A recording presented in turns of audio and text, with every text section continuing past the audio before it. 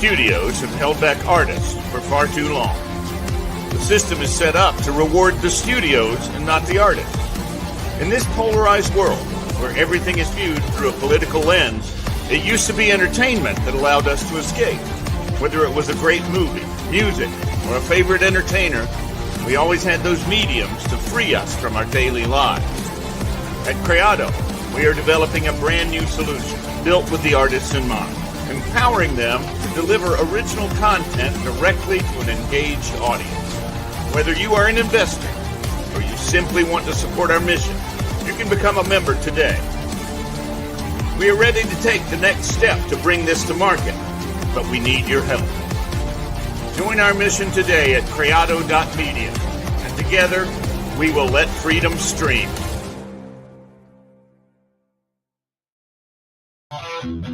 How's it going, everybody? This is the AlphaWarrior Show. I am your host, Alpha. Episode number 98. We are almost going to hit that century 100 episode mark. So a couple of those away. I do want to say tonight is it's a special show for a couple. All the shows are special. You guys are Alpha. You always say this special. They are. I mean, that's just the caliber of guests that, we're continue to be blessed with. God's mission. He's the one directing the path of truth and the part that I play in it. But tonight's particular show is special to me because it involves something that changed my entire life. I was a youngster, and I joined the Marine Corps, prepared to go to war because of 9/11, and a lot has changed in my perspective of 9/11 in the last 20 years, as I would guess for a lot of people. And I know a lot of us, especially in some of the chats and the virtual town halls that I've been a part of, we all know that there's just something ain't right about it. Some of us have dug into it. Some of us have seen some clips about it. And we're like, okay, this doesn't add up. Well, tonight, our guest, Mr. Dave Vonkleist, he put together what I think is probably the most impactful, red-pilling film that exists to date. And he's definitely one of the pioneers of people. One of the first digital soldiers is what I can say, that awakened a lot of us, especially someone that you guys know that I look very up to a lot. He'll be joining at the tail end of the show. But I want everybody to pay attention to all the details, because it's one thing when we say, well, this is what I heard. It's another thing when the receipts are there. And this man put so much work into putting together something that has the receipts, has the videos. And I think it's going to be a game changer for a lot of people. And I think we have to rewind the clock. We're all fighting. You guys know, I always talk, we're in an information war, a propaganda war. It's the war of the minds. And the only way you can defeat propaganda is to hit it with mass information of truth. They want us to respond emotionally. They want us to respond kinetically, because then it turns their lies and their narrative into something that's true. And that's not how we respond. We respond with truth, because the more people we wake up, the less power they have. Their power is in control. And that's why truthful, factual information on what has happened in our country needs to be told. And tonight, like I said, 9/11 is if you have never heard the quote unquote conspiracy behind this, you are in for a show tonight. So one thing I want to do to introduce my guests is, you guys know lately I've been telling you about the term black pill. And like I said, I'm guilty of it, where we've been saying, oh, this person's black pilling, or this person's coming with black pill information. And I said, we got to stop doing that, because black pilling is becoming the new conspiracy theory term. And we know where conspiracy theory came from. We know what the CIA's intentions of it were. It was to put a scarlet letter on people that tried to try to bring truth to the surface, or a different perspective to the surface. They tried to change it and ridicule or embarrass people. It was the scarlet letter. And I think we're doing that right now with black pill. And that's the other reason tonight's show is important, because I think we need to move away from saying, oh, they're black pilling. Sometimes the factual information hurts. Sometimes the factual information may scare us, it may even cause concern. It may even be something we don't want to hear. But if it's facts, we got to talk about it. And if we start to make black pilling the scarlet letter, we're going to, just by human nature, we're going to make people afraid to come forward with information that maybe isn't so sunshine and rainbows, but it's still factual. So no one better than to explain that is tonight's guest. So I'm going to play this video and you guys are going to understand exactly what I'm talking about. So enjoy this. It's been said that all truth passes through 3 stages. The first stage being denial, the second stage being violent opposition, and the third stage being widespread acceptance as common knowledge. Well, as you view this documentary, keep in mind that people watching will probably fall into one of those 3 categories. One group of people will absolutely deny that what they're seeing could possibly be true. The second group of people will be violently opposed to this kind of information being released, and they'll do everything that they can to discredit the messenger rather than pay attention to the message. And yet there will probably be a third group of people that will sit back in their easy chair and say, I'm not surprised, I knew it all along. With this in mind, let's begin by playing a little word association. I'll say a word, and you think of the first word that comes to mind. Conspiracy theory is what most people think of. We've all been conditioned to associate the word theory with the word conspiracy, because after all, no conspiracies could possibly be true. They're all just theories, aren't they? Well, in the phrase conspiracy theory, there are 2 words. The first word, conspiracy. The second word is the active word, theory. By definition, a theory is a supposition, an idea, a concept, a hypothesis. Let me give you an example. In theory, if I purchase a raffle ticket, I could win a prize. Now, as long as I don't purchase a raffle ticket, my win is theoretical. But once you purchase a raffle ticket, the win is no longer a theory. It becomes a possibility.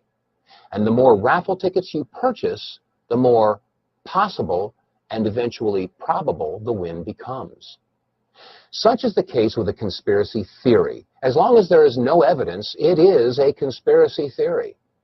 But once you have a piece of evidence, no matter how flimsy or circumstantial it may be, it becomes a possibility. And the more evidence that is gathered, the more possible and eventually probable the conspiracy is. Friends would walk up to me and just be like, what? Let me pause that so you guys don't hear it because it's still in my background. So there you have it, you guys. And that's what we're going to cover. So we're going to break to a quick commercial because, you know, Alpha's got to keep the lights on. And when we come back on the other end of this, I'm going to have Mr. Dave Vonkleist, and you guys are going to be in for a red pilling show. Guarantee it. Hello, I'm Mike Lindell, and my employees and I want to thank each and every one of you for your support by bringing you the MyPillow that started it all. MyPillow's patented fill adjusts to your exact individual needs regardless of your sleep position. Because it works, we've sold over 70 million MyPillows, and now I'm bringing it to you for the lowest price ever. For example, you get my standard MyPillow, now only $19.88 with your promo code. Now's the time to get them for your friends, your family, your neighbors, everyone you know. MyPillows make the best gifts ever. In the times we're in, one thing we all need is getting a great night's sleep. So go to MyPillow.com or call that number on your screen now. Use your promo code and you'll get my standard MyPillow for only $19.88. For a more custom fit, my Premium Queen, only $24.98. Or my Premium King, only $29.98. This is a limited time offer, so order now. I swear, has anybody ever seen Mr. Lindell mad? I love that guy. Listen, you guys, you want to support a Patriot? MyPillow.com/alpha. If you're old school, you want to use the phone, tell them promo code alpha. It's Christmas is around the corner. Take your family members nasty pillows or something like that. Get them something nice. And if you're like, well, I got everything, buy something for Alpha. Send it to me because I don't have everything, you guys. So with that, let me bring on our guest tonight, Mr. Dave Vonkleist. How are you doing, sir? Howdy, hi. How you doing?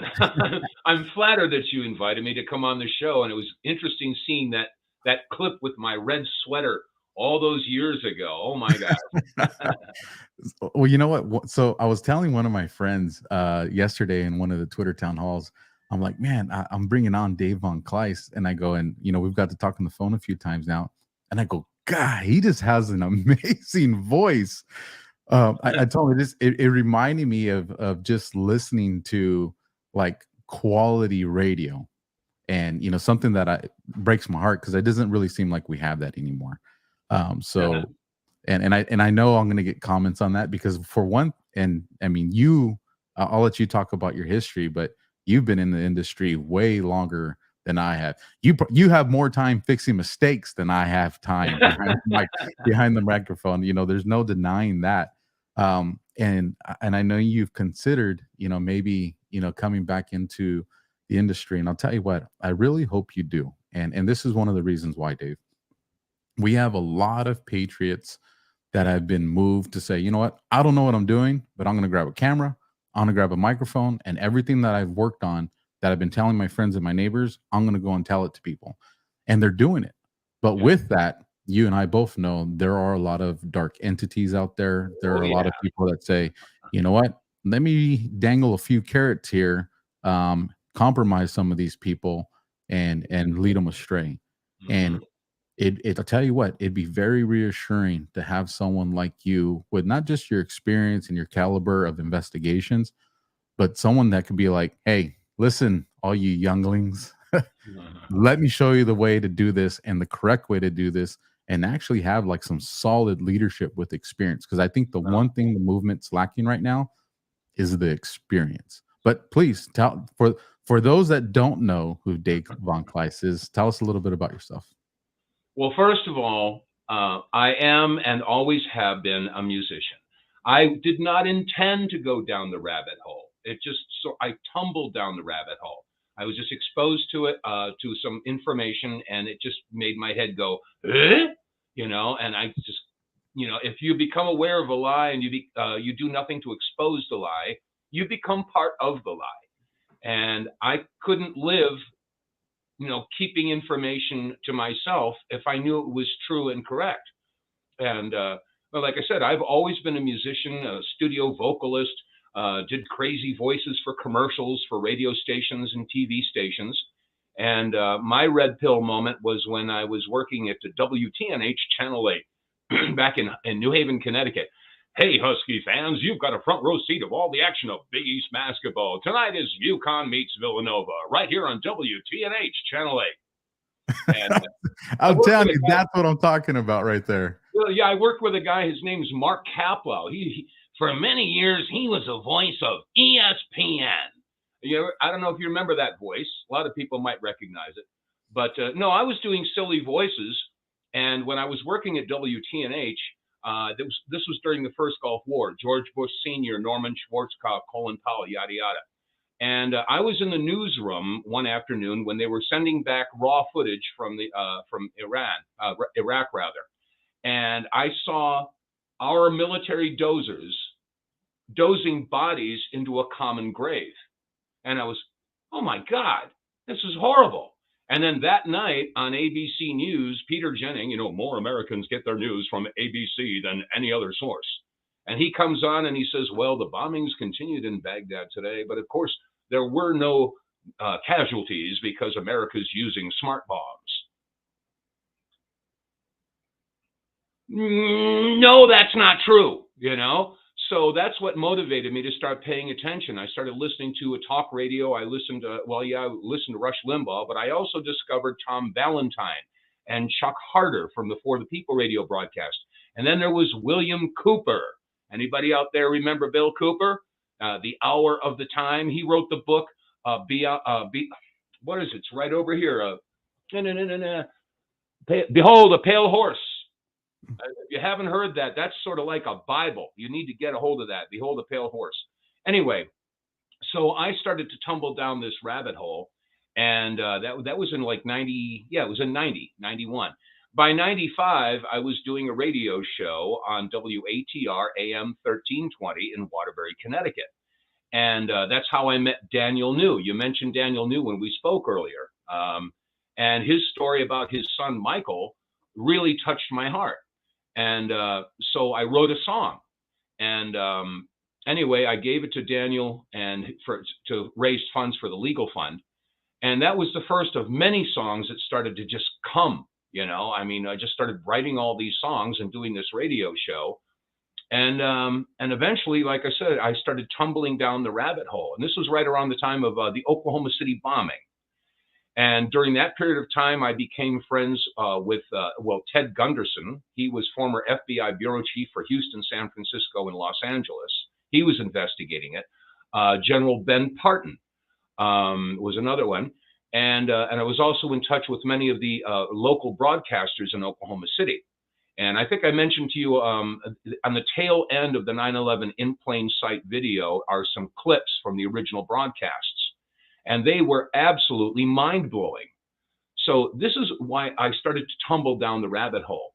Eventually, I connected with Joyce Riley, and she was an RN, BSN, master's, captain in the Air Force Reserves.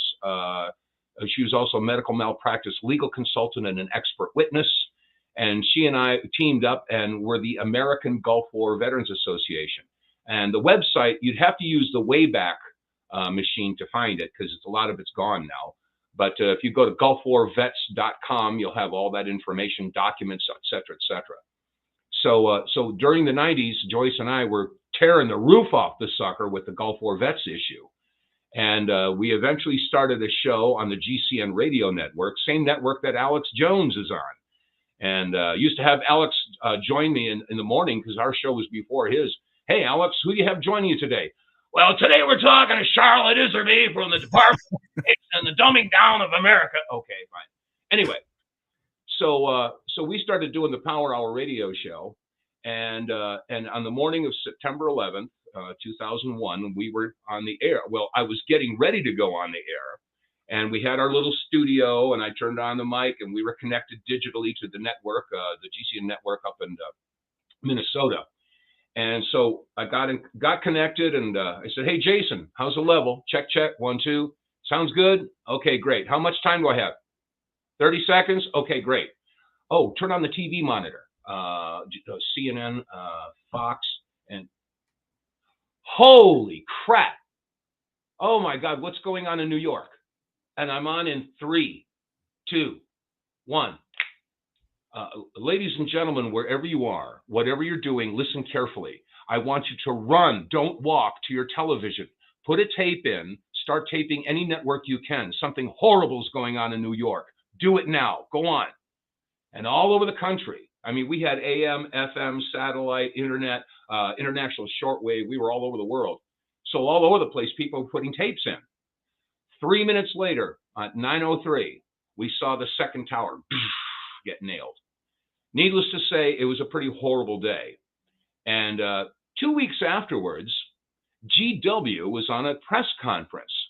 And he said, we got to stop showing these terrible attacks on America no more, because America needs time to heal. So they stopped showing the replays. Okay, I get it. At the same time, I started getting videotapes in the mail. I got more videotapes. I had a box of 65, 70 videotapes. I had ABC, NBC, CBS, CNN, Fox, but I also had WNEW, WOR, WJAR, WPIX, all the local stations in the New York area. And it occurred to me, because they were not giving releases of these videos. They didn't want it on television anymore. So ABC's got ABC footage. NBC's got NBC footage, et cetera, et cetera. They all have their own footage, and it's not being released. Guess what? I got a box. I got all the video footage. So we started going through it. And that's how 9/11 in plain sight came to be. So we found out that a lot of the stuff that they were telling us just simply wasn't so. So anyway, that's how 9/11 in plain sight came to be. And like I said, no good deeds go unpunished. So I immediately became a pariah. I mean, with a name like Vonkleist, you must be a Nazi, you know? So I started getting all these attacks and everything. But at the same time, As I mentioned earlier, Joyce and I, during the 90s, we were the American Gulf War Veterans Association. We were rubbing elbows with senators and congressmen and military personnel, et cetera, et cetera. They knew who we were and what we were doing, and we weren't full of crap. So I started getting calls from some of the guys in the military. They say, Dave, you're asking some tough questions in that video of yours. And I said, yeah, I'm asking some questions that a lot of people don't want asked, let alone answered. You want to talk about it? Yeah. So I talked to General Albert Stubblebine. I talked to Colonel George Nelson. I talked to Colonel Glenn McDonald. I talked to Russ Wittenberg, who was the pilot, usually on Flight 175, but he was off that day. So I went around and I talked with them, interviewed them, and that's how the second film, 9/11 Ripple Effect, came into being. And once we released that in 2007, yeah, that's right, 2007. Then things went really quiet. And a bunch of stuff happened in my personal life. Joyce and I started to go like this. And I ended up getting thrown off my own radio show. And my partner pulled a stunt and blocked me from duplicating or selling my own documentaries. And it occurred to me, well, and plus my mom went around the golden corner and I had to put her in a nursing home. So it wasn't a very happy time for me. So, and I figured that, hey, look, if I can't trust the people in my foxhole, I can't fight the fight. So that's why, one of the many reasons why I just said, hell with this. I'm not doing this anymore. And plus, the 9/11 truth movement, a lot of the activists, and not just in that movement, in many different movements, they get married to the money. They get influenced by the money, as you pointed out in your introduction. And they also are just addicted to the ego stroke. And this is why I started to turn my back on the 9/11 truth movement and the whole patriot movement in general, because they were in it for the wrong reasons. If you're in it for the praise and the accolades and the ego stroke and the money and all that, you're in it for the wrong reasons. Get the hell out. So that's one of the reasons why I just said the 9/11 truth movement had turned into a 9/11 bowel movement, because most of them were full of crap. So that's why I said, okay, that's it. I'm moving on. So I bailed in 2009. I had an invitation to go to South America. And I said, well, why the hell not? I had nothing else left. As the song goes, she got the gold mine, I got the shaft, So anyway, that's sort of like what happened. I went down there for about 6.5, 7 years. And I've come back to the States. And now, as I mentioned to you off air, I'm just sitting here watching the wheels go round and round. But the wheels coming off the car, guys, there's so much fecal matter hitting the air circulator. I'm chomping at the bit. I'm thinking about throwing my hat back in the ring and say, what's wrong with you people? Where is America's testicular fortitude? The men aren't really men anymore. They are on their video games. Oh, yeah, I got a real anime. Or, look, this is me, Oh, gosh, please. Anyway, I've rambled too much. No, I don't mind it, because you covered some things they're very important, because that's one of the issues that I see. You have content creators or podcasters right now, 2 million people, 15 million people. They have the ear of America. Mm-hmm. But they only talk about what they're allowed to talk about within the box. Yeah. And I'm like, if half of you tomorrow decided to say, you know what, screw this, let's tell the truth, you would impact more than half of the country. Yeah. Like that's how much influence you have. But the paycheck just means too much. And if it's not the paycheck, you're like, well, I don't want the FBI knocking down at my door.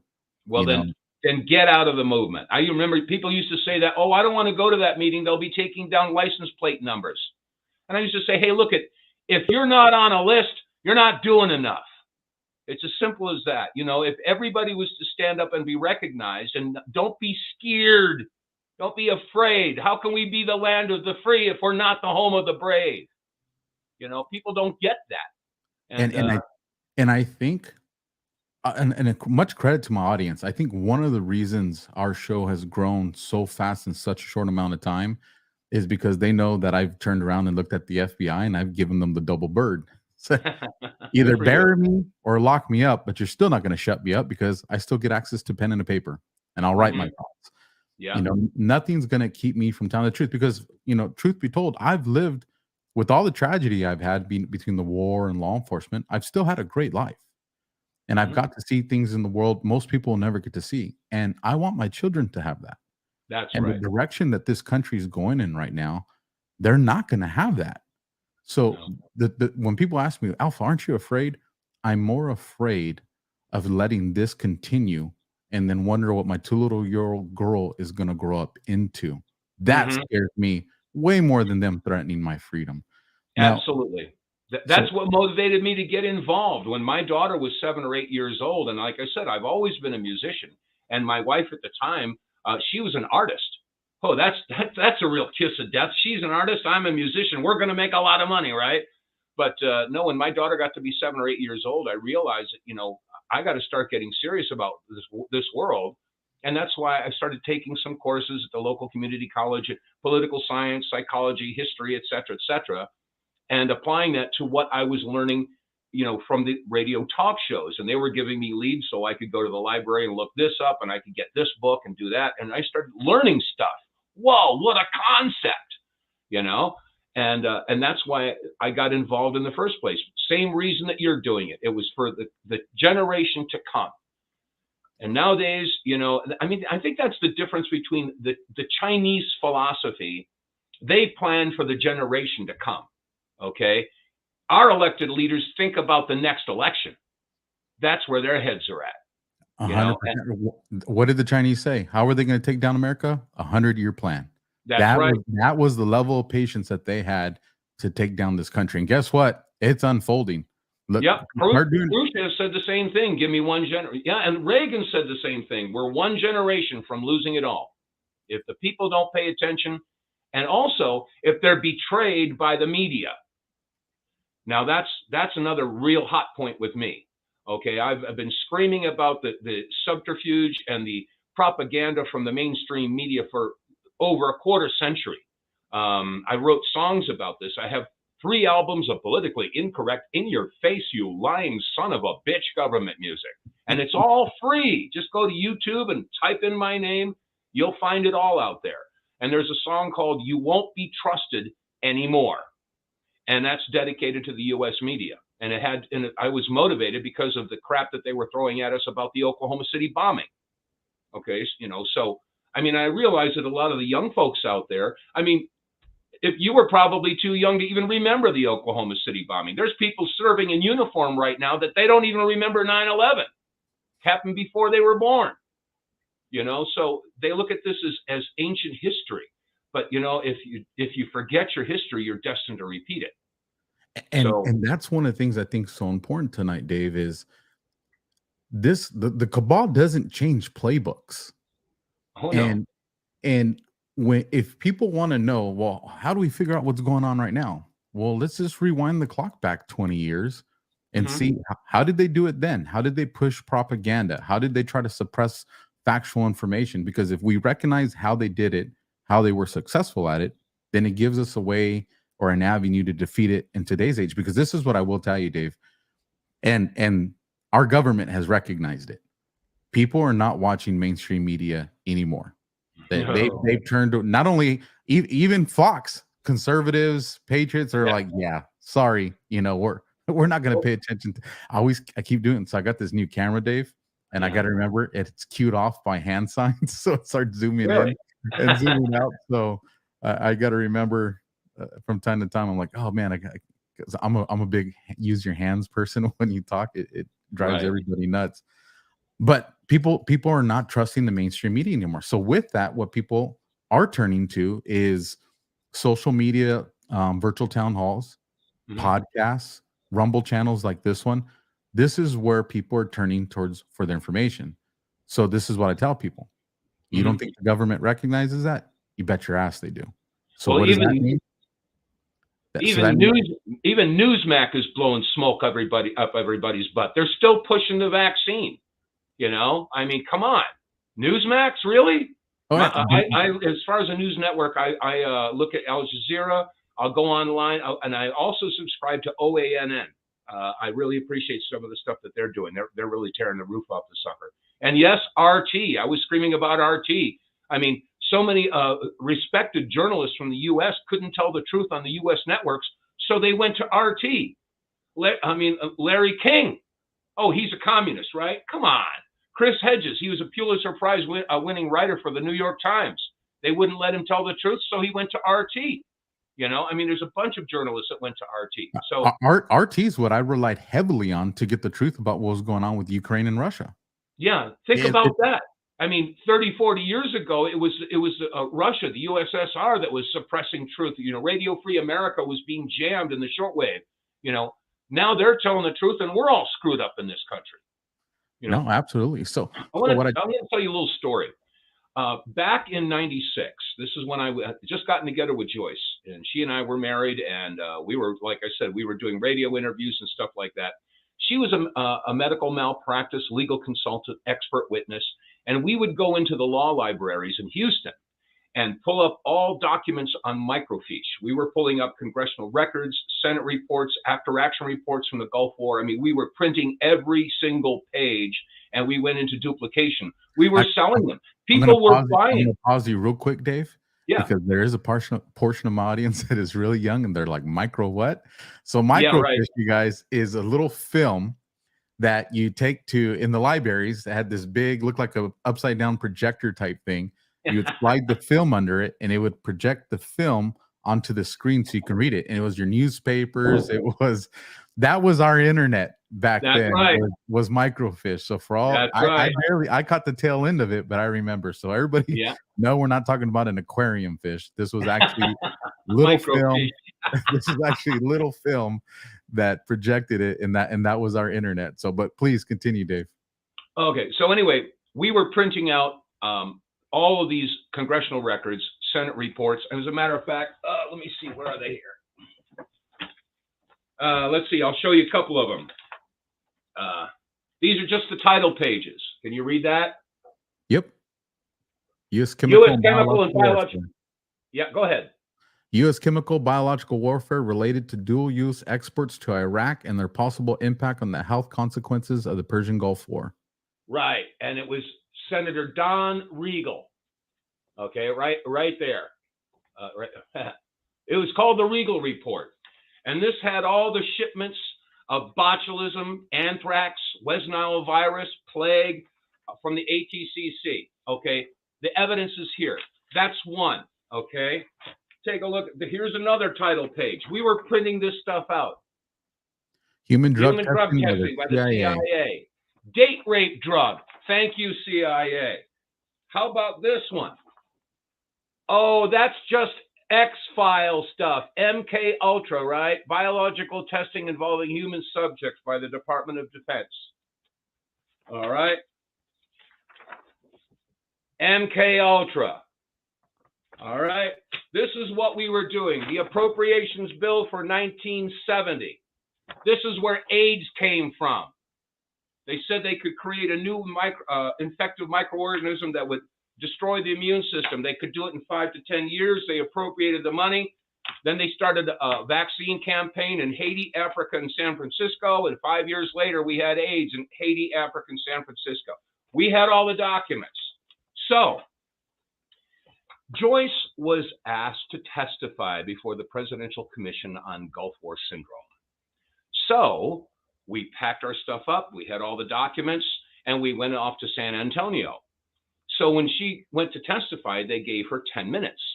So she went up there and she says, okay, well, thank you very much, Senator so-and-so. Here's a Senate report that you were on. You know what's in this document. And I shouldn't have to waste your time or mine going over information that you and hopefully the rest of this panel has. So I'm going to put that here. Oh, Congressman so-and-so, here's a congressional record, blah, blah, blah, blah. You sat on in this panel. You know what's in this document. So I'm not going to waste your time or mine and going over information, rehashing stuff that you already have. Bam. Colonel so-and-so, here's the after-action report from CENTCOM. You know that these guys were exposed to mustard gas and chemicals and biologicals.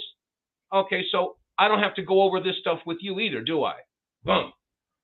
She says, oh my goodness, I still have 7 minutes left. I'm going to turn the rest of my time over to my husband, and he's going to play you a song. And so I went over and I got my guitar, and the guys are talking in their sleeves, you know, like this. And I picked up my guitar and I sang the song for the Gulf War vets that I'd written. It's called "Where Are the Voices That Care?" And I wanted to sing the song because I give names, times, places. I put it all into the lyrics. I wanted the lyric in the record. Well, lo and behold, after the transcript came out, they'd taken the lyric out. I was pretty pissed off about that. But what happened is about a week or so later, Joyce got a phone call. And the two of us were strongly invited to come to another meeting. I'd never heard that term before. Have you ever been strongly invited to go to a meeting?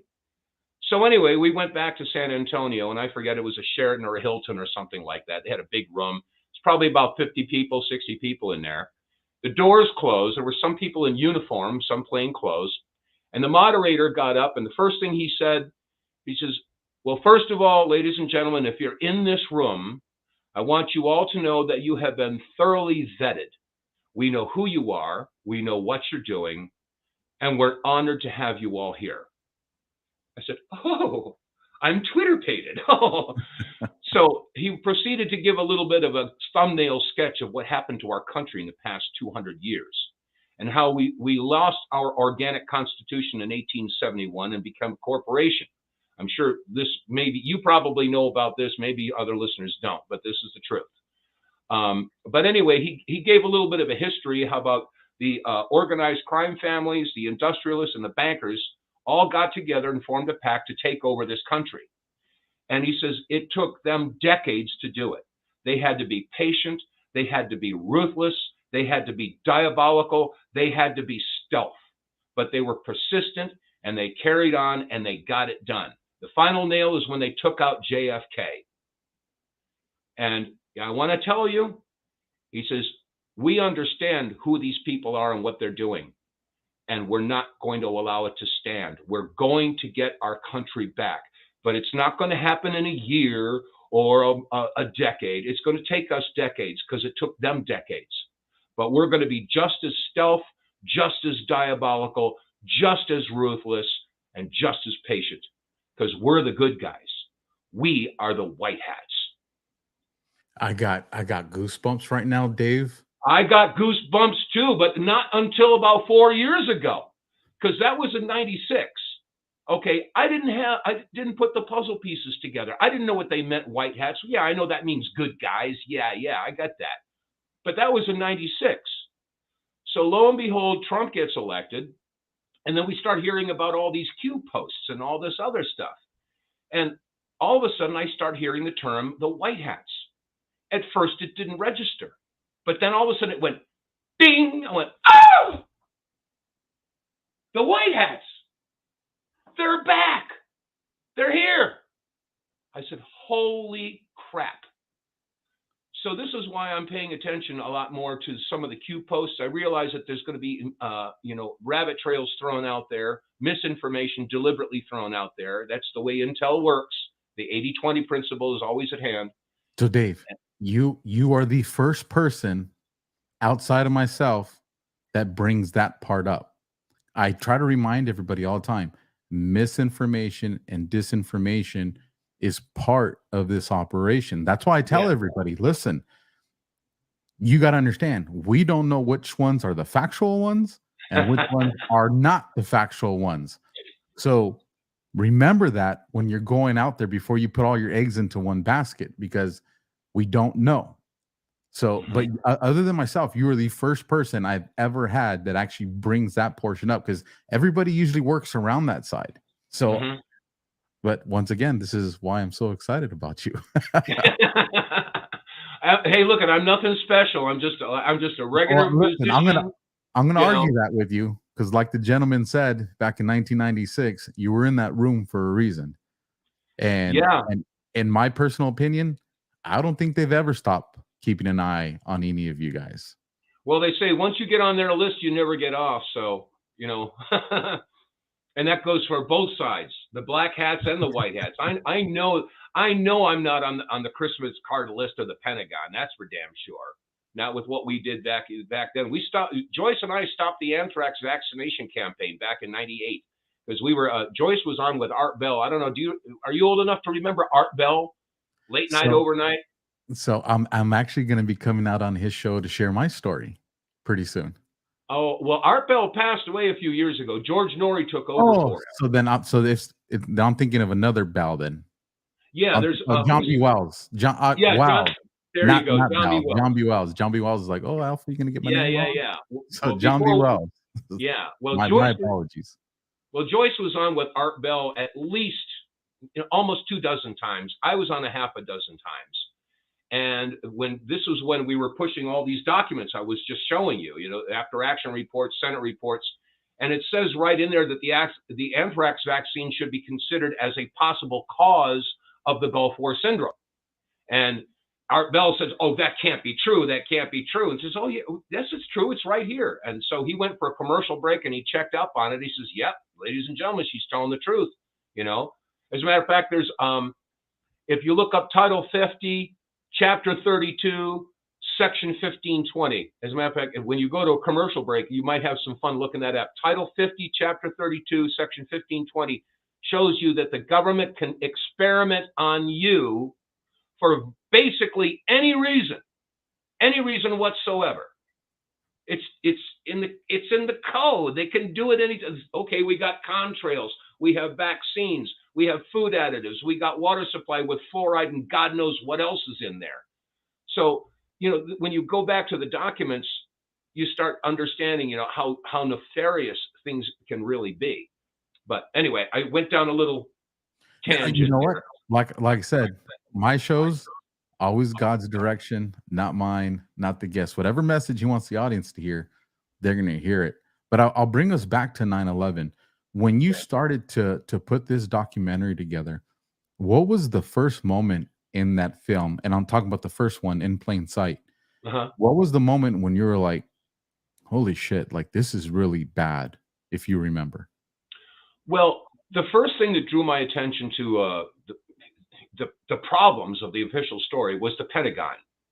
The lack of wreckage on the front lawn. I mean, the grass was green, that nothing had hit the ground at all. Supposedly it slammed into the bottom of the building. And we had photographs of the facade before the collapse of a 16-foot hole. Now that got my wheels turning, and that was what prompted me to go through all these videos that we'd gotten in the mail.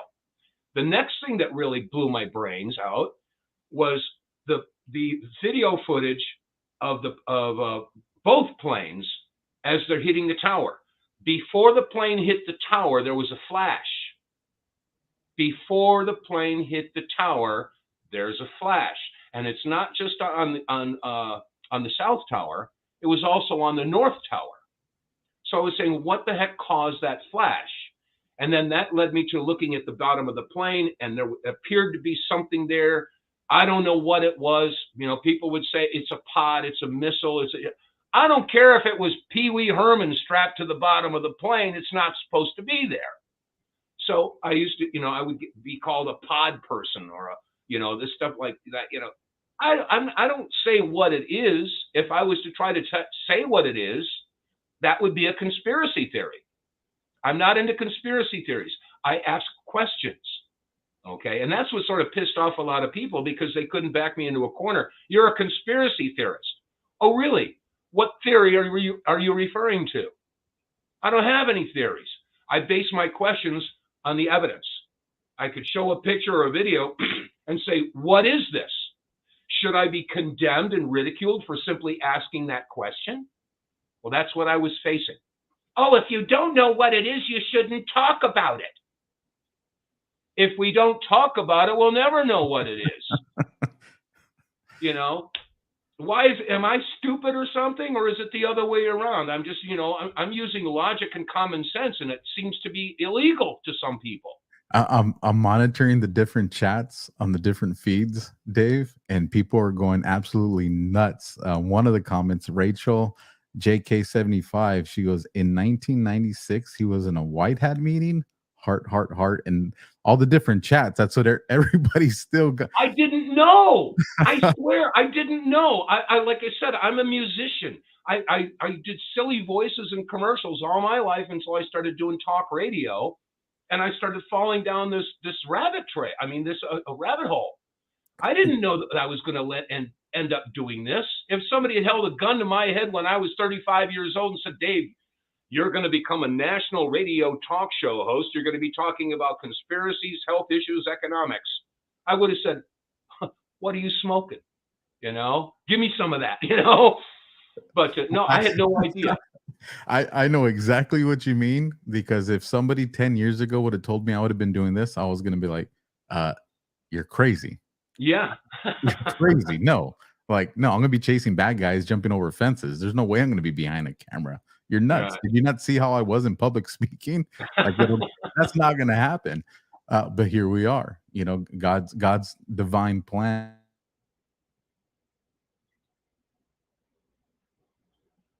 When Oh dear, we have a connection problem. Dave's, see, we got you back, Dave. Looks like we lost Dave. Okay, you're back. I'm back. Yeah, well, you were gone too. You went before I did. Let me see.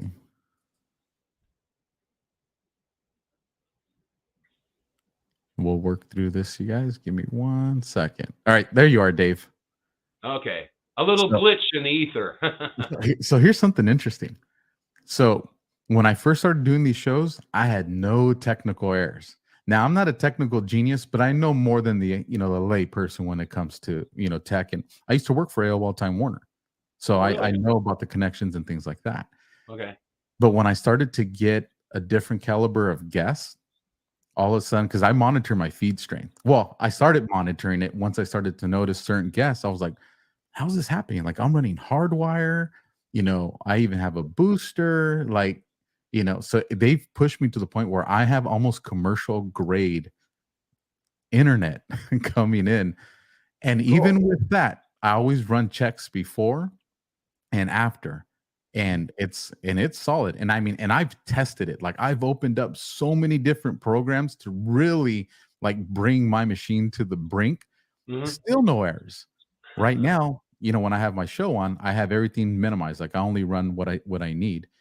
But yet 9/11 conversation hits their algorithm and they're like, let's throw a little suppression this way and that way. But like I said, they won't defeat determination. I do want to let the audience know, following the interview I do with Dave, I will be playing the first show from Dave's website, which is davevonkleist.com. I will be playing the 9/11 in plain sight for you guys so you can watch it. But I would also invite you sometime to, over the next few days, go watch in the part 2 of that, which I still need to watch and I'm excited about, which is the ripple effect, where really covers, as I understand it, some meat and potatoes to this. So you guys have the ripple effect is sort of like 9/11 in plain sight on steroids. Because when I did 9/11 in plain sight, I was down in the basement with the old TVs, the old tube TVs and stuff like that. And like I said, in the years that followed, all the military people that I used to know back in the 90s, they all got back in touch with me. And like I said, that's what prompted me to make the sequel, 9/11 Ripple Effect. So if you get a chance to do that. But also, like I said, enjoy the music, because the powers that be can't stand it when you point and laugh at them.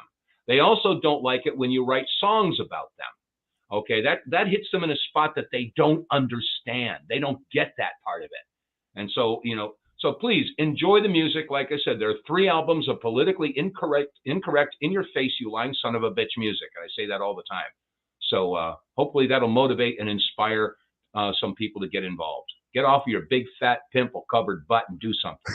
I think they will too. Here's the other thing to the audience. I think with the level of people, and like I understand, I am still a giraffe, trying to learn how to walk for the first time as far as my red pill comes. But I think it is time, especially us as content creators, we start getting back into Pizzagate. We start getting it back into the Rothschilds, because a lot of us know about it, but there's a lot of people that are barely, well, at this point, it's a red suppository with what's going on in this country. Mm-hmm. And I think we do need to revisit those things. So when you guys go to Dave's website, grab those links, start sharing them out. Let's get all this stuff. Let's bring it back to the surface and piss off some cabal elite people, because it's always great when they're pissed off. So there's a part in the film, Dave, where they brought in universities that did these diagrams of the planes hitting the Pentagon, Mm-hmm. but they left out so much of information that pretty much just blows out their diagram. So these are, Yeah. they turn to these elite people to say, oh, listen, public, this is all perfectly explainable. Yes, a huge commercial airliner can come in and do this, but they don't. They say on one particular part, they say the wings of the plane broke off outside the Pentagon. Yeah. But we've all seen enough video that there's no wings or even Right. pieces of wings outside. And for those that say, well, you know, the wing can break. Have you seen the size of an engine on a commercial airline? We're not talking a motorcycle engine here. It's the Yeah. size of a damn Volkswagen. Like it's a big piece of equipment. Can you give us a little Hell of explanation? a Volkswagen. We're talking about a Lincoln Continental or a Cadillac. I mean, these are big engines. And by the way, and that's one of the things we had in the 9/11 in plain sight video. The NIST, the National Institute of Safety Transportation, had done a computer analysis of how the plane hit the Pentagon. And we have all these columns here, and here comes the plane, and it knocked out this column and that. And wait a second, look at the plane. They didn't include engines on the plane. Hello?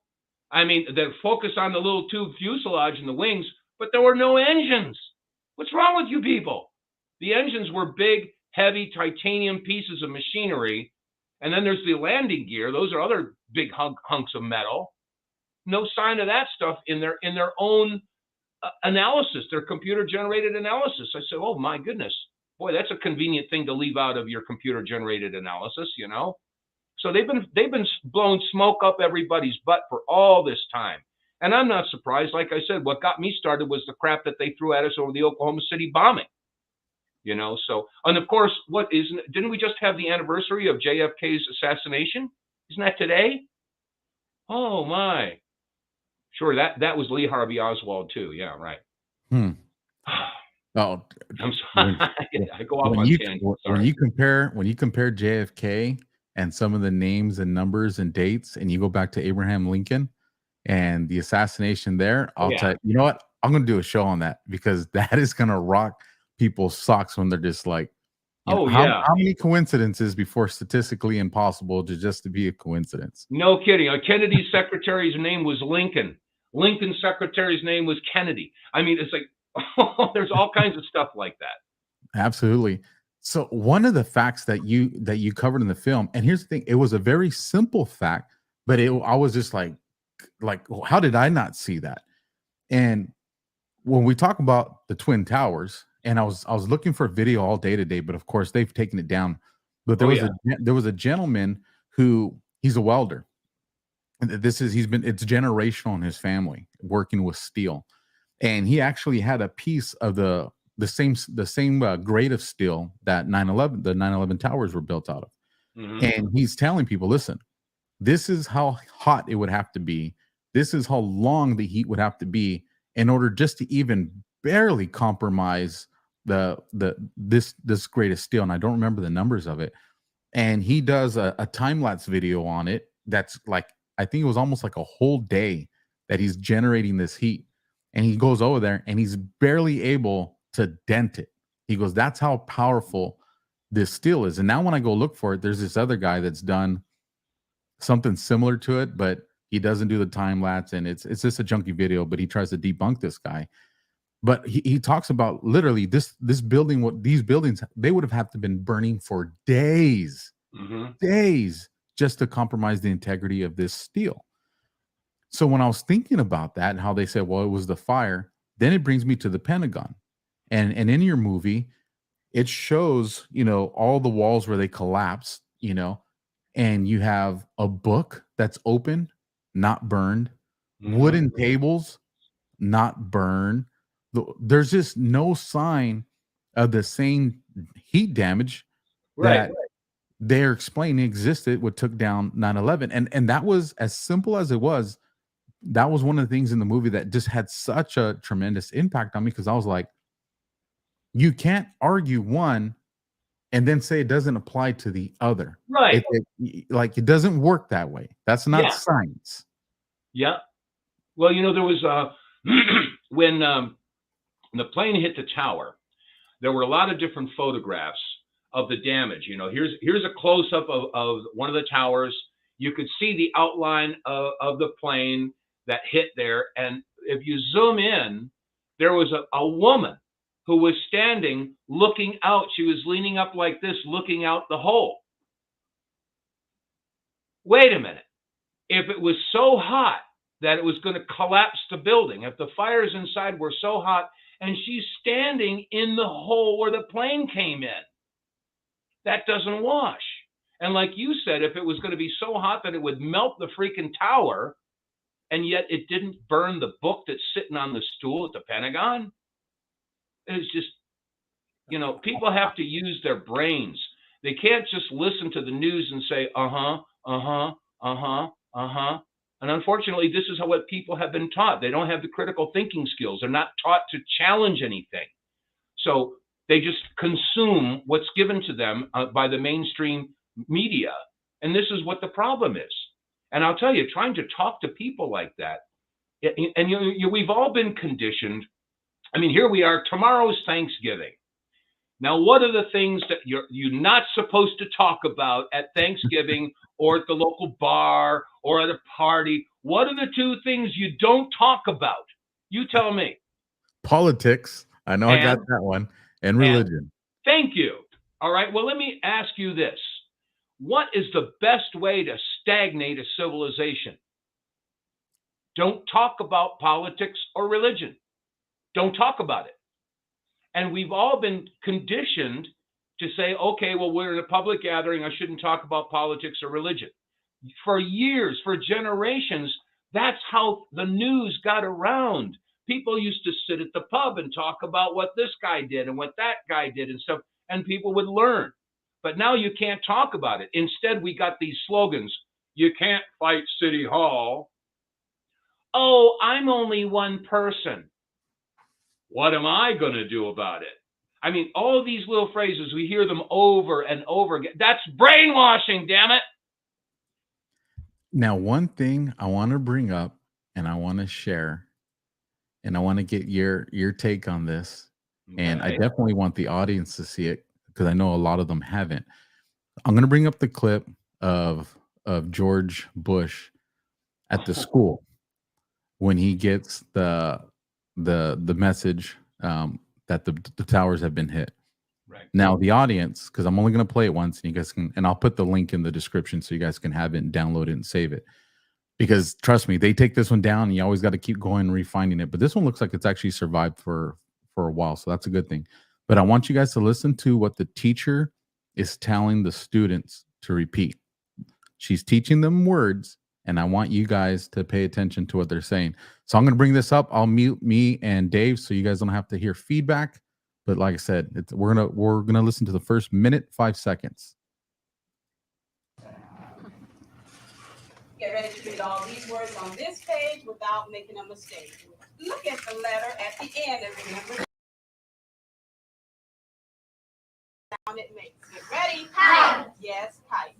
Get ready to read this word the fast way. Get ready. Kid. Yes. Sound it out. Get ready. Kid. Sound it out. Get ready. Kid. What word? Kid. Yes, kid. Boys and girls, sound this word out. Get ready. Seal. What word? Seal. Yes, steal. Read these words the fast way. Get ready. Play. Yes, playing. Get ready. Must. Yes, must. Let's read these words the fast way without making a mistake. Get ready. Kite. Yes, kite. Get ready. Kit. Yes, kit. Get ready. Steal. Yes, steal. Get ready. Play. Yes, playing. Get ready. Must. Yes, must. Boys and girls, pick your reader up from under your seat. Open your book up to lesson 60 on page 153.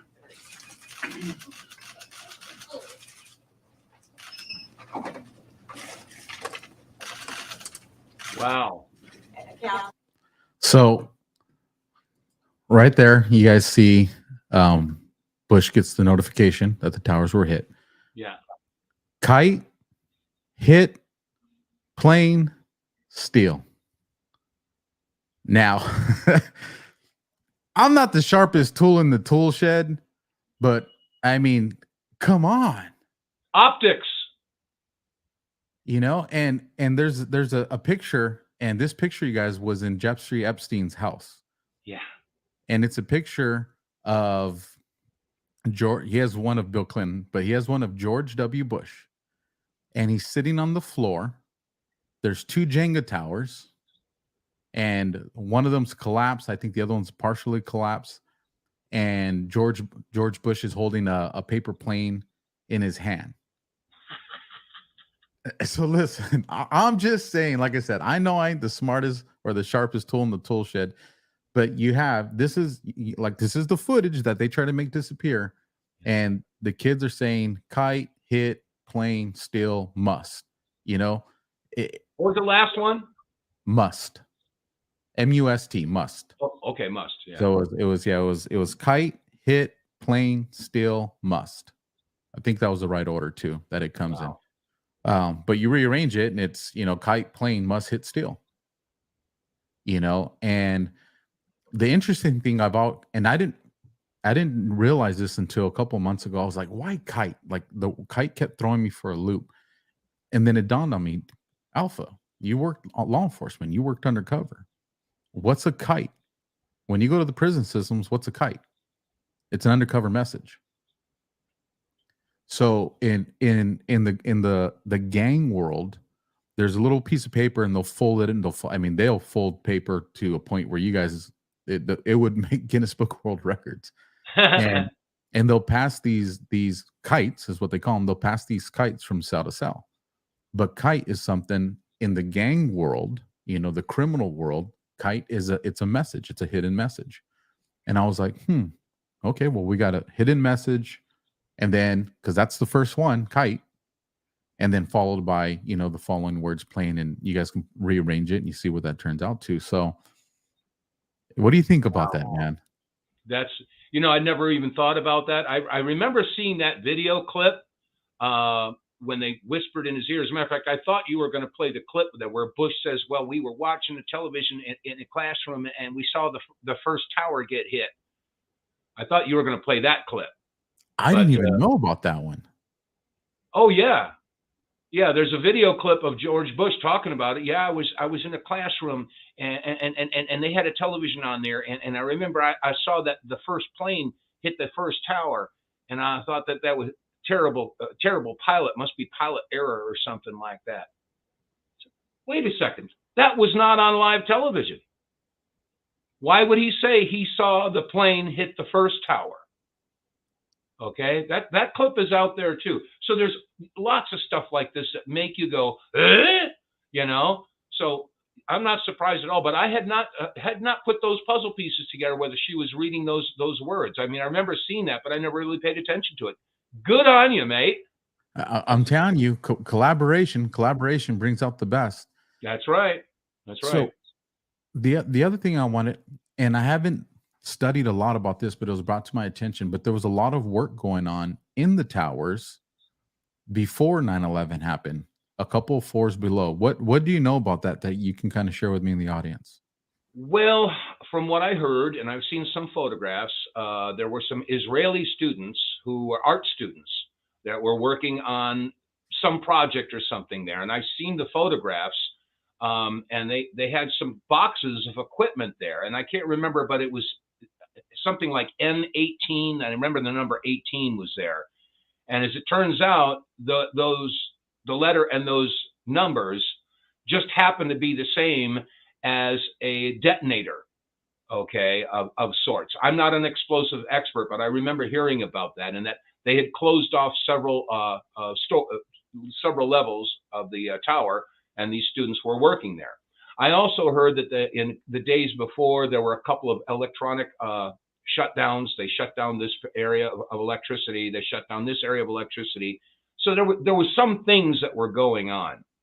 And then again, we haven't even talked about Building 7, you know. So let's get into that. But that's another issue altogether. Before we do that, I want to bring another gentleman onto the screen with us. So some of my audience may know this. On Mondays, I do a show called Glitch in the Matrix with three other gentlemen. There's four of us. And, you know, we always let each other know what's going on. And I told, this is my brother from another mother, Ron. I said, hey, Ron, I go, I'm having Dave Vonkleist on my show. And he's like, what? I'm like, yeah, man, I'm having Dave on. He's like, dude, that's who red pilled me. I'm like, what? Oh my God. So I'm like, well, you want to come on? And he's just like, man, send me the link. And sure enough, so Ron, here's Dave. Dave, Ron. it is I have to say I don't get starstruck, okay? I'm actually, that's not, but this is a tremendous honor for me because Oh man. it was about 20 years ago.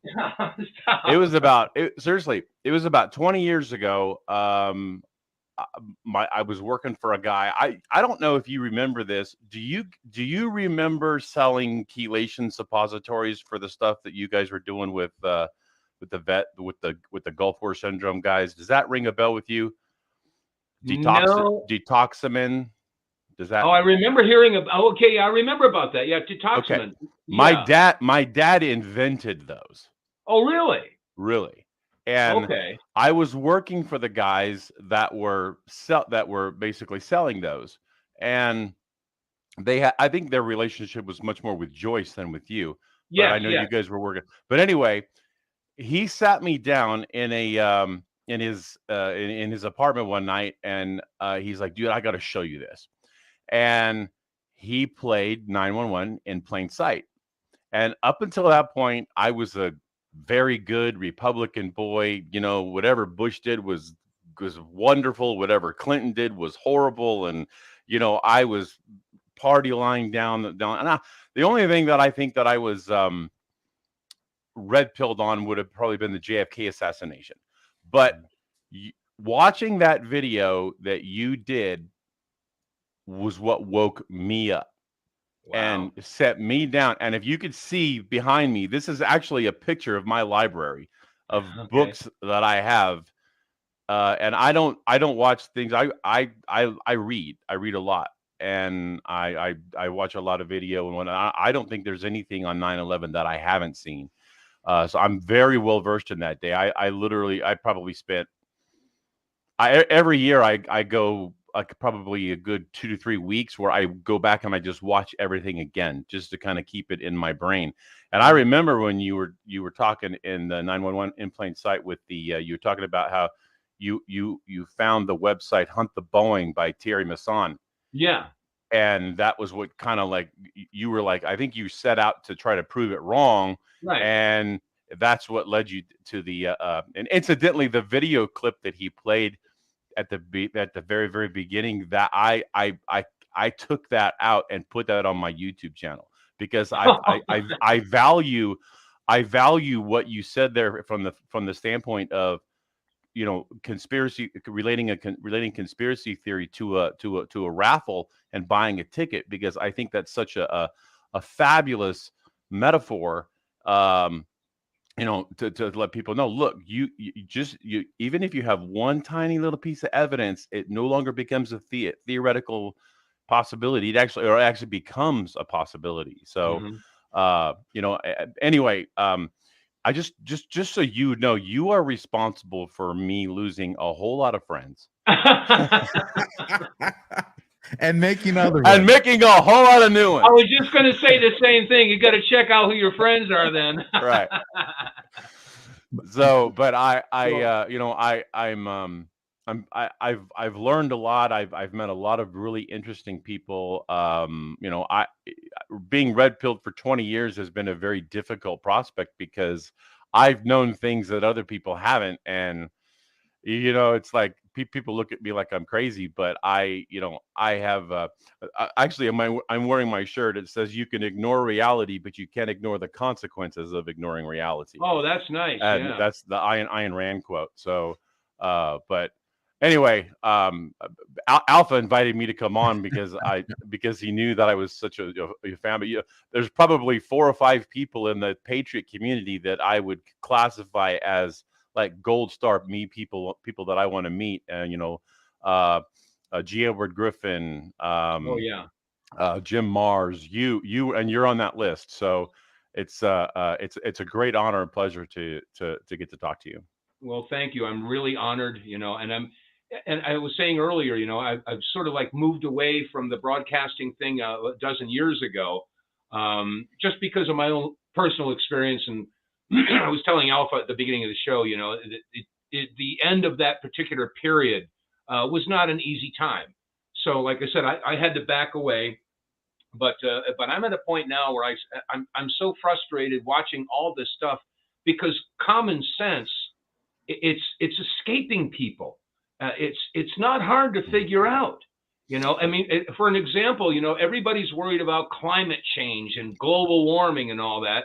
Mm-hmm. Why don't people demand that the suppressed technologies be released? Rife technology, Tesla technology, 0-point energy, the Stan Meyer technology. We can't tear down the oil, get away from oil and gas and coal if we don't have something to replace it. Yeah. You know, and these idiots are tearing the thing down without having something there to replace it. You know, and this is common sense. I mean, I'm not a rocket scientist. I didn't go to college and learn all this stuff, you know? So I don't know. That's just one example. Why don't people think like that, you know? Well, if I may interject, you talked about Charlotte Iserbyt and, you know, the deliberate dumbing down of America. You know, a lot of that stuff started going back to the you know, the Reese Committee was the ones that was responsible for investigating quite a bit of the foundational stuff that came out of the 20s and 30s, and you know, that was when they really got a hold of the university system, because prior to World War I, we were an isolationist country, but what they had to do was they had to alter the mindset of Americans to be more globalistic so that we would be more willing to participate in foreign affairs. And that obviously started over 100 years ago, or right around 100 years ago. But you look at now, and I tell people all the time, history is not taught with the idea of understanding history because of the historical event. It's taught with the idea of cultivating a mindset so that you will gladly and willingly follow what you hear on the media, regardless of whether it's true. And people are not taught how to think; they're taught what to believe. And there's a totally different. That's completely different. I remember the opening line of the movie Braveheart. I shall tell you about William Wallace. There are those that will say I'm a liar, but history is written by those who hang the heroes. Yes. Speaking of that, and I not that I'm trying to segue, but my grandmother was Wallace, and my great uncle was John Wallace, William Wallace's brother. Wow. There's a reason I like Ron.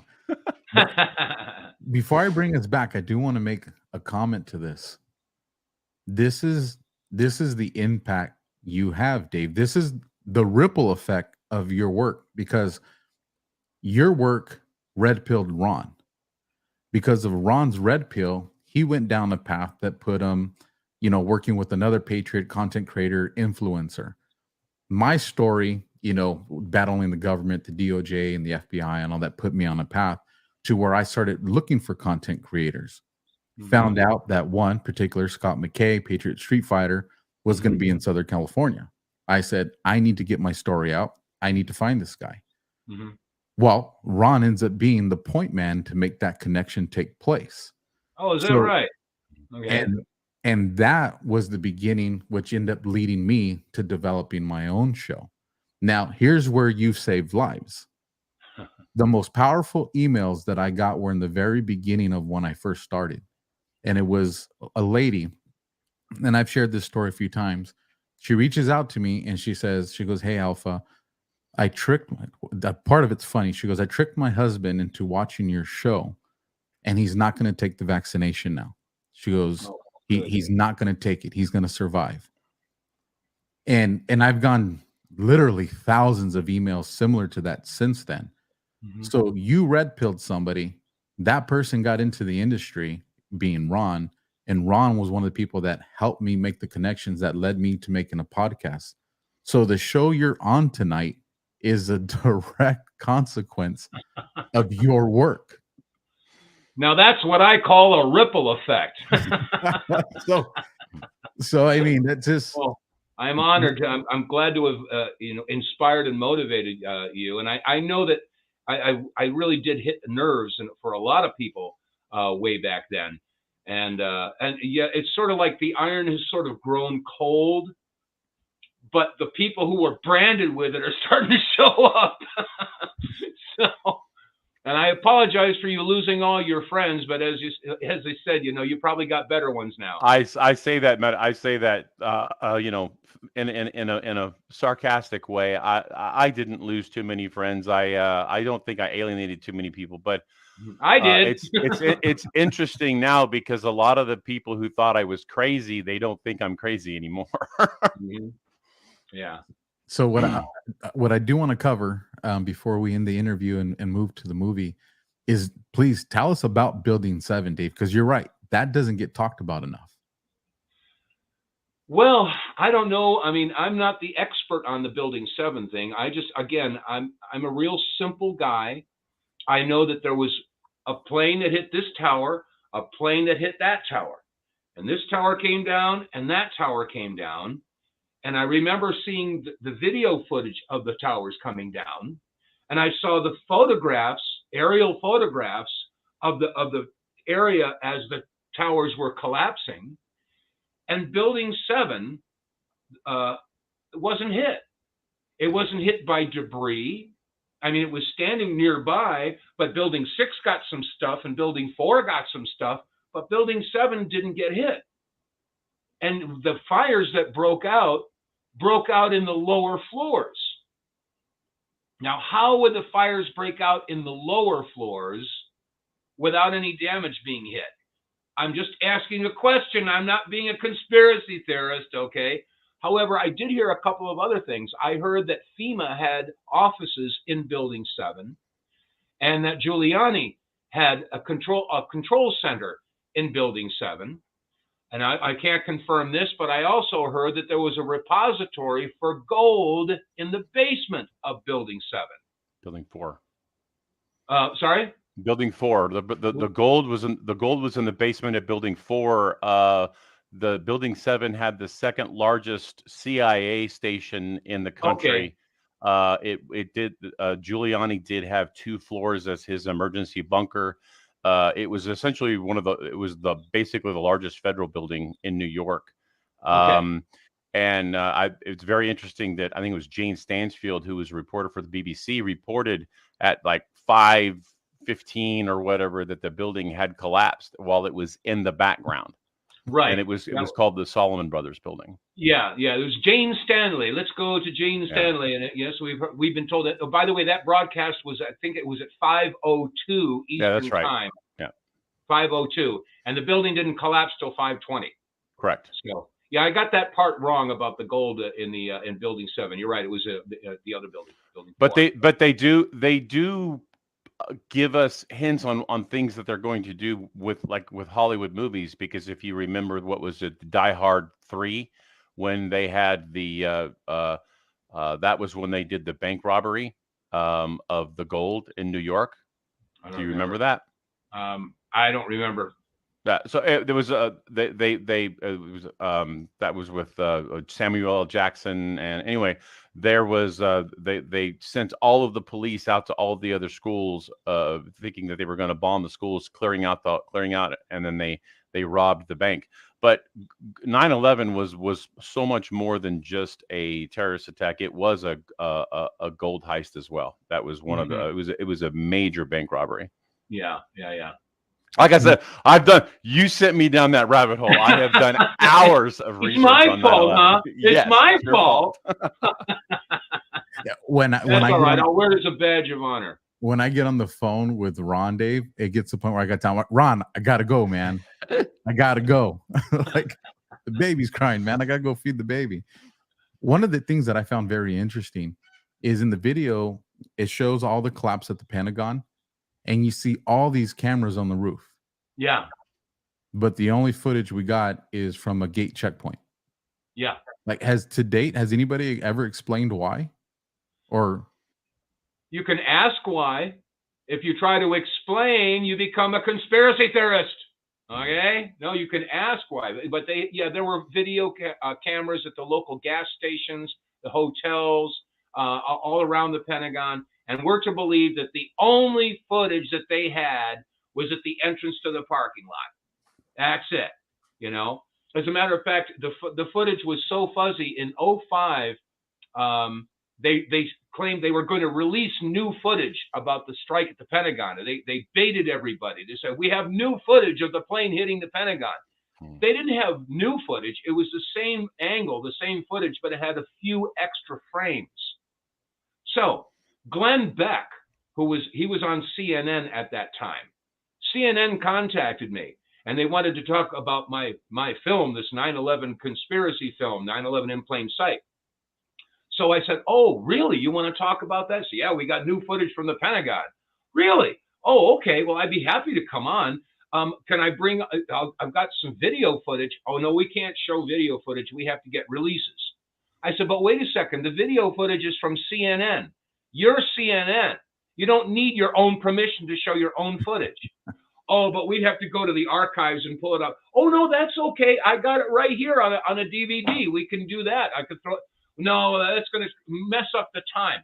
Well, how about the photographs? We got photographs of the Pentagon. Well, again, we have to find the photographer and get releases. So I saw where this was going. They didn't want to show the video. They don't want to show the pictures because that's how I based everything in the film about. So I got an 8x10 glossy of the Pentagon. I stuck it in my shirt. And so here I go into Jefferson City. I was living in Missouri at the time. I go to Jefferson City and they hook up by satellite to CNN and they do this interview and it was a hit piece. Oh man. But Glenn made an absolute fool of himself. He really did. But at one point they were saying, they were asking me about this. So I pulled the picture out and they freaked out. I said, look, here's the picture of the Pentagon before the collapse. Why didn't you ever show this? The collapse didn't happen until 28 minutes after the event. We've got video footage of the actual collapse. But they didn't like that. That's when Glenn started saying, oh, okay, well, what's in Area 51? Is it aliens or office supplies? This is how he started to handle it. So, and I covered that in the second film, 9/11 Ripple Effect. But that's how they handle it, It's so frustrating. They just do everything that they can to link you with the aliens or Bigfoot or Osama bin Laden has two noses. Just crazy crap like this. So let me ask you one last question before we wrap this up and get to the film. Dave, if you were to tell somebody what's the most important piece of information that they need to take away from either film, whether it be in Plain Sight or The Ripple, what would that be? Well, the one thing that most people don't talk about when it comes to the 9/11 examination is the flash. The flash, I find, is probably one of the most important things because, like I said, if you look at the footage, we all saw the second tower get hit. But if you slow it down frame by frame, you'll see on the side of the building, there's a bright flash before the plane makes contact. And we have that from 4 different angles. And at one of the angles, you can actually see the flash reflecting off of the fuselage of the plane. Nobody's talked about that. Nobody wants to talk about that. And then when I went to the original Naudet brothers footage, we all saw the firemen in the street, and then they look up just as the plane goes by and it hits the first tower, and then you hear the guy go, oh, shit. Okay. If you slow that down, you can see there's a flash before that plane hits too. So we're 2 for 2 with the flash. Now, going back to the second tower, we talked earlier about whether or not there was something attached to the belly of the plane. It just so happens that whatever appears to be attached to the belly of the plane is directly in line with the flash. Now, I don't know what was attached to the belly of the plane. I don't know what caused the flash. But as some people in the 9/11 Truth Movement said, if you don't know what it is, you shouldn't talk about it. No, we won't know what it is unless we talk about it. And to this point, and to this date in history, I don't know of anybody else that has brought that particular issue to the attention. So I would say probably the flash and the pod would probably be real important. I'm not saying it's the most important, but that's what got my attention. No, absolutely. And for the audience, can I say something about that, Alpha? Real quick, I just want to let the audience know I just wanted you guys, as soon as we conclude the interview, I will be playing the film for you guys so you can see all this stuff that Dave and myself and now Ron have been talking about. Go ahead, Ron. Two things. One about the flash. The one thing that I began to hear probably around 2014-ish was the hologram theory. Like the planes weren't really planes that hit the towers; it was holograms.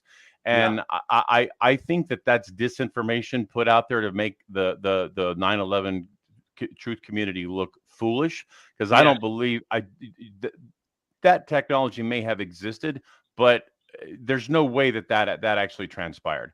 Well, I have my own theory about that. Do you mind sharing? Okay. In 2004 is when I released 9/11 in Plain Sight. There was a philanthropist by the name of Jimmy Walter, and he had buku bucks, and he wanted to put together some presentations. He bought a whole bunch. I think he bought like 1,000 copies of 9/11 in Plain Sight and distributed them. And then he grabbed, William Rodriguez. Mm-hmm. I don't know if you talked to Willie Rodriguez. He was the janitor who was in the tower. He was what they called the key master. He had the key. Then there was another researcher, Eric Hufschmid, Colonel George Nelson, who was in the 9/11 ripple effect, and Morgan Reynolds. Morgan Reynolds, I forget what his position was, but he was in the cabinet of George Bush GW for his first term. So Morgan Reynolds was on this panel. Myself, William Rodriguez, Eric Hufschmid, Colonel Nelson, and anyway. So we were in Tampa, Florida, and we were in Miami, Florida. And this is when I was getting kind of sick of the 9/11 truthers out there who were more concerned with their money and the praise.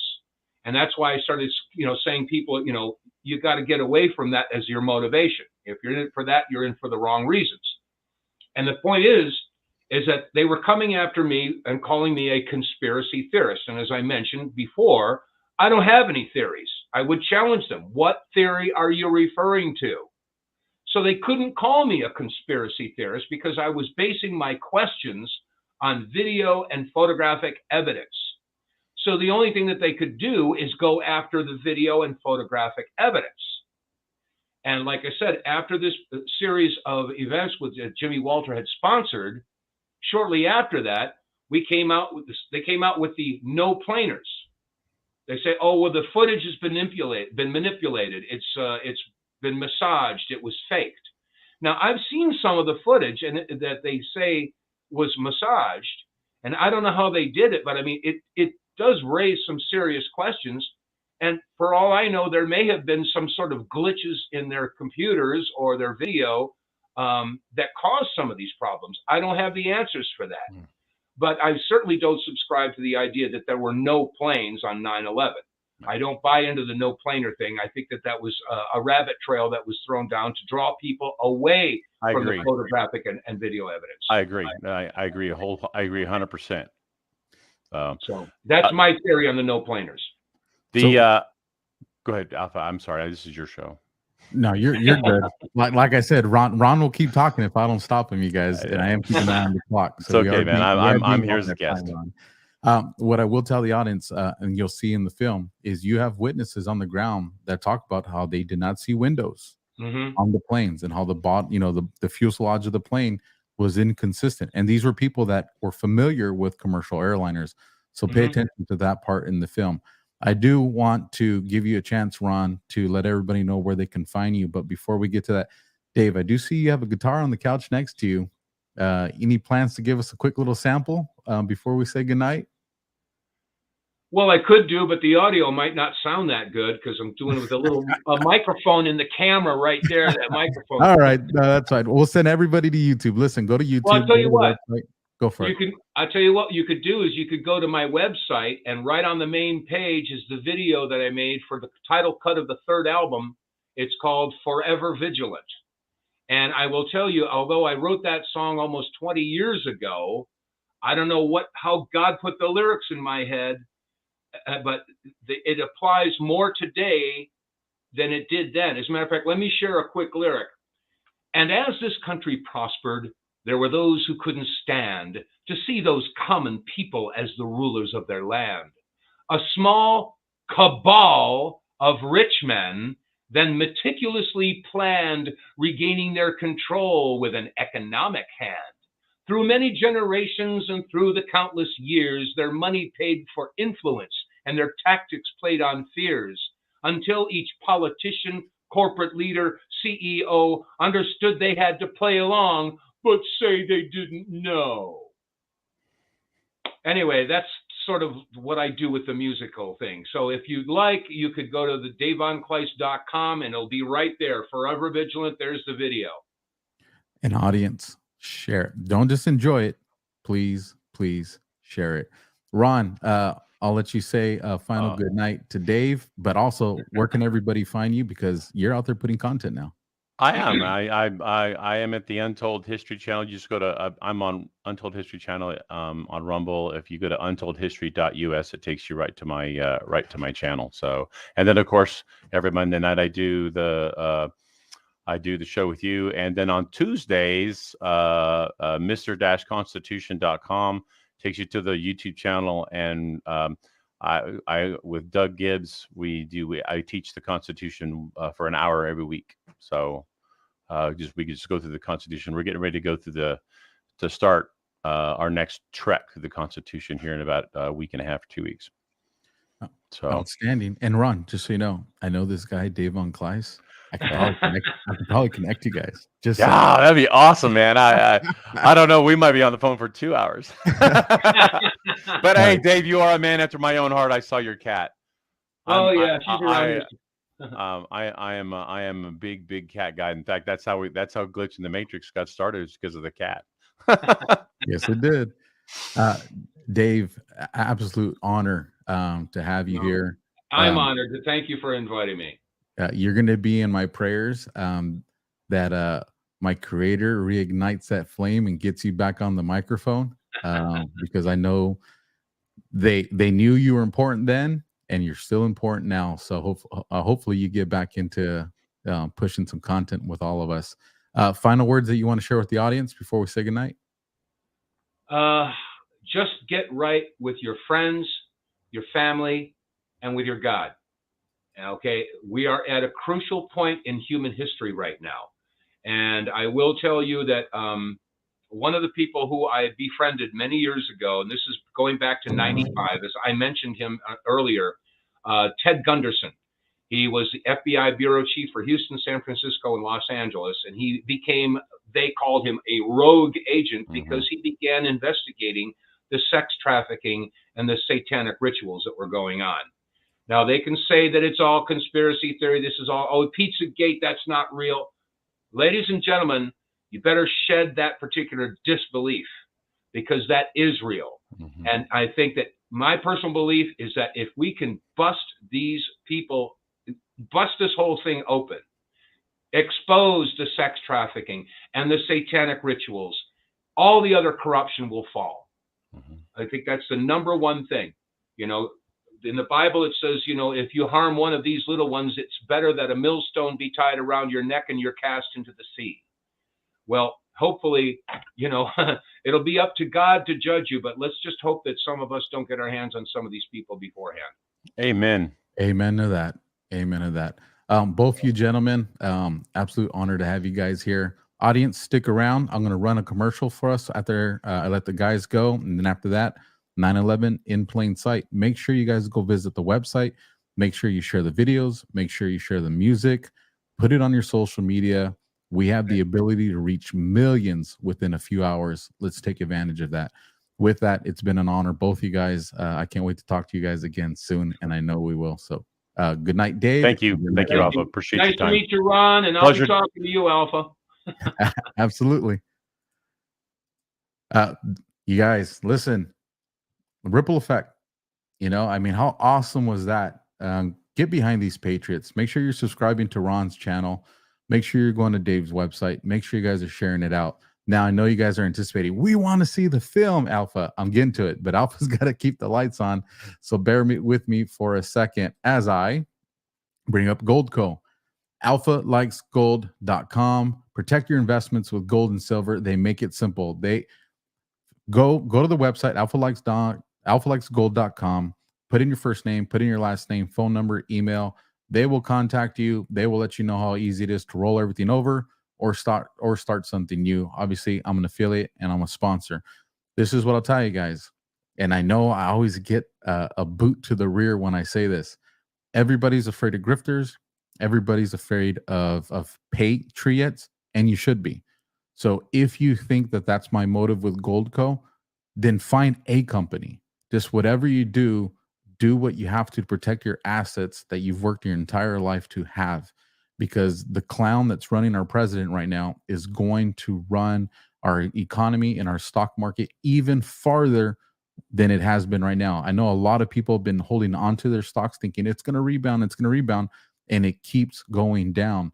Listen, at least move part of it into commodities and protect something. Like I said, I'm not the expert. AlphaLikesGold.com. They will reach out to you. I'm sure they will have Thanksgiving off like everybody, but I'm sure they'll be back to business pretty soon after that. So get to those guys. Also, I just launched a bunch of new gear this week of some really, really, really cool stuff. So let me grab my commercial, and then after this commercial, I will be playing the video. So no other shows for me this week, but I will see you guys back Monday, 7 p.m. Pacific, 10 p.m. Eastern. Have a happy Thanksgiving. Remember all the things that you're thankful for. It doesn't matter how bad things are right now. We're still breathing. And if we're still breathing, we still got fight in us. So after this commercial, it'll be the film. God bless and happy Thanksgiving, everybody.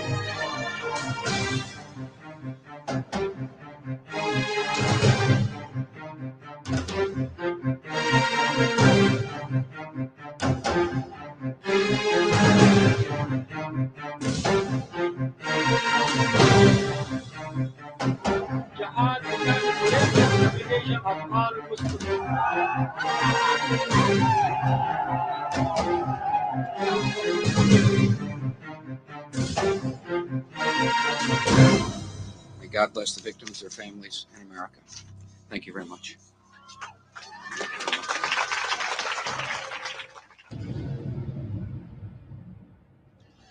It's been said that all truth passes through three stages. The first stage being denial. the second stage being violent opposition, and the third stage being widespread acceptance as common knowledge. Well, as you view this documentary, keep in mind that people watching will probably fall into one of those three categories. One group of people will absolutely deny that what they're seeing could possibly be true. The second group of people will be violently opposed to this kind of information being released, and they'll do everything that they can to discredit the messenger rather than pay attention to the message. And yet there will probably be a third group of people that will sit back in their easy chair and say, I'm not surprised, I knew it all along. With this in mind, let's begin by playing a little word association. I'll say a word, and you think of the first word that comes to mind. Conspiracy theory is what most people think of. We've all been conditioned to associate the word theory with the word conspiracy, because after all, no conspiracies could possibly be true. They're all just theories, aren't they?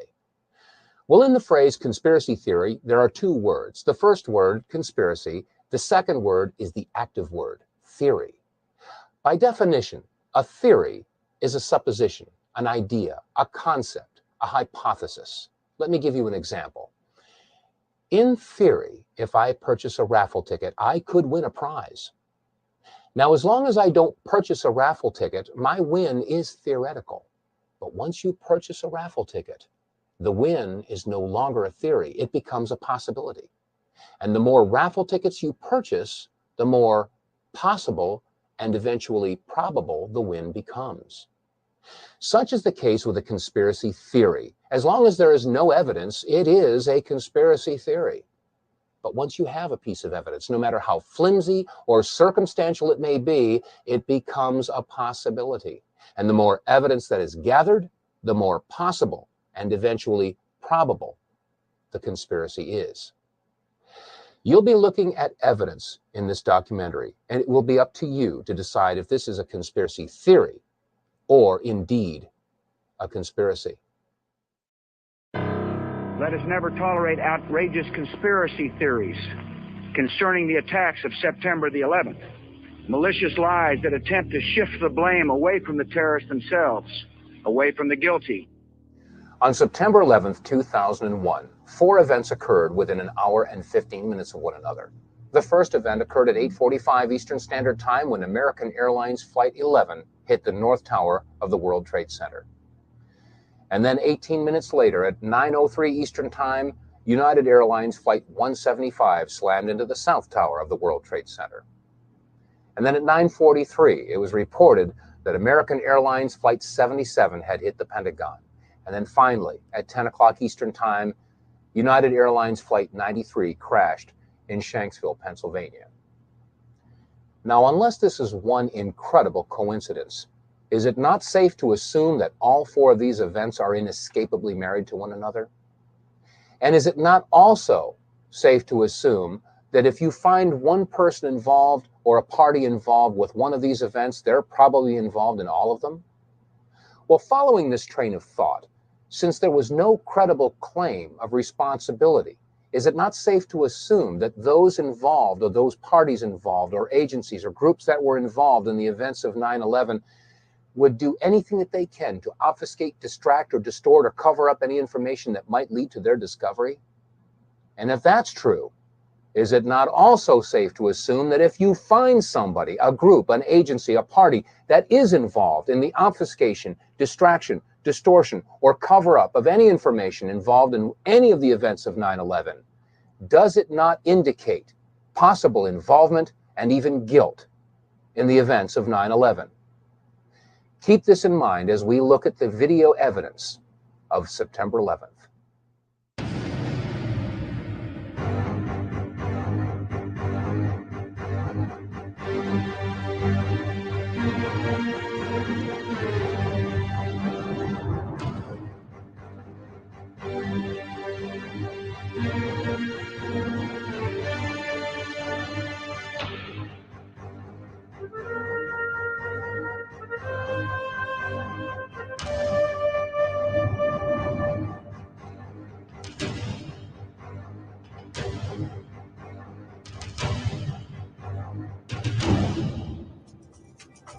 I mean, it was like a cruise missile with wings, went right there and slammed right into the Pentagon. Huge explosion, great ball of fire, smoke started billowing out. Shortly after September 11th, as what usually happens, many conspiracy theories began to emerge as to what really happened on September 11th of 2001.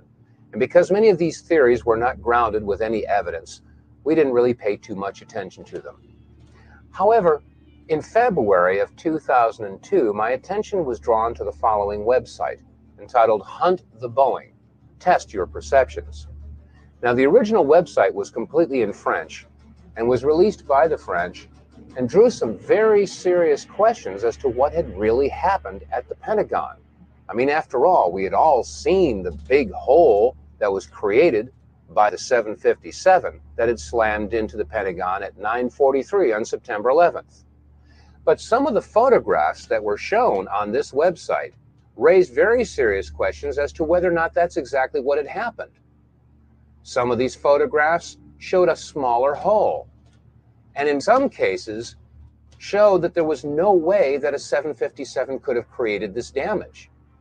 So we began our own investigation, and that started by taking a look at some of the magazines that we all saw at the supermarket checkout stands shortly after the events of September 11th.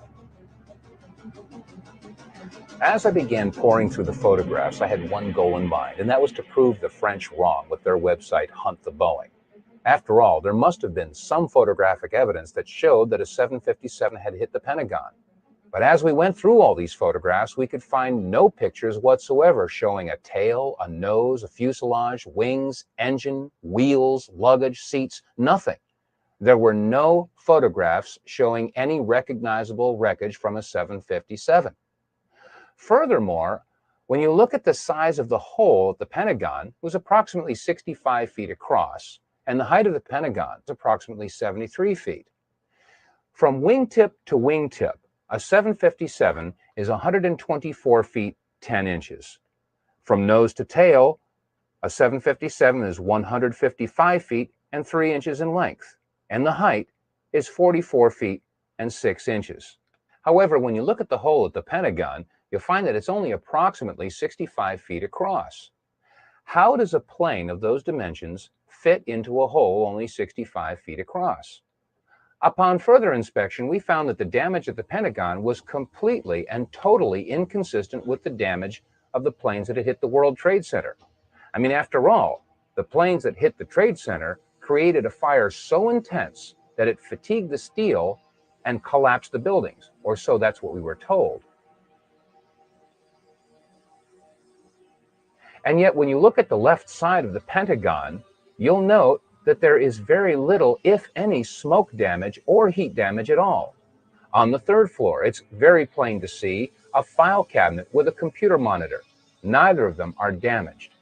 On the second floor, you can see a wooden desk. It hasn't burned. And on the first floor, a very curious sight indeed, a wooden stool with a book that is laying and open. The pages aren't even singed. Now, each of the planes involved in the September 11th attacks had embarked upon transcontinental flights, which means that they had a majority of their fuel left over when they hit their respective targets. That means that approximately 8,600 remaining gallons of fuel would have been ignited on the 757 that had hit the Pentagon. Again, we look at the photograph and ask ourselves, is the smoke and heat damage consistent with that amount of fuel being ignited?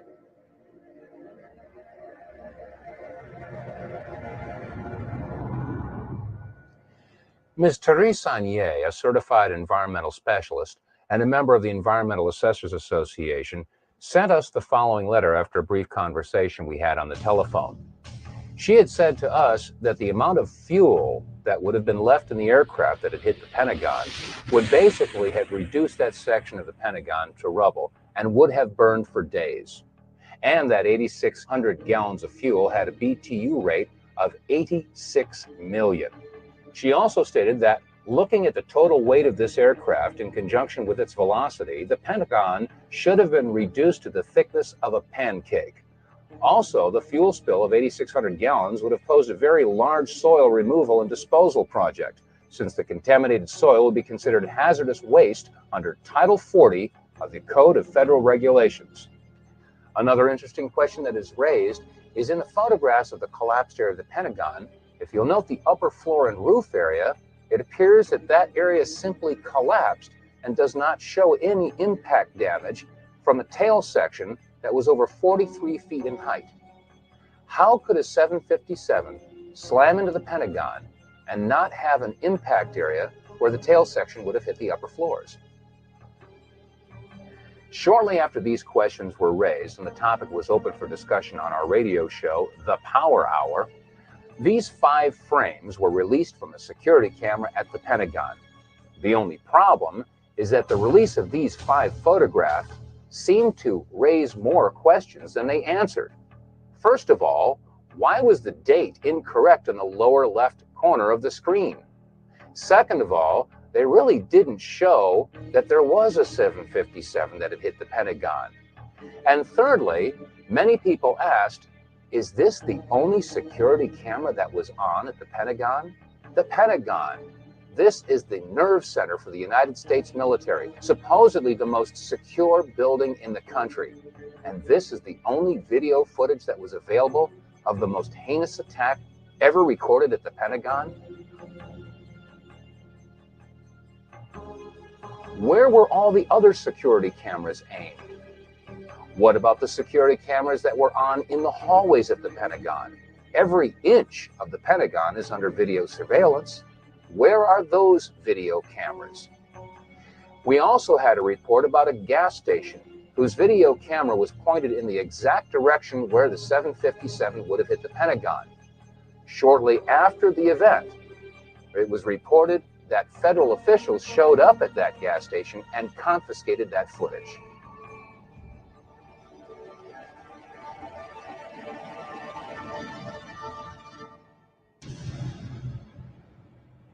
In addition to all the magazines that hit the newsstands and the supermarket checkouts, there was a flurry of book releases that hit the local bookstores and, in some cases, the book section of your local grocery store. One book is America Attacked, which was released by University Press of California, and it was edited by Sarah Jess, Gabriel Beck, and R. Joseph. In reference to the attack on the Pentagon, on page 194 it states, "The jet had plowed a crater 100 feet wide that ripped away the walls of all 5 stories of the building, collapsing the outermost rings which encircle the Pentagon." In this picture, we ask, do you see a crater 100 feet wide or 50 feet wide? How about in this picture or this picture? It doesn't appear that there was any crater at all. They went on to say that it had ripped away the walls of the 5 stories of the building, collapsing the outermost rings, which encircle the Pentagon. Now, there should be no question that the outer rings of the Pentagon have indeed collapsed. We've seen pictures from one angle, from another angle, and America has seen these pictures. We all assumed that that was the damage that was caused by the 757 hitting the Pentagon. But shortly after the release of the article From Deception to Revelation, we were sent some photographs that were taken apparently right after the event and before the outer walls had collapsed. When examining these photographs, we can clearly see that the area in question had not yet collapsed. In fact, there is very little evidence of a hole big enough to accommodate a 757. The hole that we do see is approximately 14 to 16 feet across. Question: how does a 757 fit into a 16-foot hole and leave no damage or wreckage on the outside of the Pentagon? These are questions that deserve serious scrutiny.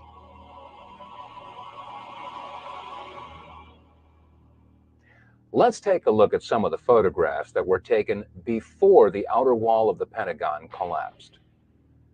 In this first photograph, we can see the firefighters pulling the hoses away from the fire truck. In the foreground, we can see wire spools that were left on the front lawn of the Pentagon. After all, this section of the Pentagon was under renovation. We'll use these wire spools as reference points. Also, to the right of those wire spools and on the face of the Pentagon, we can see that some concrete facing has broken away. We'll also use this as a reference point as we examine these photographs. Now, to the left of that area where the facing has broken off, we can clearly see that the Pentagon has not yet collapsed. There are some flaming areas, and that area appears to be the only section where there is a hole approximately 14 to 16 feet. Question: how does a 757 fit into a 16-foot hole and leave no wreckage on the front of the building? We can also see that the roof of the building does show fatigue, but has not yet collapsed. In this photograph, an astonished onlooker sees exactly what we're seeing. The Pentagon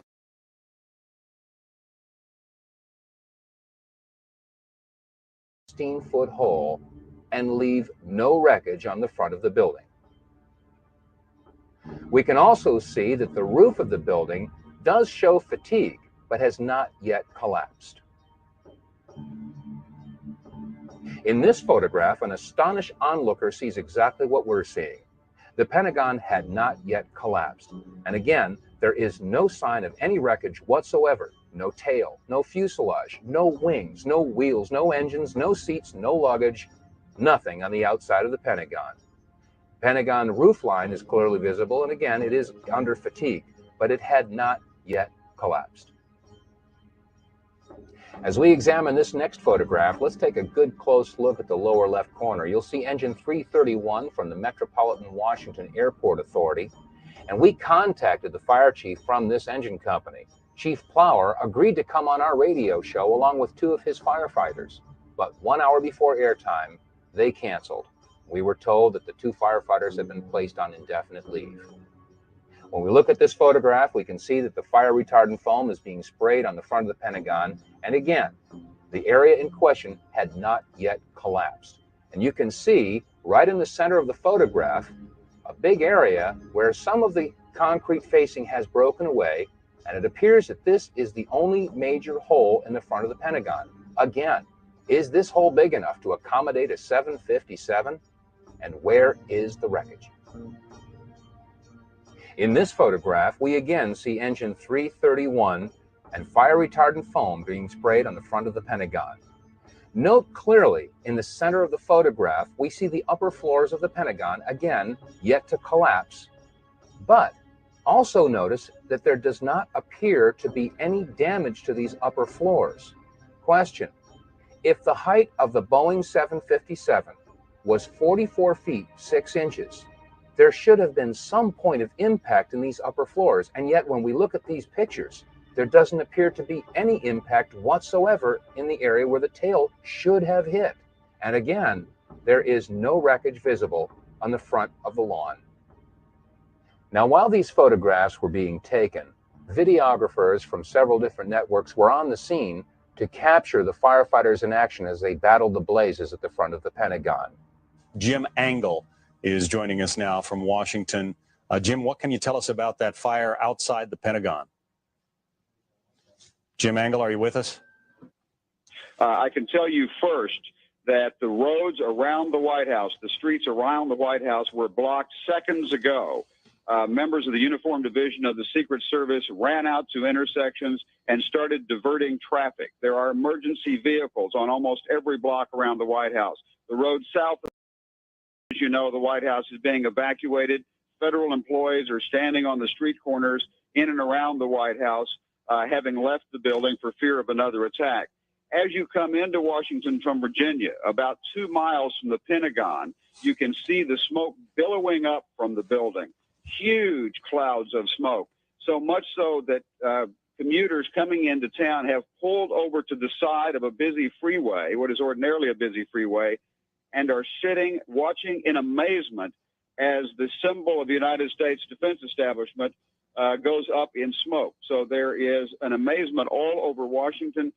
People are not sure what to think. You've got a lot of federal employees standing around in this area watching as the streets are blocked off and emergency vehicles rush to and fro. We're not sure what they are up to, but clearly there is concern about the safety of the White House and the surrounding buildings. John. Jim, do you know anything about what kind of plane? Be advised, there's floor collapse, structural integrity is compromised. I'll give you a report as soon as we get off the interior.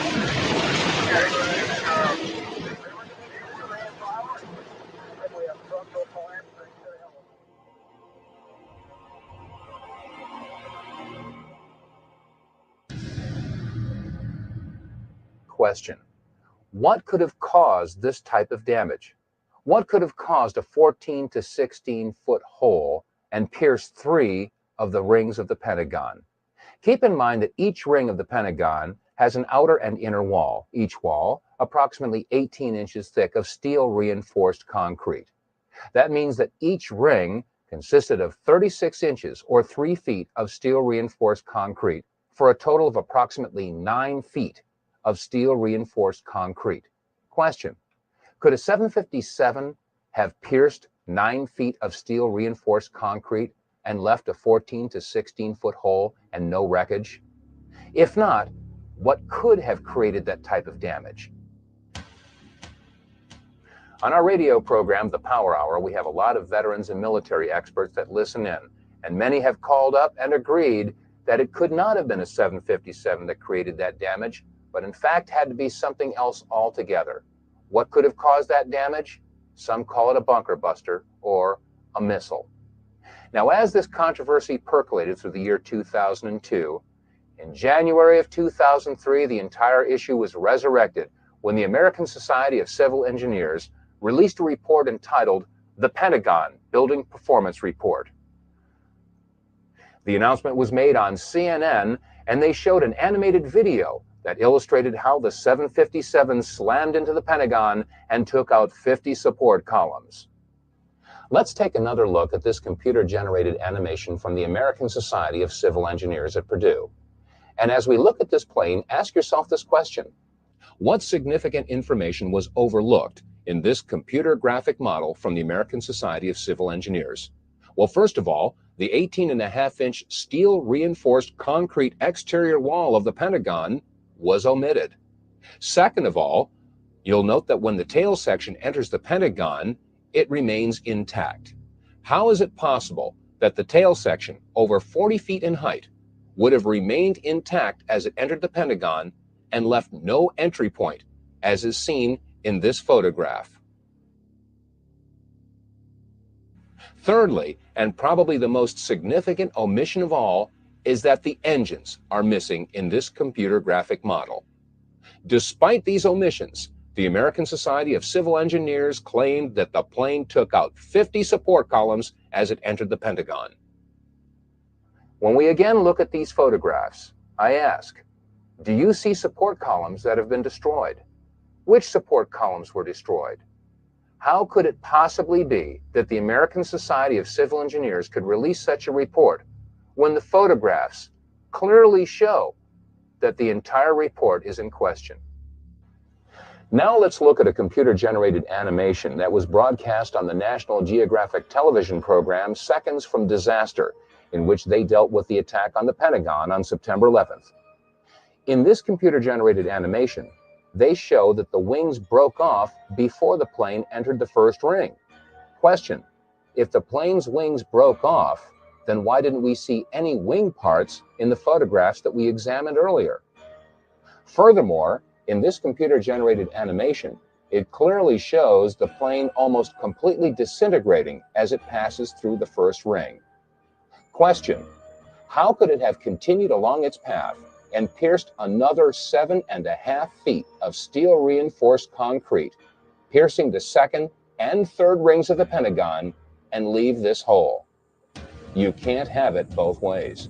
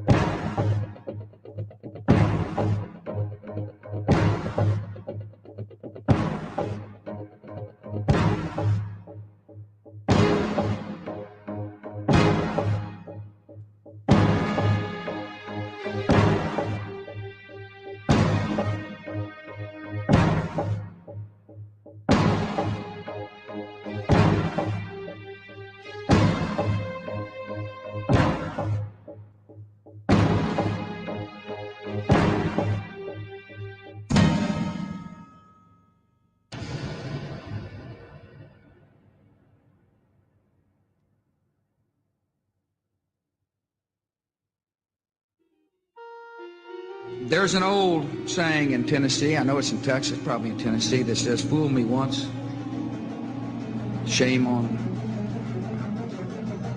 you. You fooled me, you can't get fooled again.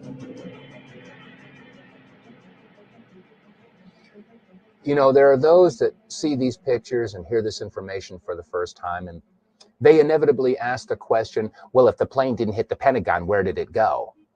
The answer is, I don't know where it went.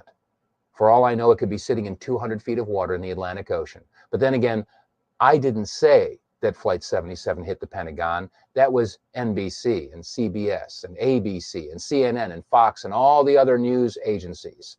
The question should be, if Flight 77 hit the Pentagon, then where is it? And let's keep in mind that if we do find someone, a group, or an agency that is involved in the obfuscation, distraction, distortion, or cover-up of any information about any of the events of September 11th, does that not indicate possible involvement and even guilt in the events of September 11th?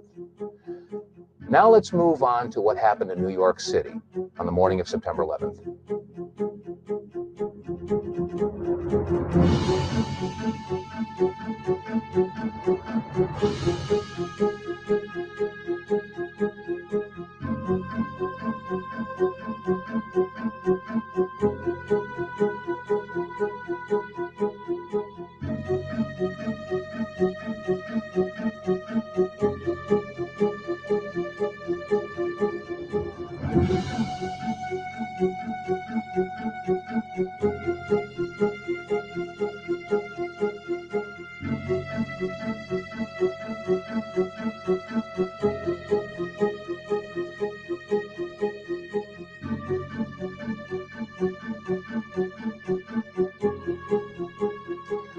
These are just a few of the images that are indelibly etched in the minds of every man and woman on the face of this planet that happened to be near a television set on the morning of September 11th of 2001. Most of us will never forget where we were and what we were doing on that day. Now, right after September 11th, many conspiracy theories began to arise to try to explain how and why the towers came down. Well, this is no different than any other major event in history, from the assassination of John F. Kennedy to his brother Robert Kennedy, and from the assassinations of Martin Luther King and John Lennon to the explosion in Oklahoma City that destroyed the Murrah Building in 1995 and the downing of TWA Flight 800. All of these were followed by conspiracy theories to try to explain these events. Well, on September 11th, there was a lot of discussion about explosions that went on around the building and in the building. Some of these reports were televised, but only once. Let's take a look at some of these reports and review what had happened on September 11th. We're being pushed out as well because there was some concern that there might be additional explosions, possibly other bombs. The entire top of the building just blew up. The second explosion and another explosion. We have a report now of a fourth explosion at the Trade Center. There has just been a huge explosion. It almost looks like one of those implosions of buildings that you see. We heard a very loud blast, an explosion. Not clear now is why this explosion took place. Do you know if it was an explosion or if it was a building collapse? To me, it sounded like an explosion, but it was a huge explosion. I saw the two buildings. I'm thinking it was a bomb because two of them. This is actually, we believe, debris from one of the planes that hit one of the towers on the World Trade Center. The FBI is here, as you can see. They had roped this area off. They were taking photographs and securing this area just prior to that huge explosion that we all heard and felt. We've just heard a virtual barrage of reports of bombs and explosions going off in and around the World Trade Center. But is there any reason to believe that some of these explosions might have been caused by something other than the planes hitting the towers? Rick Sanchez from MSNBC had this to report. Rick Sanchez has been there throughout this morning for us. Rick, tell us where you are and what the latest is. Well, I'm in that area, if you're familiar with this area of where West Broadway and Hudson come together right at Chambers. That would put us about a block and a half away from the site of where the explosion was. That area has just been evacuated because police have found what they describe as a suspicious device, and they fear that it might be something that could lead to another explosion. Obviously, there's a real sense of caution here on the part of police. I spoke with some police officials moments ago, Chris, and they told me that they have reason to believe that one of the explosions at the World Trade Center, aside from the ones that may have been caused by the impact of the plane with the building, may have been caused by a van that was parked in the building that may have had some type of explosive device in it. So their fear is that there may have been explosive device planted either in the building or in the adjacent area, and that's why they're being so cautious. In the September 24th, 2001 edition of People magazine, on page 34, there was an interview with Louis Caccioli, a 51-year-old firefighter assigned with Engine 47 of Harlem, New York. And he had this to say. We were the first ones in the second tower after the plane struck. I was taking firefighters up in the elevator to the 24th floor to get in position to evacuate workers. On the last trip up, a bomb went off. We think there was bombs set in the building. Well, Louis Caccioli isn't the only firefighter that claims that there were bombs or explosives going off in and around the World Trade Center. At least 2 blocks, and we started running. Floor by floor, it started popping out. It was if they had detonated. They were planned to take down a building. Boom, boom, boom, boom, boom, boom, boom. All the way down. I was watching. We've heard eyewitness accounts and testimony from fire officials that indicate that there were bombs, explosives, possibly detonating charges that were utilized in the collapse of the World Trade Center buildings. Is there any reason to believe that detonating charges were utilized in the collapse of the North Tower, the South Tower, or Building 7? One firefighter did say, boom, boom, boom, boom, boom, that's how it went down. And many of the television reporters reported that as the buildings collapsed, both the North Tower and the South Tower and Building 7, they all appeared to come down just like a controlled demolition. Let's listen to a clip from Larry Silverstein. He was the lease owner of the World Trade Center as he gave an interview on PBS. I remember getting a call from the fire department commander telling me that they were not sure they were going to be able to contain the fire. And I said, you know, we've had such terrible loss of life. Maybe the smartest thing to do is pull it. And they made that decision to pull, and then we watched the building collapse. Now, we've just heard Larry Silverstein making the admission that when it came to Building 7, the decision was made to pull it, a term that is used by demolition experts in bringing a building down. But what was America and the rest of the world told as to why Building 7 came down? About an hour ago, World Trade Center building number 7 collapsed, a 42-story building, weakened by the devastation that had occurred earlier today. We've all seen controlled demolitions on television. Office buildings, sports stadiums, all brought down by controlled charges. And these charges and controlled demolitions take weeks of planning. They have to bring in experts and do a structural analysis of the buildings, study which beams, which girders have to have charges placed on them. And then a team of explosive experts has to come and set the charges, wire them all together in sequence. And then, finally, after everything is clear, they let the building go or pull it. Are we to believe that 8 hours after a surprise attack in New York City, they were able to pull Building 7? How is this possible had it not been planned in advance? And if they did have planned detonation charges in place in Building number 7, is it possible that there were charges in Building 6 or 5 or 4 or the North Tower or the South Tower? We made it at least 2 blocks, and we started running. Floor by floor, it started popping out. It was if they had detonated. They were planned to take down a building. Boom, boom, boom, boom, boom, boom, boom. All the way down. I was watching it and running.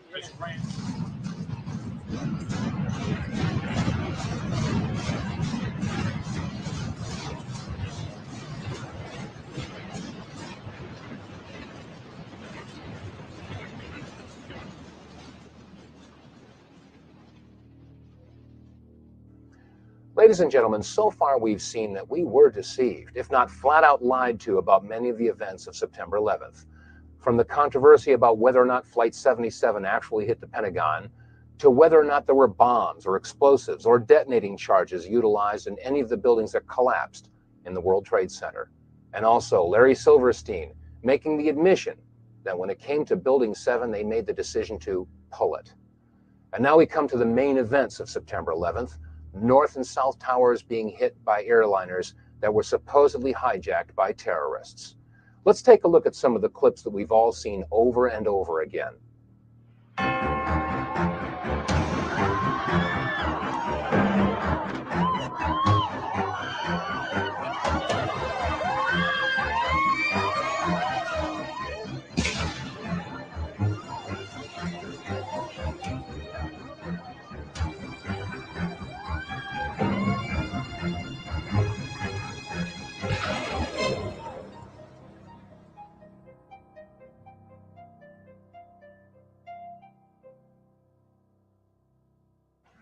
On April 15th of 2004, we received a news release that alerted us to a website that was entitled www.letsroll911.org.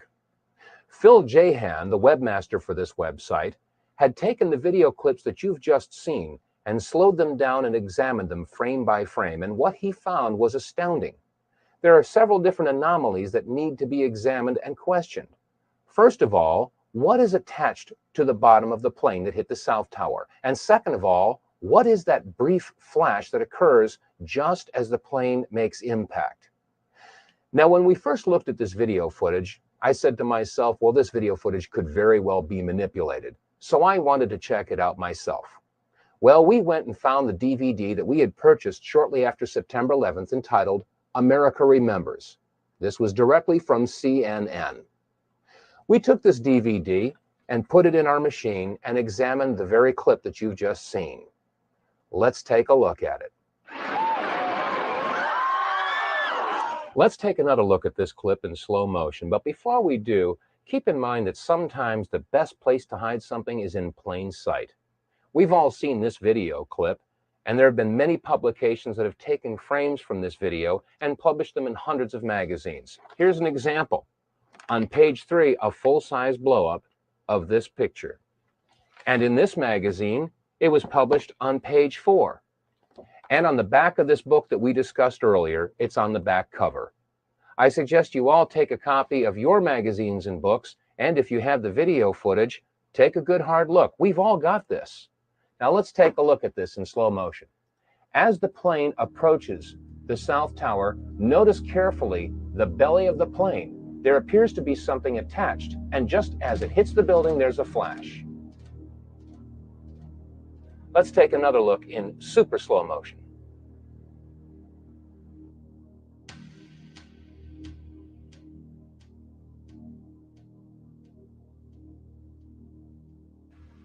Let's look at this photograph that was taken near Ground Zero. On the right, we see the South Tower, and the smoke that's rising into the sky is emanating from the North Tower, which is completely hidden from view. On the left, just entering the field of vision of the camera, we see the plane just before it hits the South Tower. Note a couple of items here. The engine on the right wing has a shadow, and the shadow moves towards the front of the plane and off of the plane. So the anomaly that appears to be attached to the belly of this plane could not be caused by a shadow. Also note that the item that appears to be attached to the belly of this plane is on the right side. This plane has something that is not symmetrical on the bottom of the plane. When we compare that with the bottom of a regular 767, we'll note that a normal 767 has a belly that is smooth. This plane does not.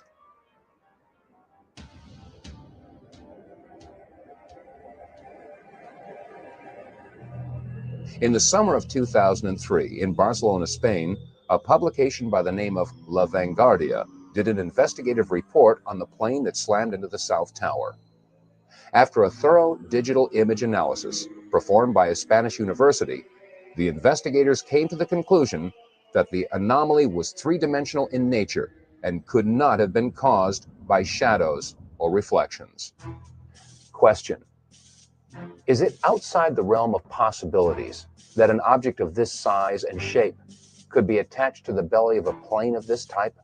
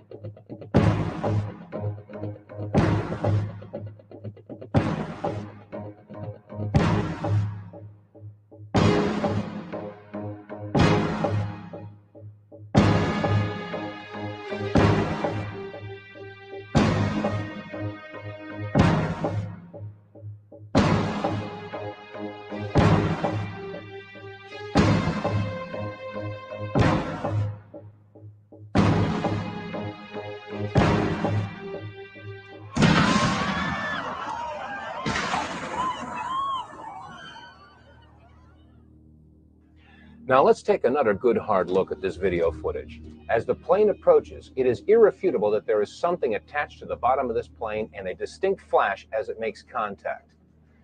Now there are some that would say that this is a trick of light, a reflection.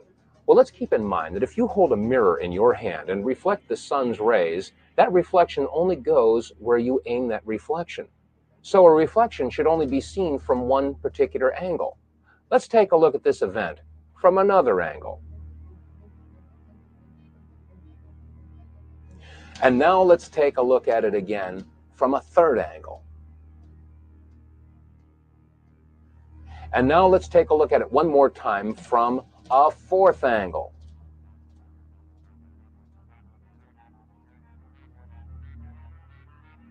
Ladies and gentlemen, you've just seen a very interesting event indeed. Not recorded by one, but recorded by 4 different cameras from 4 different angles. There can be no doubt that this is not the result of a reflection of any sort, but in fact was a flash caused by an explosion, a detonation, a missile. Something happened that was not a terrorist with a box cutter. Let's take another look at the object attached to the belly of this plane and ask yourself this question. Could something this big have gone unnoticed by the passengers, the crew, the baggage handlers, the service personnel at a commercial airport? The obvious answer is no, it would have been noticed. Which raises the question, where did this plane take off from? And was it in fact a commercial airliner at all? That was not American Airlines! That was not American Airlines! The plane was a larger plane and did look as large. Dove to the other side and crashed right in. An explosion was so terrific it looked like it had dynamite in it. The ball of fire that came flying out of that one was even worse than the first one. And we were standing there and I said, I can't believe this.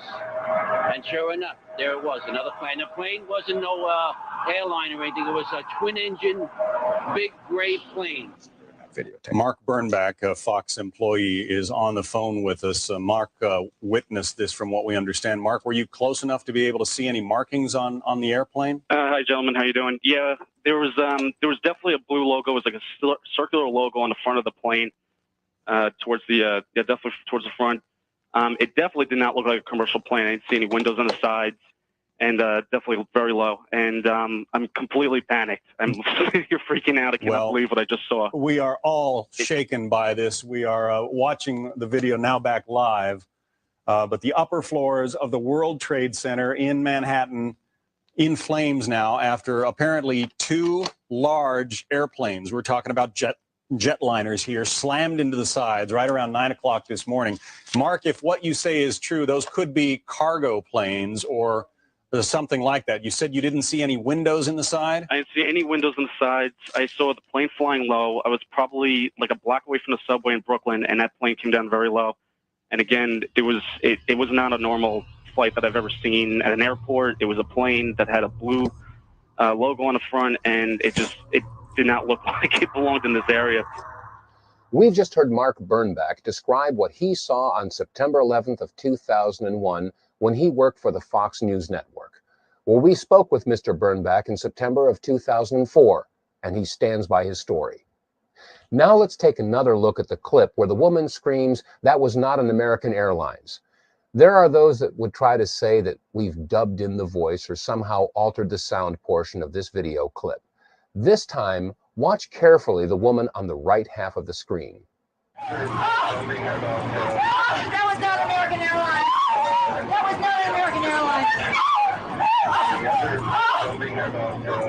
That was not American Airlines.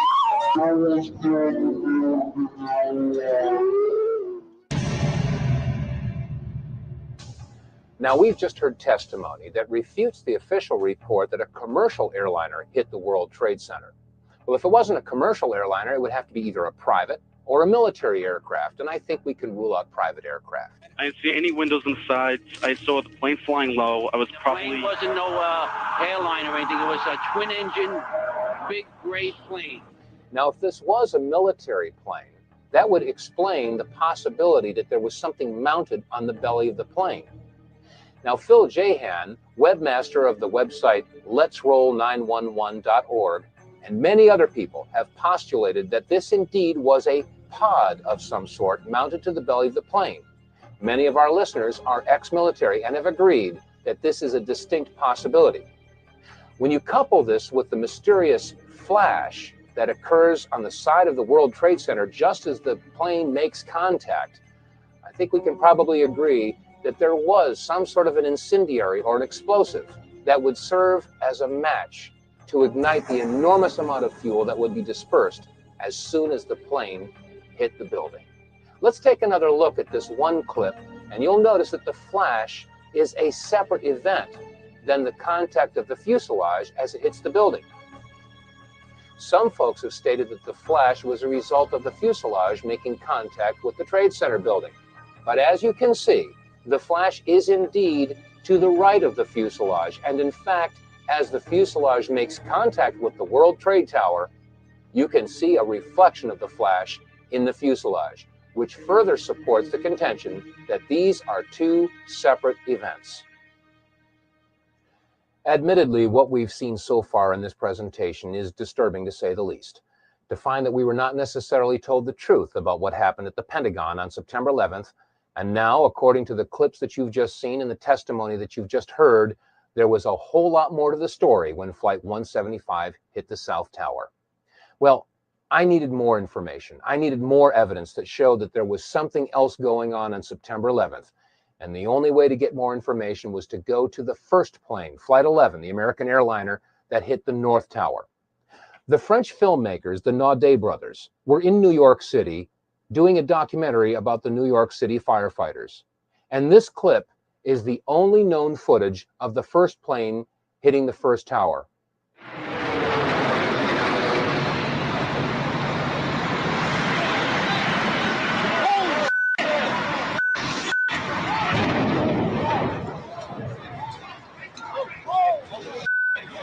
Let's take another look at this video clip, this time in slow motion. You'll notice that as the plane approaches the tower, first of all, we're too far away to get a clear shot in any detail of the plane. So therefore, it's hard to make out whether or not there was anything attached to the bottom of this plane, as was the case with Flight 175. However, there is another similarity. Just as the plane makes impact, there is a flash. Let's look at it again, and keep in mind that as we watch this plane make impact, this flash occurs just before the plane crashes into the North Tower. This time, as we watch this clip, note the shadow rising from the lower right of the Trade Center tower, and keep in mind that the shadow won't reach the impact point before the plane and vice versa. This is very important because the flash occurs before the shadow and the plane meet. This time, let's look at this clip in reverse.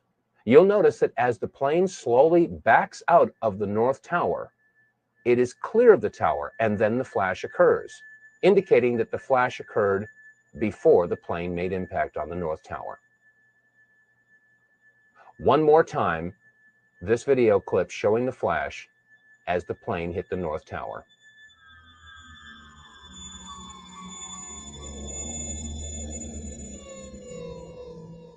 Now, this video clip that we've just examined came again from the Naudet brothers documentary that was being filmed in the streets of New York City on the morning of September 11th. This documentary about the New York City firefighters was going to be assembled at a later date, and it was not televised. In fact, there was no live coverage at all of Flight 11 as it hit the North Tower. After all, it was a surprise attack. So if there was no live television coverage of the first plane hitting the first tower, how do we explain the following comment from George Walker Bush? What was the first thing that went through your head when you heard that a plane crashed into the first? Well, I was sitting in a schoolhouse in Florida. I'd gone down to tell my little brother what to do, and you go ahead and sit down. Just kidding, Jeb. And it's the mother in me. Anyway, I was sitting there, and my chief of staff, well, first of all, when we walked in the classroom, I had seen this plane fly into the first building. There was a TV set on, and you know, I thought it was pilot error. You know, right off the bat, there will probably be some folks out there that will try to minimize or negate what we've discussed in this program and turn it into some sort of a political football. They'll say we're left-wingers, or we're Democrat, liberal types, and we're Bush bashing. Nothing could be farther from the truth. Let's not forget that it was under the Clinton administration that we launched a missile attack in Afghanistan and Sudan to destroy what turned out to be an aspirin factory because they had bad intel that they were manufacturing chemicals. It's happening again, folks. It has nothing to do with liberal versus conservative, or Democrat versus Republican, or right versus left. It has everything to do with right versus wrong. On September 11th, it was reported that the passengers of Flight 93 were in the process of overcoming terrorists who had taken over the plane using box cutters. And in the process, the plane crashed in a field in Shanksville, Pennsylvania at 10 o'clock a.m. Eastern Standard Time. Well, if Flight 93 crashed in Shanksville at 10 o'clock Eastern Time, how do we explain the following story that was carried by WCPO-TV Channel 9 in Cincinnati, Ohio? This story was posted on the internet at 11:43 a.m. Eastern Time by web producer Liz Foreman. The headline reads, "Plane lands in Cleveland, bomb feared aboard. A Boeing 767 out of Boston made an emergency landing Tuesday at Cleveland Hopkins International Airport due to concerns that it may have a bomb aboard," said Mayor Michael R. White. United identified the plane as Flight 93. If United Airlines Flight 93 crashed at 10 o'clock Eastern Standard Time in Shanksville, Pennsylvania, then how could Flight 93 also have landed at Cleveland Hopkins International Airport, been evacuated, and searched for a bomb, as was reported at 11:43 Eastern Time by Liz Foreman from WCPO-TV in Cincinnati? Which flight was the real Flight 93? Which flight crashed in Shanksville, Pennsylvania?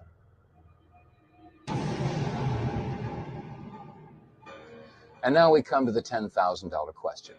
How is it possible that in the sleepy town of Versailles, Missouri, in a little production studio, we can do an in-depth analysis and a slow-motion expose of video footage that's been at the fingertips of every major news network all this time?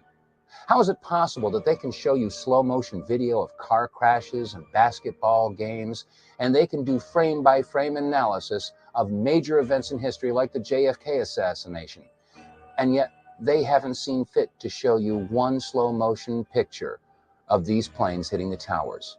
Why is it that shortly after September 11th, it was decided that it would be too painful for America to see these videos anymore, and so they decided to stop showing them? Maybe now we know why they stopped showing these videos. And maybe we should have nothing but contempt for the mainstream networks for withholding this information. After all, if you become aware of a lie and you do nothing to expose the lie, you then become part of the lie. Has this ever happened before in American history? Have the mainstream media networks ever suppressed information in regard to terrorist attacks in this country? Appears to be the Oklahoma County Bomb Squad.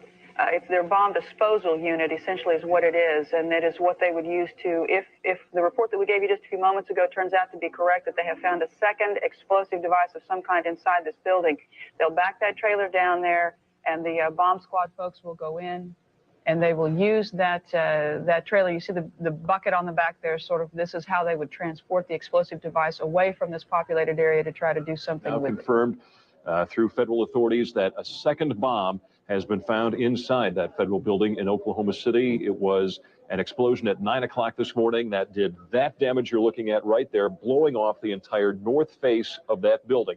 Again, you're looking at the north face there. A second bomb was found on the east side of that building. A bomb squad is on the scene. That second bomb has not exploded. We don't know quite the status yet, if they've managed to defuse it, but it has been confirmed that a second bomb was found on the east side of that I just building. took a look down the street at the Morrow building again. I see another bomb truck going, so apparently they're going to try to get out that third bomb that's been talked about. Still a lot of activity around the Morrow building. Security concerns that another one still might go off. That's what everybody's worried about. At the present time, the medical teams downtown are unable to get into the wreckage to retrieve more of the injured because of the presence of other bombs in the area. I've been told by the police department that just as soon as those bombs are defused, they will permit the medical teams to enter. Just for a second, we want to update our audience that the Justice Department is reporting that a second explosive device has been found in the AP Murrah building in downtown Oklahoma City.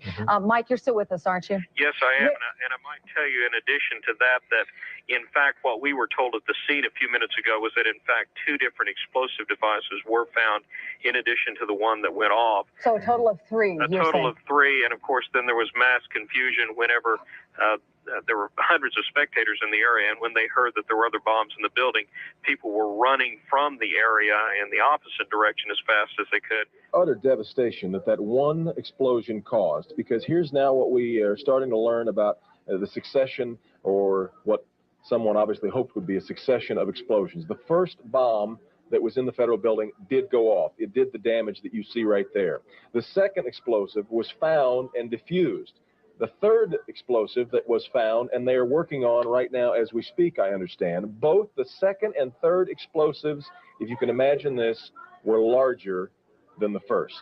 So try to imagine 2- or 3-fold happening what we've already seen there. It is just incredible to think that there was that much heavy artillery that was somehow moved into the downtown Oklahoma City. President Clinton just called Governor Frank Keating, and he says that 3 FBI anti-terrorist teams are en route to Oklahoma City. Right now, they are saying that this is the work of a sophisticated group. This is a very sophisticated device, and it has to have been done by an explosives expert. Obviously, You talk about the second bomb that was found. Devin told us earlier, we got information that the second and third bomb were bigger than the one that was detonated. 1,200 pounds of explosives in that first one that went off. The second and third devices that were found were actually larger than that. So you can undetonated bombs that were found that were bigger than the device that exploded. And if this other one that they're looking at now turns out to be something, it appears that it was meant for this building to come down, to be leveled, because of the amount of power that could have gone off. Only one explosion, it was obviously tragic enough, but there were more bombs set to go off, according to ATF officials. The question is, why that building? And was it Waco? Is it Nation of Islam? We should find out an awful lot when the bombs are taken apart. I think it was a great stroke of luck. As you're mentioning, it's hard to talk about luck on a day like today in Oklahoma City, but it was a great stroke of luck that we actually have got diffused bombs. It's through the bomb material that we will be able to track down who committed this atrocity. I'm sure many of you are shocked after seeing these clips that you've just seen that were taken from local affiliate stations in Oklahoma City right after the bombing. Many of us never heard about the discovery of a second bomb and a third bomb and the retrieval of a bomb and the statement that we actually have got diffused bombs. This information was suppressed. It was kept from the American people. Why? How many pieces of evidence do we need to prove that there is a conspiracy? In regard to September 11th, we discussed Flight 77. Did it hit the Pentagon? How could it have hit the Pentagon and left a 16-foot hole and no wreckage? And then when it came to Building 7, we have Larry Silverstein making the statement that they decided to pull it, indicating that there could have been demolition charges. And we couple that with the firefighters who were interviewed and stated that it was like demolition charges going off. And then there was the anomaly that was attached to the bottom of Flight 175, or so we thought Flight 175, hitting the South Tower. The mysterious flash as it made contact, caught not by one, or by two, or by three, but by 4 different cameras. And then there's the analysis of the North Tower and the mysterious flash of that flight slamming into the building. How many pieces of evidence do we need before America and the world recognizes that there is a conspiracy? And now we come to the most important question of all, and that is, who do we trust? The questions raised in this video documentary are admittedly terrifying, but the answers may be even more terrifying. We offer an open hand and not a clenched fist to every man and woman that serves in uniform, whether it be law enforcement or military. You've all taken an oath to protect and serve, or to support and defend the Constitution from all enemies, foreign and domestic.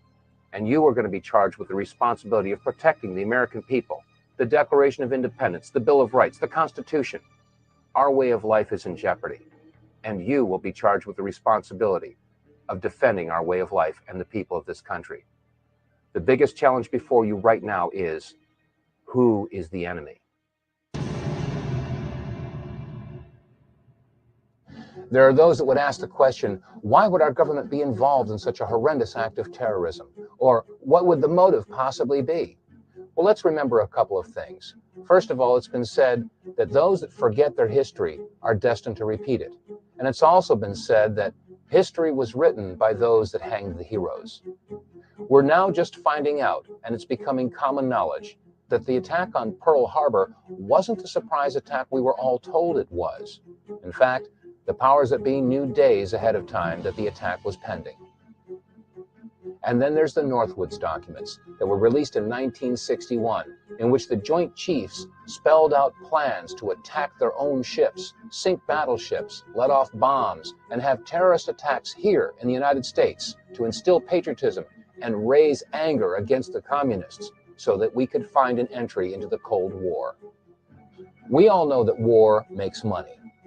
And the events at Pearl Harbor and the very existence of the Northwoods documents should represent a mindset and a clear intent of the powers that be to involve themselves in clandestine operations and to sacrifice the lives of our men and women in uniform and civilians as well, as long as it will legitimize their involvement in some sort of a military conflict.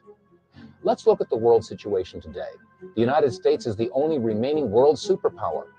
Russia is our best friend now, or so we're told, and China is our biggest trading partner. Simply ask Walmart or Dollar General or any other major retailer where most of the goods are manufactured in China. Well, if there is no world superpower boogeyman or enemy to be watching over, well then what better enemy to have than a nameless, faceless enemy without a country that can strike at will in any corner of the globe? The war on terror. A war that, as Dick Cheney has said, could last for decades. Yes, war means money. And defense contracting is the largest industry in the country, if not the world. Billions, if not trillions of dollars are awarded to defense contractors every year. And they'll manufacture $75 hammers or $600 toilet seats, grossly overcharging the American taxpayer. Where does all this extra money go? And now we have to ask the question, how do defense contractors guarantee job security and profitability? And the common sense answer is to guarantee that there is war. Well, you might ask, why doesn't the mainstream media tell us about this? Why hasn't Tom Brokaw or NBC News told us? Well, as an example, NBC is owned by General Electric. General Electric is one of the top 10 defense contractors. Keeping this information in mind, it should be easy to understand how and why the United States would create an Osama bin Laden.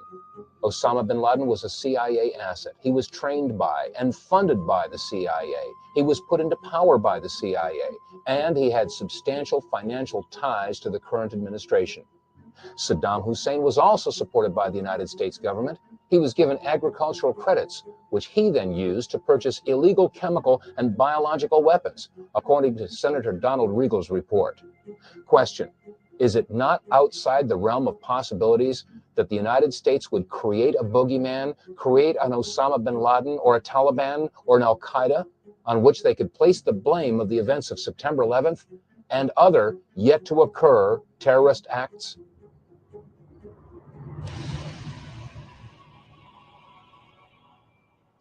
In the beginning of this program, we played word association, if you recall.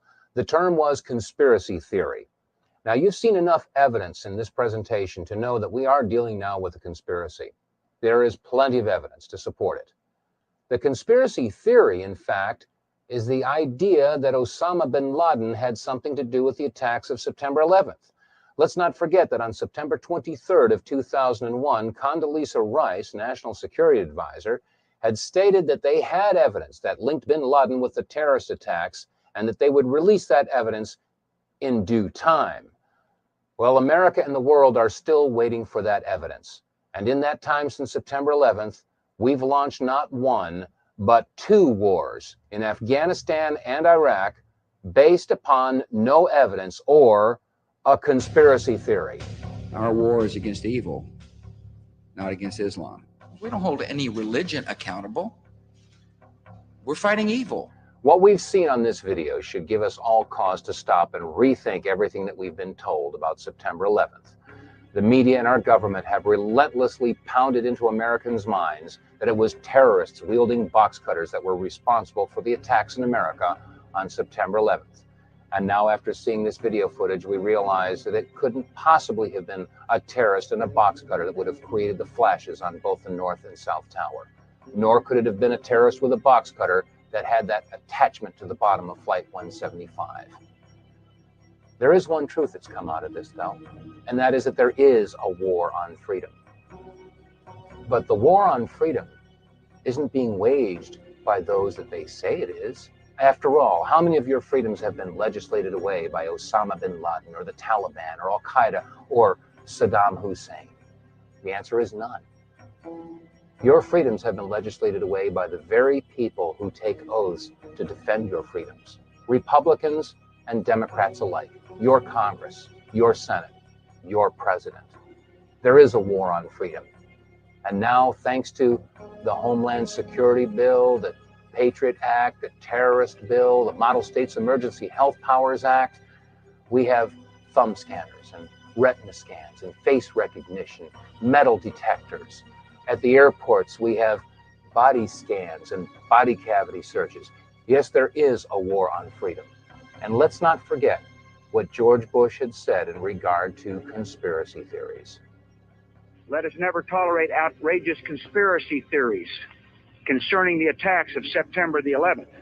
Malicious lies that attempt to shift the blame away from the terrorists themselves, away from the guilty. Every nation in every region now has a decision to make.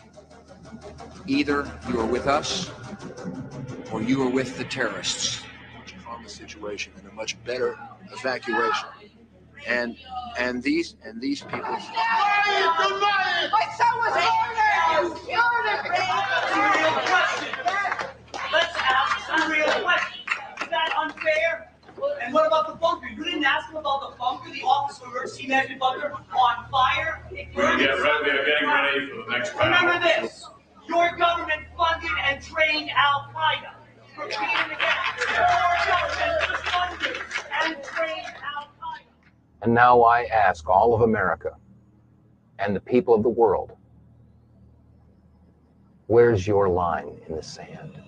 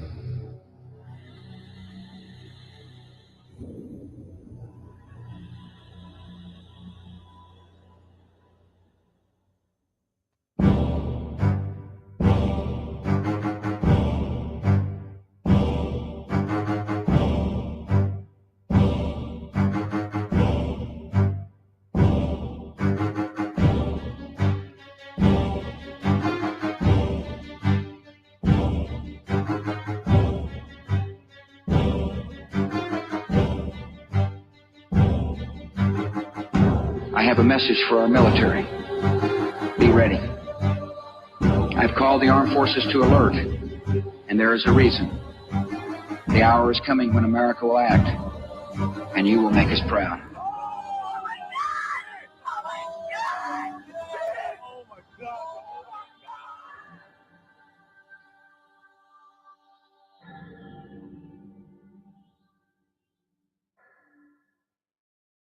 At 8:46 on the morning of September 11th, 2001, the world would forever be changed, and America would forever be altered. A wave of patriotism swept across our country, and the drumbeat of war was heard from our nation's heartland to countries a half a world away. With a war on terror declared, a nation would find itself in an uphill battle that would eventually lead to the destruction of civil liberties and the establishment of a military driven to conflicts based upon political lies and fraudulent official reports. We now begin our investigation into the events of September 11th. What were you told happened that day? There are some very anguish-ridden people in the world, and they decided to attack us. 2 planes were hijacked by terrorists, and they were crashed into the World Trade Center. 2 planes flew into 2 skyscrapers and destroyed them. Part of the building was just smashed in and had been burnt, and it's chaos. From all the film footage that I've seen in the past 6 years, there was 2 commuter jets.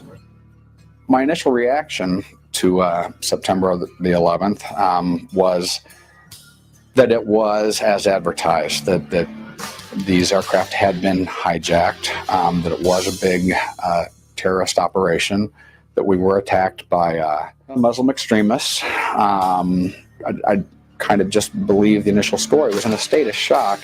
As reports came out through the news and some alternative news sources that I had been subscribing to, there were some things that were reported by credible people at these accident sites that did not agree with my professional training and my background. Very strong. Boom!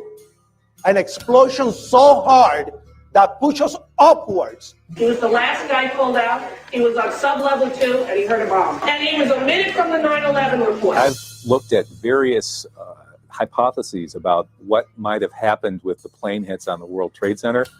And frankly, I haven't come to a firm conclusion. I do think that some of the pod images are suggestive of the possibility of a plane switch. I'm not convinced that that's the case, however.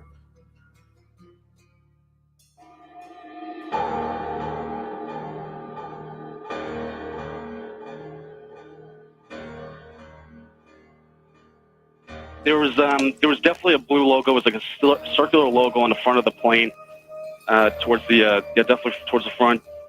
It definitely did not look like a commercial plane. The plane wasn't no airline or anything. It was a twin-engine, big gray plane. When I first saw the appendage on Flight 175, this extra piece of equipment, I was looking at the Evan Fairbanks footage, which is kind of bluish, and it's from the underneath. It's off-centered on the fuselage. It's between the engines. It casts its own shadow. It has its own reflection. And when I saw this, I thought somebody's had to have photoshopped this, and I wanted to get other sources to make sure that it wasn't just a product of Photoshop. It was in all the CNN footage when you took their videos and did freeze frames. It was definitely a three-dimensional piece of equipment. It definitely has nothing to do with Photoshop, and it shouldn't be there. Anybody can see the other piece of equipment right there in the center line on the starboard side of that fuselage. It can't be anything other than an external piece of equipment. Looking for more video evidence, right at ground zero, Deb Simon and I went down to New York City one day and buying all the pictures from street vendors we could find. We found a picture, which I believe is Rob Howard's photograph, but it was a 35mm print. And I was tickled because you could clearly see, the appendage on the bottom. This is not normal for an aircraft. This is not normal for what we should be seeing on Flight 175. All the recorded sources, all the different photographic evidence, that was produced by CNN and ABC. They all show this pod. It's there. You can see it with your own eyes. And in my professional opinion, that there was a pod attached to the bottom of that aircraft, and therefore it was not United Airlines Flight 175. You know, I've never seen the pictures that it's shown the things attached to the bottom of the plane. So I mean, if it's a commercial airliner, I don't understand why they would have anything attached to the bottom of the plane. That doesn't seem to make any sense.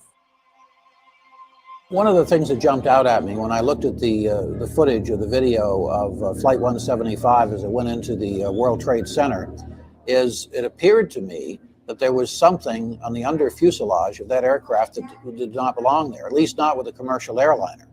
Now, I'll tell you where I have seen attachments that look like that on military aircraft. So the question you have to answer now is, was that the commercial airliner that hit the World Trade Center, or possibly was it an aircraft that looked very similar but was a military type airplane?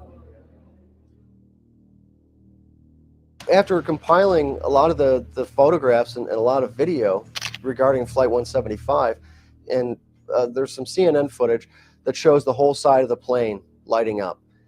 And just as the aircraft is penetrating the World Trade Center, there's this bright anomalous event. It's like an orange flash, off to the right of the fuselage.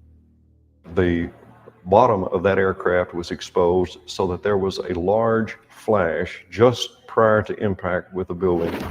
There was a large flash, so large that it lit up the side of the fuselage of that aircraft. It wasn't just a small spark. There's been some discussion of just exactly what produced this flash.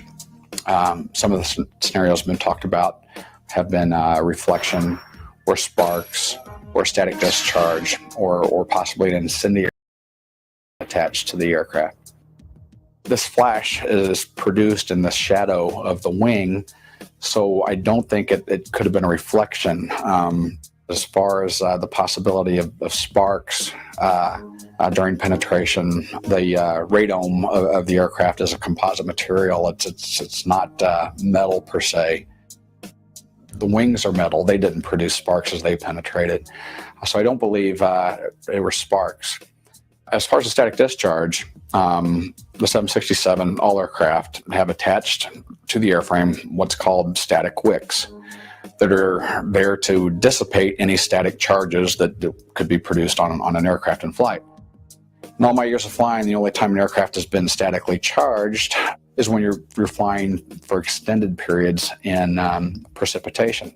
September the 11th was a perfectly clear early fall day without any clouds in the sky, so I don't think these aircraft would have been statically charged by precipitation. And the other item or possible explanation would have been an incendiary. And I do believe that this is what the source of the flash was. This flash is produced right in line where the pod was attached. Look at the footage in very slow motion. You can step through the footage with your pause still button on a DVD, and as this aircraft penetrates, you see the enlarged torn area facade where this pod was attached. All this evidence indicates to me that it was not a reflection or sparks or static discharge, but I think it was an incendiary that was associated with the pod that was attached.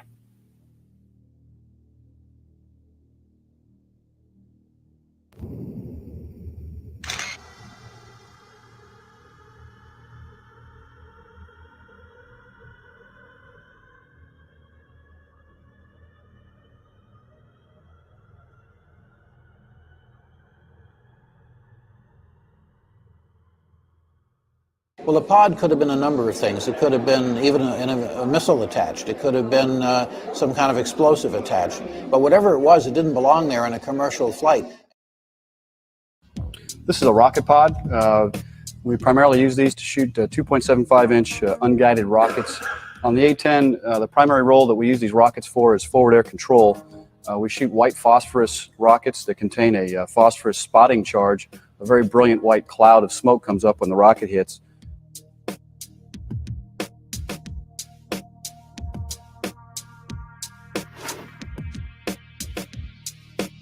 American Flight 11 was the flight that hit the North Tower, the first tower that was hit. And as far as we know, it was recorded by just one source, and that was the Nade brothers, who were producing a documentary video about New York firefighters. They happened to be in a position to catch American Flight 11 as it overflew New York City and flew into the North Tower of the World Trade Center. Again, as you look at this footage, slow it down just a little bit, you can see this a big flash. This is before this airplane even hits the North Tower, and I would say quite probably that it was also an incendiary that caused that flash. Pods under the plane suggesting they might be some sort of military plane, and flashes suggesting that they might be igniting large fireballs for spectacular television effect. Personally, I'm not convinced that that's true, but I'm also I'm not convinced that we need to dismiss that hypothesis. I've looked at these images, and some of the pod images, I think, they don't look to me like just optical illusions, like the people who've debunked this claim.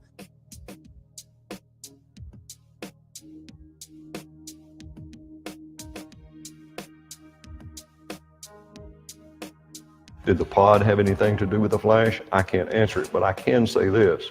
The pod you will not find, or an external piece of equipment that large, you will not find on the belly or attached anywhere on the external part of a Part 121 scheduled airliner in the United States. It just won't happen. All that does is tell me that airplane was not the airplane that the government said it was. I have looked at the films of the plane hitting the South Tower, and I have seen the slowed down version. And it is obvious to me that on more than 2 or 3 of these films, there is a flash of some sort that takes place just as these planes are about to smack into the buildings. I cannot tell you what that is, but I can tell you what it's not. It's not a box cutter.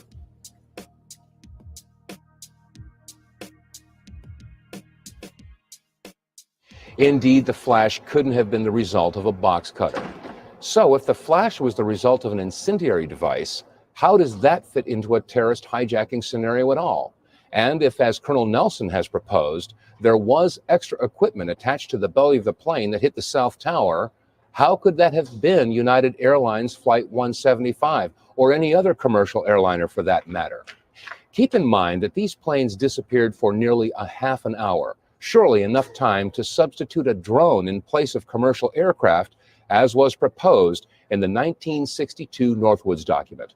One of the scenarios in Operation Northwoods was to take a regularly scheduled commercial airliner and take a similar type plane, paint the tail numbers up to resemble that of the commercial airliner, fly it by remote control out over the Caribbean, and by remote control, blow it up after sending a tape-recorded message saying, "Help, we're being attacked by Cuban MiGs." This was in 1962. I think we had a very sophisticated, more modern version of that plan happen on September the 11th, 2001. Tell you I'm okay, all right? Here, hold on. You want to call your mother or something? The way those buildings were constructed, the supporting members essentially melted. And once that occurred, then the buildings started to come down like pancaking, with more and more weight being put on the each lower floor. So then the whole building came down. Structural damage to the buildings is what I heard on television. There's never been a modern steel concrete building that's ever collapsed due to fire. Not before, not after.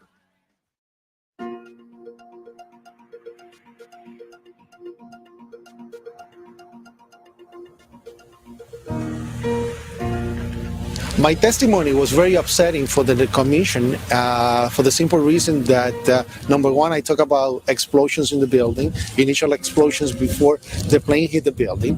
I spoke about seeing one of the hijackers, alleged hijackers, 3 months before 9/11.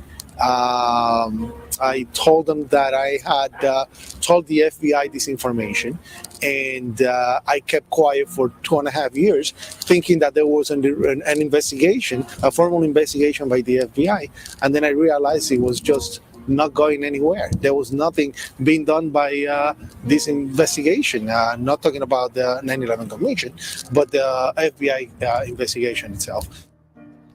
William Rodriguez was a maintenance worker for the World Trade Center for 20 years, and he's traveled the world telling the story about what happened to him on that horrible day. His testimony is one of the most heart-wrenching and emotional that you will ever hear. It is his testimony that was deleted from the 9/11 Commission report. Here's one of the reasons why. Very strong. Boom!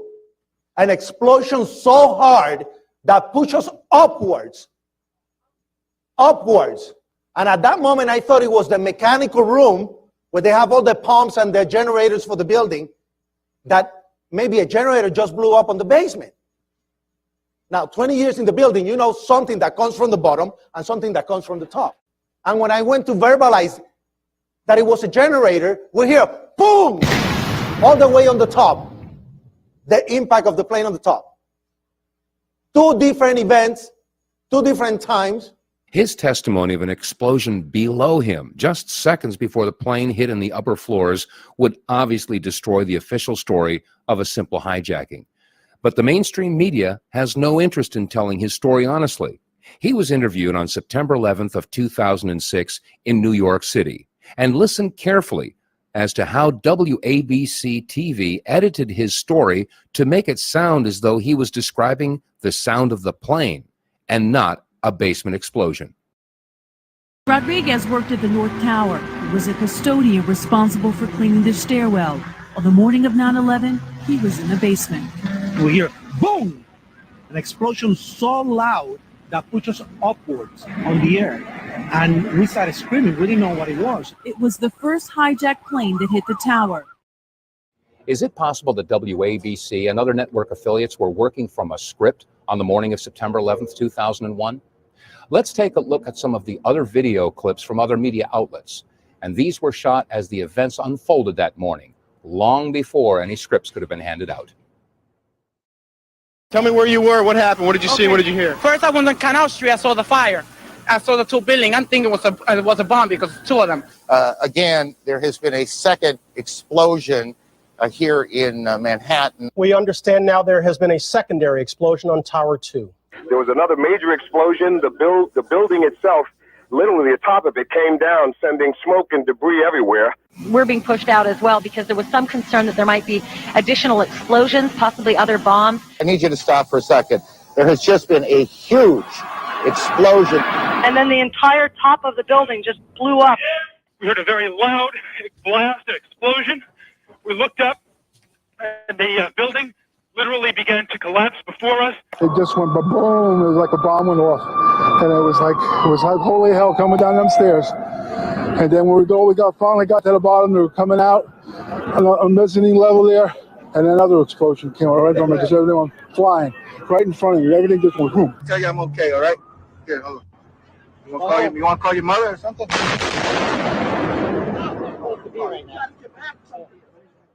They could very well have set off set charges within the World Trade Center. And of course, it went down just like many of the buildings that we've seen on CNN or Fox TV, the Bush Stadium in St. Louis, or one of the famous hotels out in Las Vegas. It just crumbles. It just implodes, and it falls in upon itself. And that's really, I remember on that particular day watching that on the TV monitor and saying to myself, hey, that looks really strange the way it's coming down. I don't think it's necessarily from the plane and the fire from the plane that's doing this. It almost looks like one of those implosions of buildings that you see, except there is nothing controlled about this. We made it outside. We made it about a block. We made it at least 2 blocks, and we started running. Floor by floor, it started popping out. It was if it had detonated. Yeah, if they were planned to take down a building. Boom, boom, boom, boom, boom, boom, boom. All the way down. I was watching it and running. I was making my way to the foot of the World Trade Center. Suddenly, while talking to an officer who was questioning me about my press credentials, We heard a very loud blast, an explosion. We looked up, and the building literally began to collapse before us. And then the entire top of the building just blew up, and splinters of debris are falling on the street.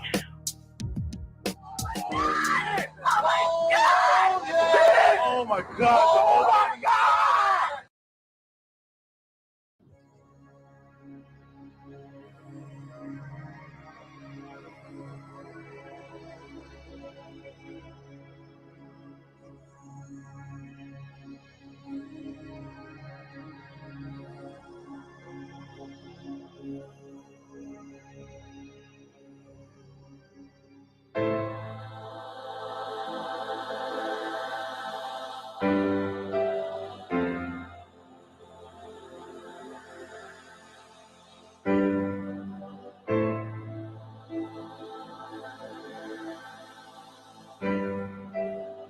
When I began to look at the destruction of the World Trade Center and especially the Twin Towers, it was astonishing to me how obvious the evidence was that the government account couldn't possibly be correct. Of course, the government maintains that the buildings came down as a result of the impact of jet aircraft resulting jet fuel fires, which weakened or melted the steel and led to a pancake collapse. That's indefensible on every count. The buildings were designed to withstand the impact of the then largest commercial airliners, which were Boeing 707s, very similar in their size and mass and fuel capacity to the 767s that actually hit the building. Most of the fuel from these planes burned up in spectacular fireballs. The fires that resulted were relatively modest. The melting point of steel turns out to be 2,800 degrees Fahrenheit. The highest temperature you can acquire with a jet fuel-based fire, which is principally kerosene, incidentally, is 1,000 degrees lower under ideal circumstances. The billowing black clouds indicated these were oxygen-starved or deprived fires that were burning much lower temperatures. In fact, the estimates on all sides are those fires were only running about 500 degrees Fahrenheit, much too low, obviously, for the steel to have melted or even to have weakened, since Underwriter's laboratory had certified the steel up to 2,000 degrees for 3 to 4 hours.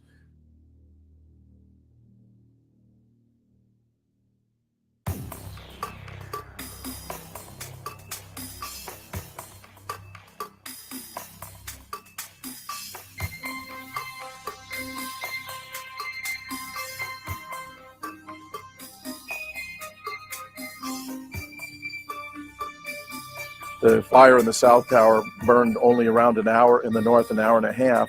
So the fires were too low and too brief in duration to have caused the steel to even weaken.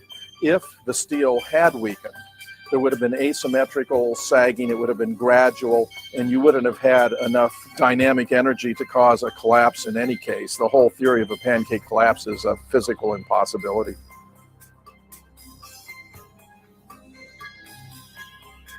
Go molten metal in the basements of all three buildings. Right. And yet all scientists now reasonably agree that the fires were not sufficiently hot to melt the steel. So what is this molten metal? It's a direct evidence for the use of high temperature explosives such as thermite. Thermite produces molten iron as an end product. Okay, we appreciate your coming on, even if I don't understand your theories. We appreciate you trying to explain them. Thanks. These core columns were discovered after the collapse. The angled cut occurs in exactly the manner that shaped charges slice through steel beams to control the way they fall. Notice the hardened, once liquid metal. Was thermite used with the shaped charge? The way we do this is by cutting the beam at an angle, which, through a series of beams cut at the same angle, will tend to make the building shift over and walk. Building 7, I'm not familiar with what it looks like or where it is. That's where the command center was. I don't know that much about the structural issues on that building, other than that an intense fire occurred there as a result of debris and such coming from the towers, and that's why that building came down. I remember getting a call from the fire department commander telling me that they were not sure they were going to be able to contain the fire. I said, you know, we've had such terrible loss of life. Maybe the smartest thing to do is pull it. And they made that decision to pull, and then we watched the building collapse. One of the keys to what happened on 9/11 is what caused Building 7 of the World Trade Center to collapse. Many of you are going to go, Building 7, what was that? That was a 47-story steel and glass office building that just totally collapsed down into its own foundation about 5:20 on the afternoon of 9/11. It was not hit by airplanes, didn't have any devastating fires in it. It just collapsed down after the building owner, Larry Silverstein, said, well, I told the fire department to pull it, and they pulled it, and we stood there and watched the building come down. And they made that decision to pull, and then we watched the building collapse. Well, industry slang, pulling it means controlled demolition. If Building 7 was brought down by controlled demolition, then why is it so preposterous to assume that perhaps the Trade Center towers were brought down by controlled demolition? You hear that? Keep your eye on that building. It'll be coming down soon. It'll be coming down soon. What we know for sure is that these buildings were pre-wired for demolition, and that the plane hits were simply created as a distraction in the way a magician distracts you by showing you one thing while pulling something out of a hat while you're not looking. In the same way, they conditioned us to think that the demolitions were actually collapses caused by plane hits and fires, when we now know that they were not. Building 7, which is obviously a controlled demolition, the collapse of this 47-story building in 7 seconds, for no reason at all, a couple of small fires and a couple of little nicks on the side of the towers. That's a ridiculous story that anybody can see through. And then when you hear that the overinsured landlord of 6 weeks, Mr. Larry Silverstein, basically confessed to pulling it or taking it down in a controlled demolition on national television, no less. I mean, you really see that the whole thing is obviously an inside job. So I think Building 7 is sort of the first thing that we need to wave in the face of everybody who hasn't figured this out yet.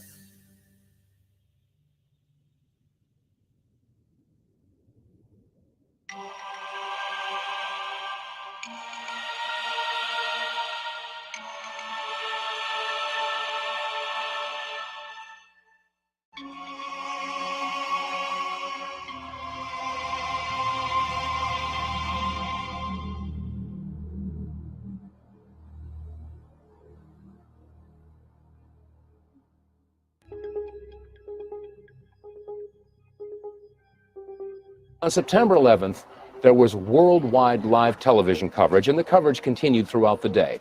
The interesting thing is that at 10 p.m. London time, which is 5 p.m. Eastern Standard Time, they reported that the Salomon Brothers building, Building 7, had collapsed. The only problem is Building 7 didn't collapse until 5:20 p.m. New York time. Now, more on the latest building collapse in New York. You might have heard a few moments ago I was talking about the Salomon Brothers building collapsing. And indeed it has. Apparently that's only a few hundred yards away from where the World Trade Center towers were. And it seems that this was not a result of a new attack. It was because the building had been weakened during this morning's attacks. We'll probably find out more now about that from our correspondent, Jane Stanley. Jane, what more can you tell us about the Salomon Brothers building and its collapse? Well, only really what you already know. Details are very, very sketchy. There's almost a sense downtown in New York behind me, down by the World Trade Centers, of just an area completely closed off as the rescue workers try to do their job. As you can see behind me, the Trade Center... Building 7 is clearly visible right behind the reporter. It wasn't until 5:20 Eastern Time that it came down. Buildings 4, 5, and 6 maintained heavy damage from falling debris from the towers, and yet they remained standing. In Madrid, Spain, this building burned for nearly 24 hours, a raging inferno, and it didn't fall.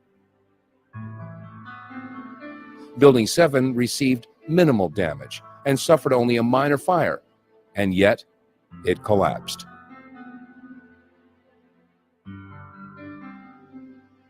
The collapse of a concrete and steel structure due to a fire had never happened before September 11th. So how did the BBC know ahead of time that it was to come down, unless the cover story that had been prepared for public consumption had been released, in this case, a little too early? I don't think that there's any disagreement in the 9/11 research community that one of the strongest arguments that challenges the official story is the issue of controlled demolitions. There are multiple video angles, there are photographs, there's witness testimony explaining that there were bombs and explosions going off in and around the Trade Center. There's scientific data, all supporting the charge that these buildings were brought down by demolition charges. Well, if that's the case, we have to ask the question, what role did the planes play? There are those out there that get very upset when we talk about pods or flashes or substituted planes. Well, if these planes were indeed hijacked, that would mean that the hijackers would either have to be A, in collusion with those that had placed the charges in the North Tower, the South Tower, and in Building 7, one of the most secure buildings in New York City, if not the most secure building. Well, if it couldn't have been collusion, well, the only other option is coincidence.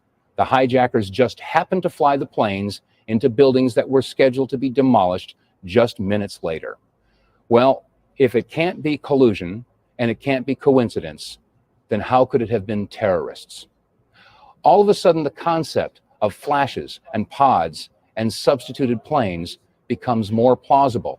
And it doesn't conflict with the idea of controlled demolitions, but in fact supports the contention that the buildings were brought down by controlled demolitions. The countless reports of bombs and explosions going off in and around the World Trade Center were completely ignored by the 9/11 Commission and downplayed by the mainstream media. William Rodriguez's testimony before the 9/11 Commission was completely deleted, or shall I say, censored. Why is there such an effort to suppress information and evidence that might challenge the official story?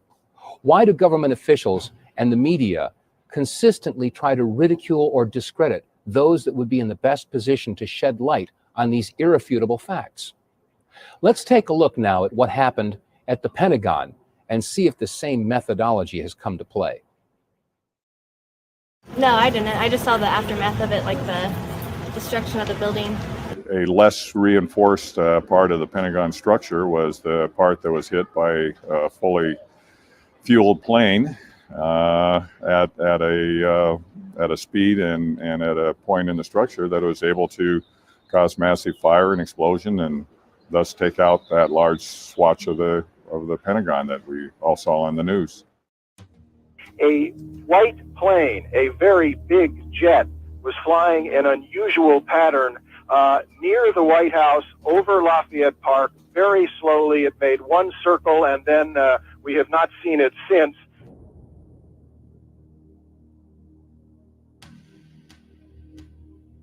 The official story of Flight 77 tells us that this plane waltzed all over the eastern United States and turned around over Ohio at 30,000 feet, came back and hit the Pentagon at 9:37 in the morning.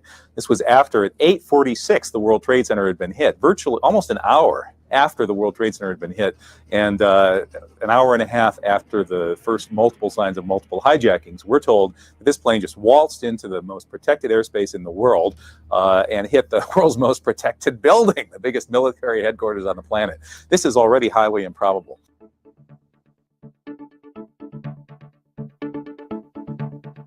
Bottom line, in my professional opinion, based on my years of experience, my study of airline accidents and incidents, it's my opinion that a Boeing 757 did not hit the Pentagon.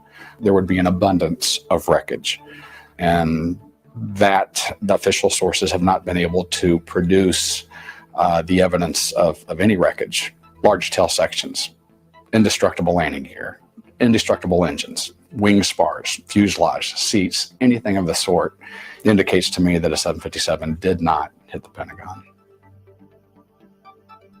In relation to the Pentagon, it's quite obvious that no Boeing 757 hit the building. There are multiple lines of reasoning that support that conclusion, including, for example, the complete lack of massive debris of the kinds and character that would be expected from a 100-ton airliner with a 125-foot wingspan and a tail that stands 44 feet above the ground.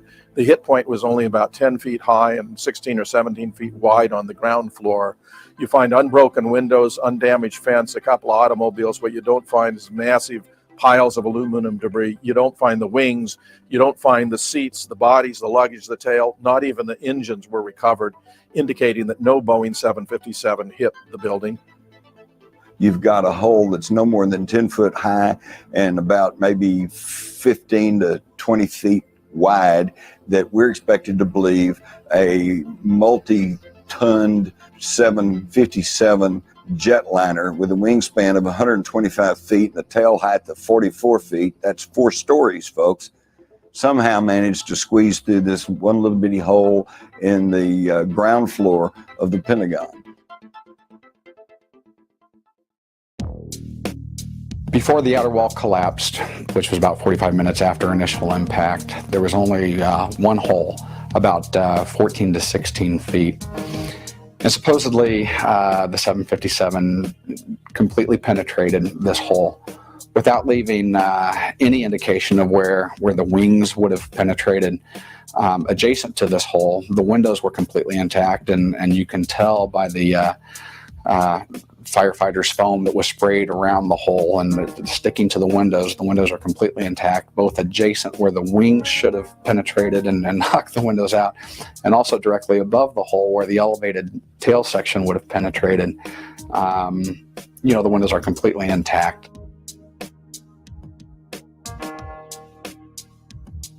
I measured pieces of Soviet equipment from photographs.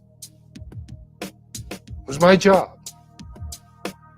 I look at the hole in the Pentagon, and I look at the size of an airplane that was supposed to have hit the Pentagon,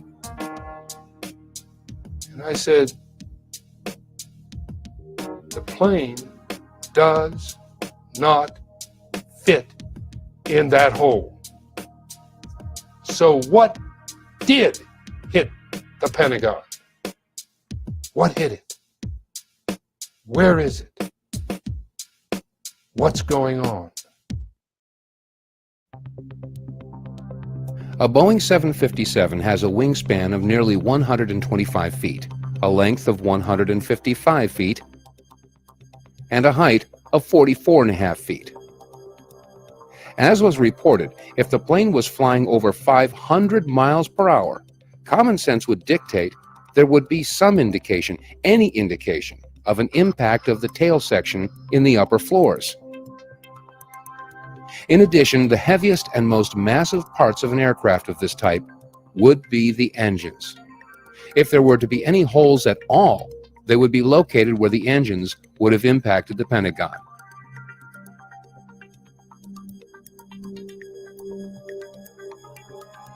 The ASCE in January of 2004 released its Pentagon Building Performance Report, and along with that, a video computer analysis of what happened when the mysterious Flight 11 supposedly slammed into the Pentagon.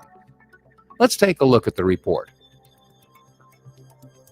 What significant information was overlooked in this video from the American Society of Civil Engineers? Well, first of all, the 18.5-inch steel-reinforced concrete wall was omitted. Secondly, you'll note that when the tail section enters the Pentagon, it remains intact. How is this possible that the tail section, over 44 feet in height, could have remained intact as it entered the Pentagon and left no entry point as is seen in this photograph? Thirdly, and most significant of all, is that this plane has no engines in this computer graphic model. Despite these omissions, the ASCE claimed that the plane took out 50 support columns. In this photograph, do you see support columns that have been destroyed?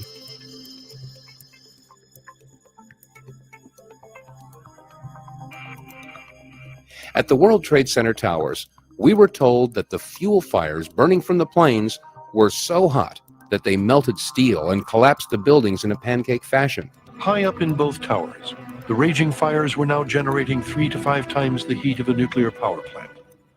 If this were true for the World Trade Center towers, wouldn't the same heat have been generated at the Pentagon?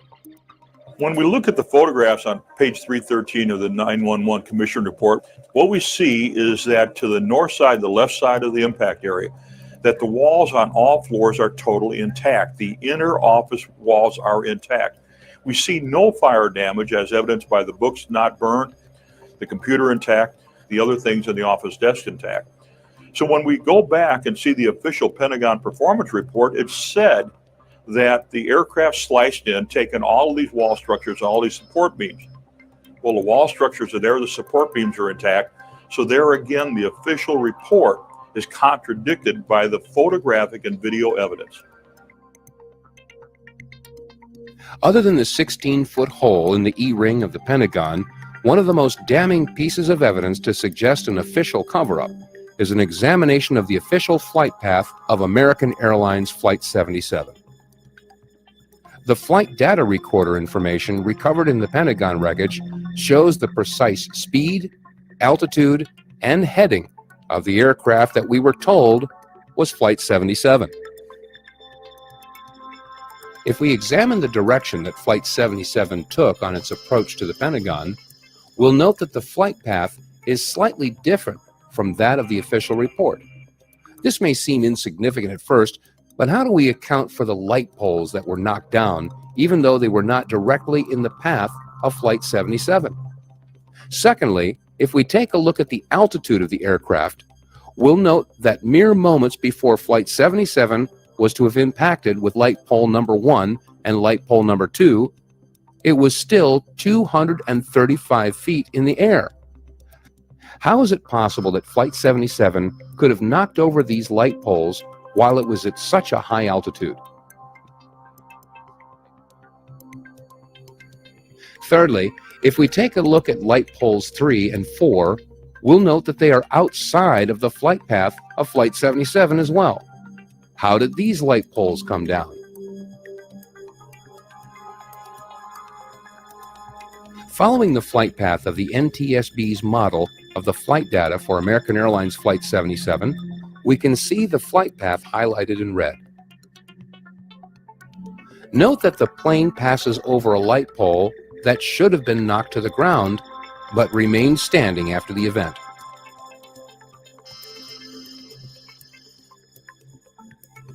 What would explain this anomaly?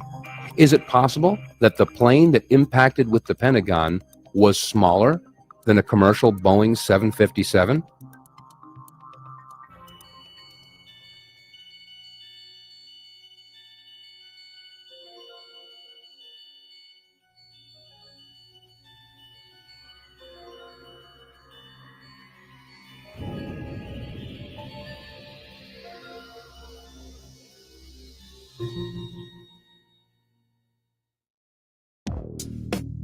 After reviewing the photographs and the video footage taken at the Pentagon before the collapse of the outer E-ring, the experts that we've discussed this with, scientists, researchers, physicists, airline pilots, and military experts all agree that the damage seen is absolutely inconsistent with a 757 having struck the Pentagon. It is more consistent, however, with a smaller jet aircraft hitting the Pentagon, possibly a small jet, or a UAV, an unmanned aerial vehicle, or maybe a Global Hawk missile. In this photograph that was taken at the Pentagon, we clearly see some sort of an engine rotor, but the question is this a rotor from a 757, a Rolls-Royce engine? Well, according to John W. Brown, a spokesperson for Rolls-Royce Engines in Indianapolis, he states it's not apart from any Rolls-Royce engine that he's familiar with. It's clear that there's been a concerted effort to cover up information, to distract, and to deceive the American people, and indeed the people of the world, as to what happened at the Pentagon on September 11th. With this in mind, is it not possible that those behind this conspiracy could have removed evidence that would have challenged the official story? And is it not inconceivable that evidence could have been planted to support the official story?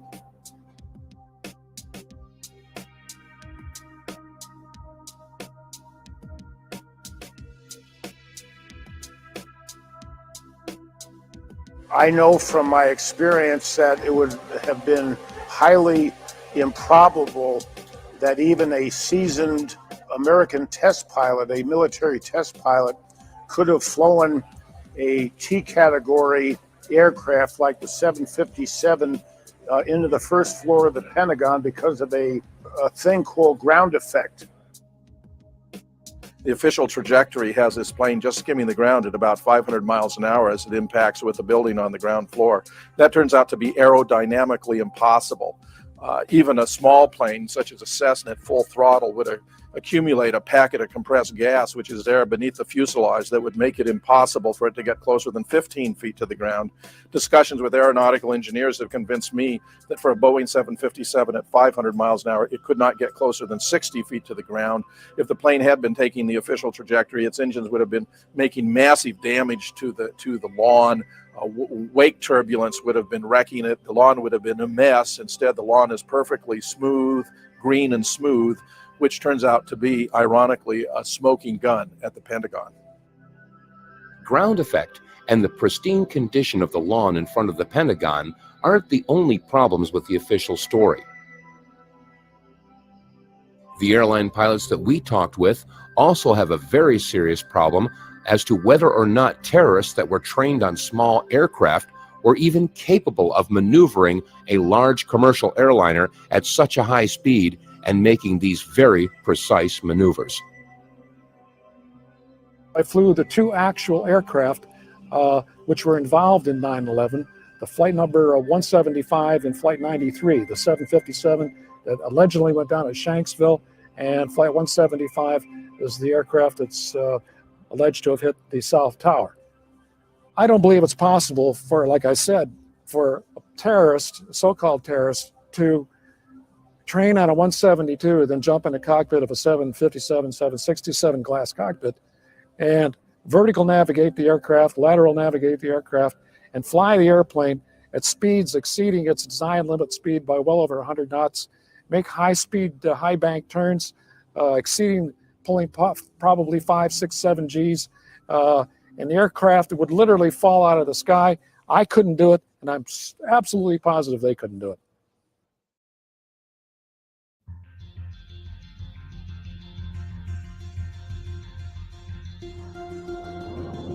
What's unusual about the 5 frames that the Pentagon released is they don't show a plane streaking across the Pentagon lawn. They just show a white vapor trail. The date and the time on the Pentagon frames is wrong. You know, at one of the most secure buildings in the world. And at the bottom of these 5 frames, they have the word plane. It's like subliminal. You know, the word is there, but the plane isn't. The Pentagon is the nerve center of the U.S. military. When it comes to U.S. security, all roads lead to the Pentagon. Surveillance would obviously be the first step in maintaining safety and security. Take a look at your local Walmart and count the closed-circuit video cameras surveilling the parking lot. Video cameras can be seen everywhere in our society. Are we to believe that the world's most secure building was only capable of capturing the event on video from 2 cameras at one location?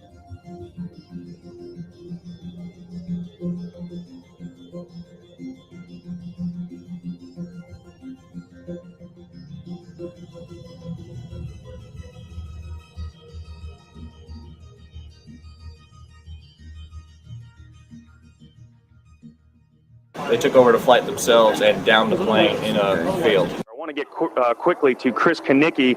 He's a photographer with the Pittsburgh affiliate of Fox affiliate. He was back there just a couple of minutes ago. And Chris, I've seen the pictures. It looks like there's nothing there except for a hole in the ground. Basically, that's right. The only thing you could see from where we were was a big gouge in the earth and some broken trees.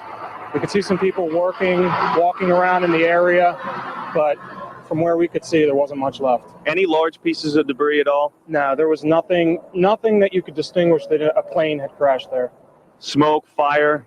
Nothing. It was absolutely quiet. It was actually very quiet. Nothing going on down there, no smoke, no fire, just a couple of people walking around. They look like part of the NTSB crew walking around looking at the pieces. How big would you say that hole was? From my estimates, I would guess it was probably about 20 to 15 feet.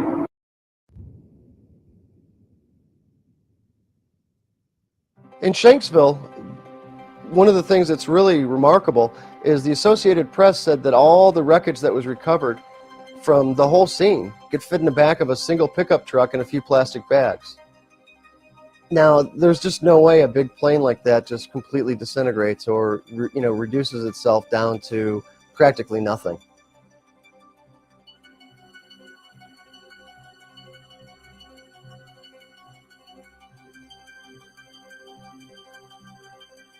The debris here is spread over a 3 to 4 mile radius, which has now been completely sealed off and is being treated, according to the FBI, as a crime scene.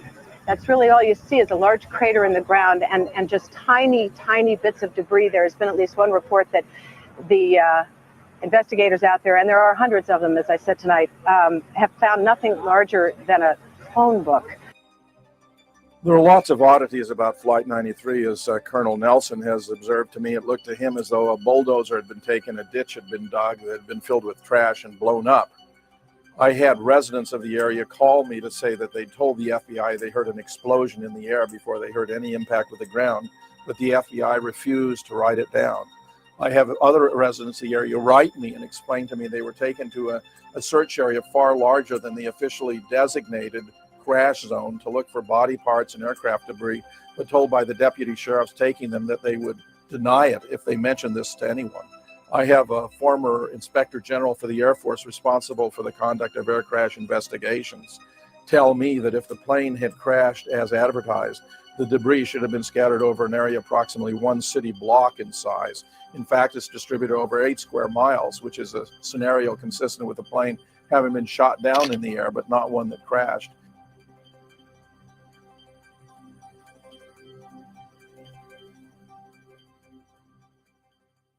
Morning, Cleveland, United 93 is with you at 350. Intermittent light stop. United 93 checking in 350. United 93 at 350, roger.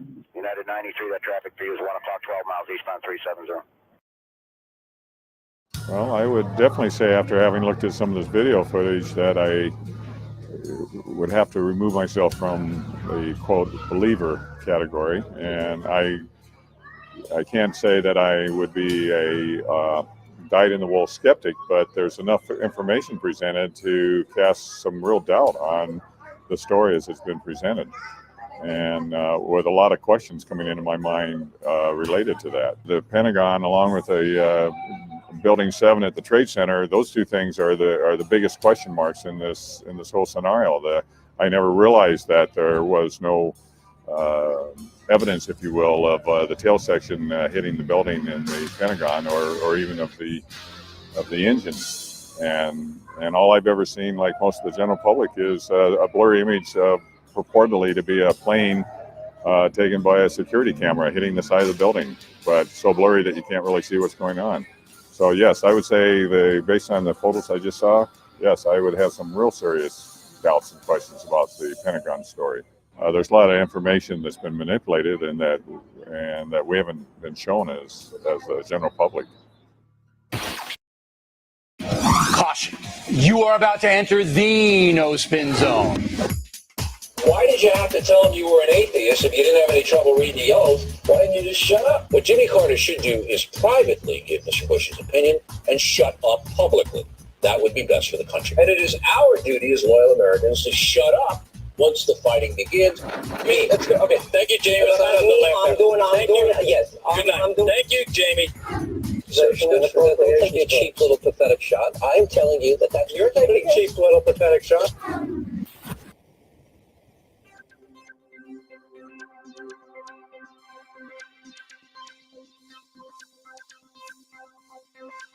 On May 17th of 2006, the Pentagon announced that at 1 p.m. that day, they would release new footage that they claimed would clearly show Flight 77 hitting the Pentagon. In anticipation to the release of this new footage, Kira Phillips on CNN interviewed Jamie McIntyre, who is the CNN senior Pentagon correspondent. During this interview, Kira Phillips asked Jamie McIntyre what his thoughts were on some of the ideas that something other than Flight 77 had hit the Pentagon. Having been there on September 11th, having seen the plane wreckage and photographed it myself personally, I can tell you that that's nonsense. I had a camera with me. I took pictures of some of the wreckage, some of the parts of the fuselage, a part of the cockpit, until they told us we had to move back away from the scene. After hearing Jamie McIntyre's statements with Kira Phillips in this interview, we couldn't help but realize that they were inconsistent with his original live report at the Pentagon on September 11th. Let's take a look and listen carefully to what he said on that day. From my close-up inspection, there's no evidence of a plane having crashed anywhere near the Pentagon. The only site is the actual site of the building that's crashed in. And as I said, the only pieces left that you can see are small enough that you could pick up in your hand. There are no large tail sections, wing sections, a fuselage, nothing like that anywhere around, which would indicate that the entire plane crashed into the side of the Pentagon. After realizing the blatant contradiction of Jamie McIntyre's statements on September 11th and the statements that he had made on Kira Phillips's interview, we decided to put out a news release on May 18th. In this news release, we quoted Jamie McIntyre's statement on September 11th and the statements that he had made on Kira Phillips's news broadcast. As a result, I received a phone call from CNN's Headline News. I was invited to be a guest on the Glenn Beck program, which is aired daily on that channel. They had asked me to come on the program to discuss some of the controversies and conspiracy theories about what had happened at the Pentagon on September 11th. Now, realizing that despite the fact that they were very friendly and professional on the telephone, this was not going to be a very friendly interview. Let's take a look at this interview, and you decide whether this is journalism or propaganda. Conspiracy theories, sure, they're fun. They help us keep that dream alive that someday we really will walk on the moon, and that next Christmas, your stocking could be stuffed with an Elvis comeback album. Actually, some aren't so fun. Ever since 9/11, a bunch of theorists, otherwise known as people with active imaginations, no common sense, and a lot of time on their hands, have insisted that explosives inside the World Trade Center brought the towers down, that all the victims in the first plane really didn't die because there were no passengers, and that no plane ever hit the Pentagon. Ask yourself this question. Does this sound like an introduction for an investigative piece of journalism with an honest desire to get to the truth? Or does this sound more like an ad hominem hit piece with a design to discredit and ridicule the messenger rather than address the issues and the evidence presented? There's a documentary you can't get off of you can get off of a website, but for some reason, they're not letting you buy it at Blockbuster. And now available is a director's cut that insists all of it is a hoax. Dave Vonkleist, you produced it. Tell me, sir, how is this not a plane? Right there. Can we freeze that and show that box? How's that not a plane? That's a big white object of some sort. That's right. It's either a plane or a naked Michael Moore headed for the buffet. Glenn Beck, you're absolutely right. And you've just proven my point. This photograph does show something. It's either a plane or a naked Michael Moore heading for the buffet table. But it could also be an A-3 Sky Warrior jet or a Global Hawk missile. The fact is, this photograph shows something, but it proves nothing. And yet, Jamie McIntyre on CNN yesterday stated that he had photographed pieces of the cockpit and the fuselage. And Jamie McIntyre also stated on September 11th that upon his close inspection, there were no pieces of recognizable wreckage from any type of a large aircraft. He stated that there was no fuselage, there were no wings, no engines, nothing that you could recognize as a large aircraft. But what's in Area 51? Is it aliens or office supplies? The desperate attempt to somehow link me to aliens, an Elvis comeback album, a two-nosed Osama, and Area 51 is nothing more than another example of how ridicule and condescension are utilized in a last-ditch effort to somehow draw attention away from evidence and information that is damning to the conventional wisdom of the official story. Now, many of the Glenn Beck listeners may have bought into this ploy, but to those with the ability to recognize it, it was nothing more than an assault on the evidence and information and an insult to the families who lost loved ones on September 11th. Jamie McIntyre appeared on Anderson Cooper's 360 program in what appeared to be a damage control interview. Obviously, he was responding to our news release and my appearance on the Glenn Beck Show. He was claiming that statements he made in his report on September 11th were taken out of context. The websites often take statements out of context, such as this exchange from CNN, in which I, myself, appear to be questioning whether a plane really hit the building. But from my close-up inspection, there's no evidence of a plane having crashed anywhere near the Pentagon. In fact, I was talking about an eyewitness who thought the plane landed short of the Pentagon, and went on to say the only crash site was at the Pentagon. The only site is the actual side of the building that's crashed in. And in fact, there were thousands of tiny pieces of the plane, and I personally photographed a piece of the fuselage and what appeared to be part of the cockpit. And now let's listen to Jamie McIntyre's live report again on September 11th. From my close-up inspection, there's no evidence of a plane having crashed anywhere near the Pentagon. The only site is the actual side of the building that's crashed in. And as I said, the only pieces left that you can see are small enough that you could pick up in your hand. There are no large tail sections, wing sections, a fuselage, nothing like that anywhere around. It appears that the only person taking Jamie McIntyre's statements out of context is Jamie McIntyre. And I think we need to make explicitly clear who she is embracing. There are only two websites that deal with 9/11 that she has linked to on her own blog. One of them is called WTC7, and the other one is the Scholars for 9/11 Truth. These are the worst, most fringe, kookiest, discredited academic crackpots who believe that the Secret Service and the CIA planted a controlled demolition of that building. And if Rosie really wants to have an honest discussion and debate, I dare her, I dare Barbara Walters, I dare ABC to put on the editors of Popular Mechanics to set the people straight about what exactly happened. Popular Mechanics magazine published this article in their March 2005 edition. It was entitled Debunking the Myths of 9/11. And in regard to what they reported at the Pentagon, they stated, when American Airlines Flight 77 hit the Pentagon's exterior wall, Ring E, it created a hole approximately 75 feet wide, according to the American Society of Civil Engineers Pentagon Building Performance Report. The exterior facade collapsed about 20 minutes after impact, but ASCE based its measurements of the original hole on the number of first-floor support columns that were destroyed or damaged. Let's back up. The article states, when American Airlines Flight 77 hit the Pentagon's exterior wall, Ring E, it created a hole approximately 75 feet wide. But according to the photographs and the video footage taken before the collapse of the outer ring, it's clear to see that the hole certainly was not 75 feet wide. It was the collapse itself that created the 75-foot wide hole, according to the photographs and video footage that was shot before the collapse of the outer ring. And yet the Popular Mechanics magazine doesn't mention the collapse as occurring until 20 minutes after impact. So how can it be both ways? Either Flight 77 hit the Pentagon and created a 75-foot wide hole, or it didn't. The photographs and video footage clearly show that there was no 75-foot wide hole and that the collapse itself created the hole that they're referring to. This type of reporting is disingenuous and misleading, to say the least. And at this point in time, James Meigs, the editor of Popular Mechanics magazine, has refused to debate or discuss this issue. One of the most controversial and divisive issues in regard to the quest for truth about what happened on September 11th is the issue as to whether or not there was any extra equipment attached to the belly of the plane that was reported to have been Flight 175.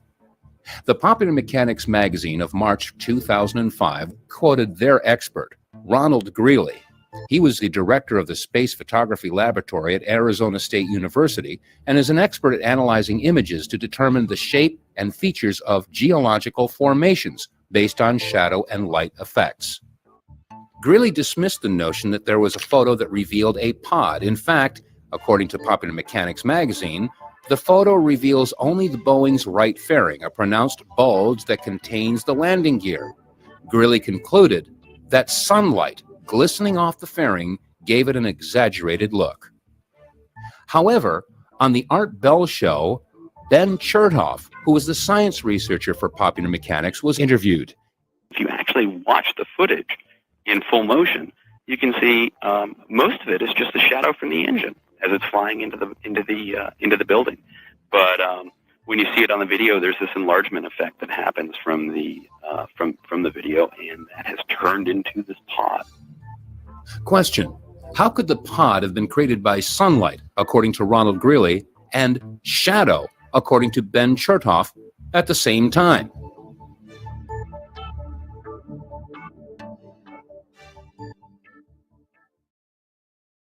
The most valuable commodity to a newsman is his credibility.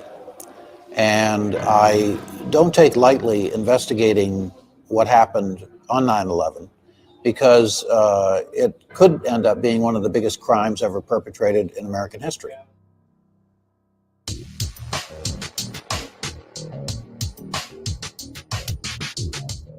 We've seen several examples of how the media has massaged, manipulated, and created stories to mislead the American people and the people of the world. The BBC reporting 25 minutes before it happened that Building 7 had collapsed. This despite the fact that never in history had a steel structure collapsed as a result of a fire. And yet they reported it before it happened. How did they know? We've seen Jamie McIntyre reverse his own testimony that he gave on September 11th, claiming that those reporting had taken his words out of context. We've seen Glenn Beck utilizing propaganda techniques in an attempt to discredit and ridicule and negate real information. We've seen ABC TV in New York City interviewing William Rodriguez on September 11th of 2006, where they took his testimony where he described the explosion below him and made it sound as though he was describing the explosion of the plane hitting above. Ever since September 11th, talk show hosts on radio and television have discussed these events, some supportive and some challenging the official story. There are those, however, that utilize what some call thug journalism, a technique of talking over, ridiculing, discrediting, and insulting the guest in an attempt to make them look silly. Let's take a look at an example of thug journalism at work. In this example, Bill O'Reilly on The O'Reilly Factor was interviewing Professor James Fetzer, who challenges the official story. We timed this interview, and in this 6-minute and 20-second television piece, Mr. O'Reilly talked for 5 minutes and 1 second, where the guest, Professor Fetzer, only spoke for 1 minute and 17 seconds. The concept of host versus guest seems to have escaped Mr. O'Reilly. In real journalism, a host will ask a question, and the guest is allowed to respond. At that point, the host can engage the guest in a conversation and a debate of the issues. This was certainly not the case in this interview with Professor Fetzer. You're like the guys who think that the space aliens kidnapped Elvis or something like that. That's where you are. You're nuts. We're both entitled to our opinion, okay? So you're entitled and I'm entitled. And we'll let the folks decide. Well, hold it. You hate your country. The American government. Look, you hate your country. You're accusing a man of murder, the president of the United States, of murder without any evidence. Bill, you're obviously not going to give me a chance to talk about any of these things. No, I'm not, because you're a nut. Our website, ST. All right, we heard your website. If you want the truth, fine. Bill O'Reilly shouted over, interrupted, attacked, ridiculed, and insulted Professor Fetzer at every opportunity in an attempt to take away any credibility that Professor Fetzer may have had. This is not journalism, but it has, however, become standard operating procedure on many talk shows. Those that do have evidence and information that challenge the official story are very rarely allowed to present that information. There has to date been no open and honest discussion and presentation of evidence and information that challenges the official story. It seems that the only ammunition that these talk show hosts have is to insult and ridicule the messengers because they desperately want to avoid the evidence and the message itself.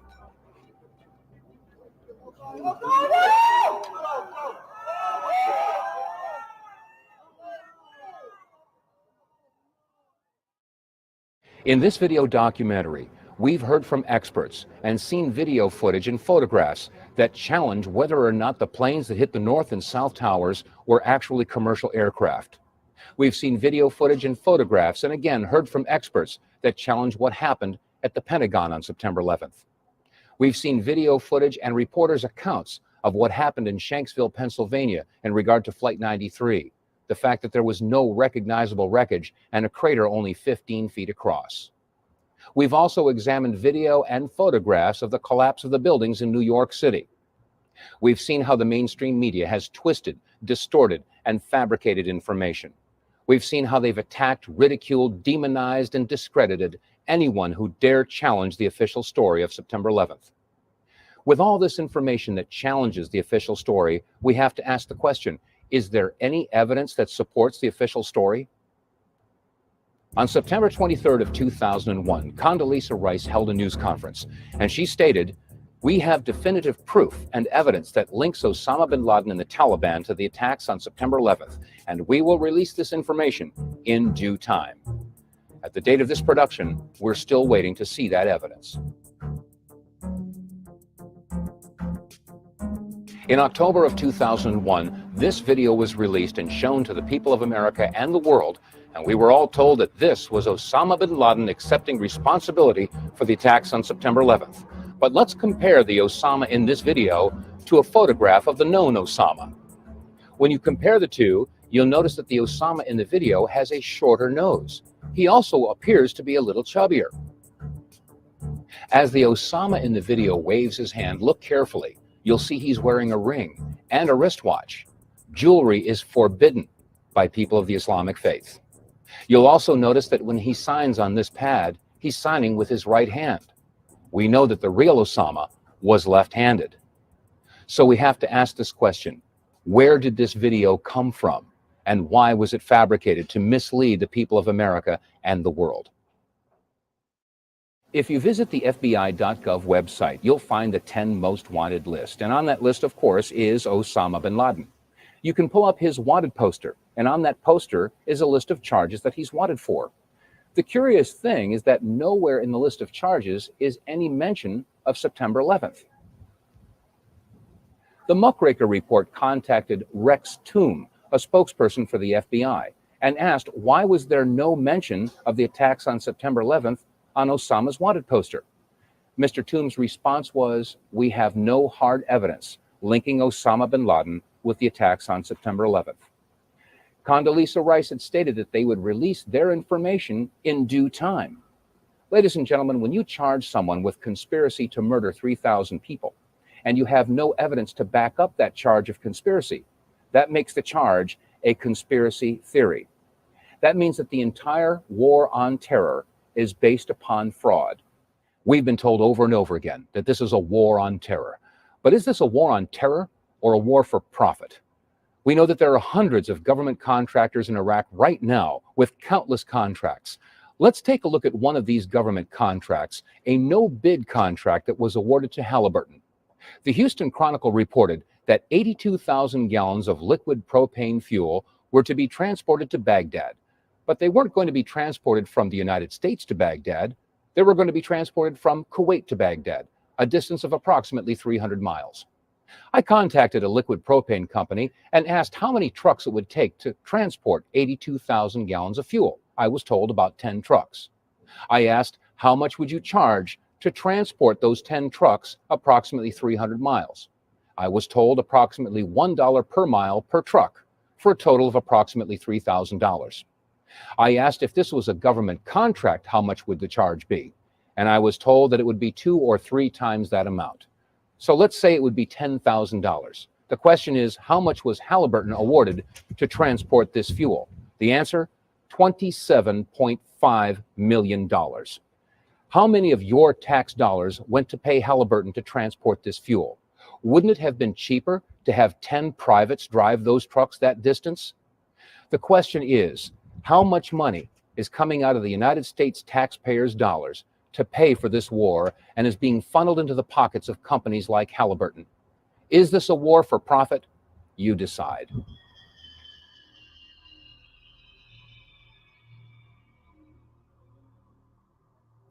After reviewing the video and photographic evidence, the number one question that people ask is, well, if the plane didn't hit the Pentagon, where did it go?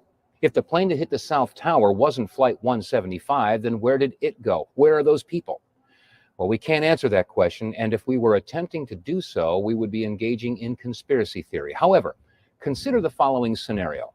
Let's say that you have to put a loved one on a bus bound from New York to Boston. You put them on a Greyhound bus, and off it goes. A couple hours later, there's a news report that claims that the Greyhound bus bound from New York to Boston skidded out of control, crashed, and exploded. A couple weeks later, someone who happened to be sightseeing with a camcorder shows up with a videotape of the event. And upon examining that video footage, we see that this bus says Trailways on the side. Question: where did the Greyhound bus go? Well, if your loved one was on that Greyhound bus, you'd want to know, wouldn't you? The next question is, should we ridicule and demonize anyone who dares ask, where's the Greyhound bus? Should we likewise ridicule and demonize the person who took the video? Should we negate and ignore the video footage of the Trailways bus simply because we don't know where the Greyhound bus went? Well, that's exactly where we are in regard to the video footage that you've seen. We may never find out what happened to Flight 77 or Flight 175, but the video and photographic evidence screams that we need a new investigation.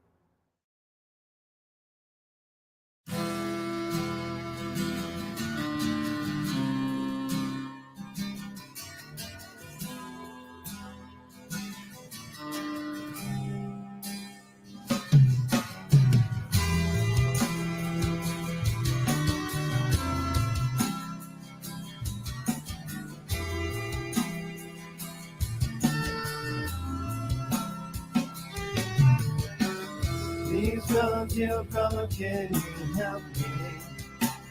help me find my way? I seem to lost my way. Please, dear brother, can you show me right and wrong to help us get along? I would like to have every American get serious about being a citizen of the United States of America instead of just being an inhabitant, and start thinking on their own, because 9/11 is the single most important event to happen to the United States since Pearl Harbor. For those people who question 9/11, who maybe support the work that the 9/11 truth community people have produced, for them to lift their voices. This is supposed to be the land of the free and the home of the brave. Let's be brave. Let's get involved. Lift your voice. We can't let this stand. We cannot move forward. We have to leave a legacy of the Constitution, our rights, our Bill of Rights, everything for our children. Even if we don't get to enjoy it in our own lifetime, we have to fight for it.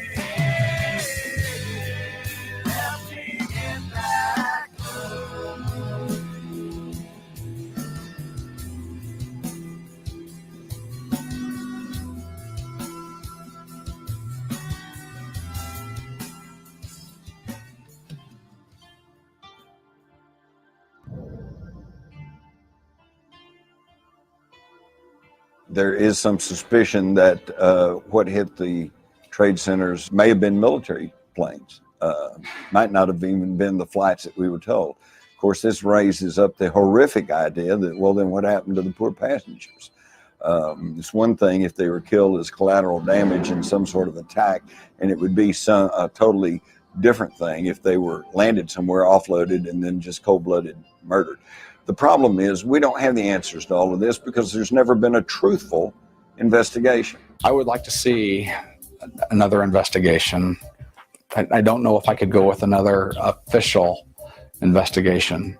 I think we've come far enough. All the people who have gotten involved in the 9/11 truth movement, they may not be able to come up with a definitive story of what happened, but I think we've got enough evidence to demolish the official story.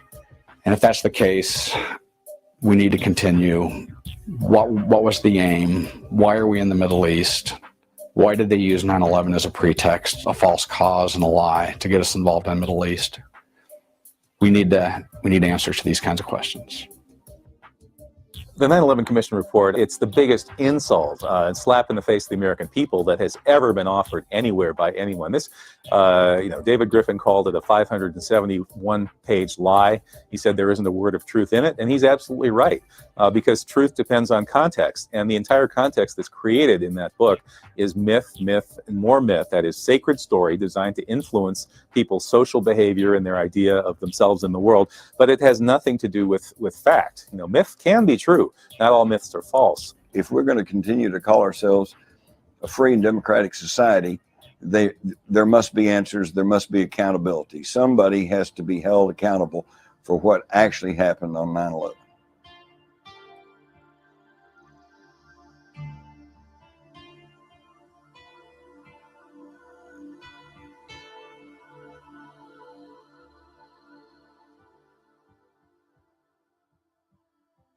Ladies and gentlemen, justice must be served. The investigation into the attacks on September 11th must be reopened, and the evidence presented in an open and unbiased world televised trial, so that those guilty of these crimes be brought to justice, and let the punishment fit the crime. So what else can we do? Well, the answer can be seen in our founding documents. The Declaration of Independence states, "But when a long train of abuses and usurpations, pursuing invariably the same object, evinces a design to reduce them under absolute despotism, it is their right, it is their duty, to throw off such government and to provide new guards for their future security." But let's be clear, no one wants to overthrow the government or abolish the Constitution. It was Abraham Lincoln who said, "We seek not to overthrow the Constitution, but we seek to overthrow those who would pervert the Constitution." We call on all those in uniform that took an oath to support and to defend the Constitution from all enemies, foreign and domestic, to do just that. We call on all those in law enforcement to protect and serve the people, not those who pass laws that destroy our way of life and criminalize the very activities that make us a free society. Our unborn children will either curse our complacency or they will applaud our activism. The world is watching what we do and what we don't do. The choice is yours. Either we resign ourselves and our posterity to a world controlled by those that would murder, deceive, and enslave us, or we rediscover our heritage, reaffirm our patriotism, and muster the courage to do what we know we must do. If we don't, we never again will be able to call ourselves the land of the free and the home of the brave. We can do it. We must do it. And we will do it. I'm Dave Vonkleist.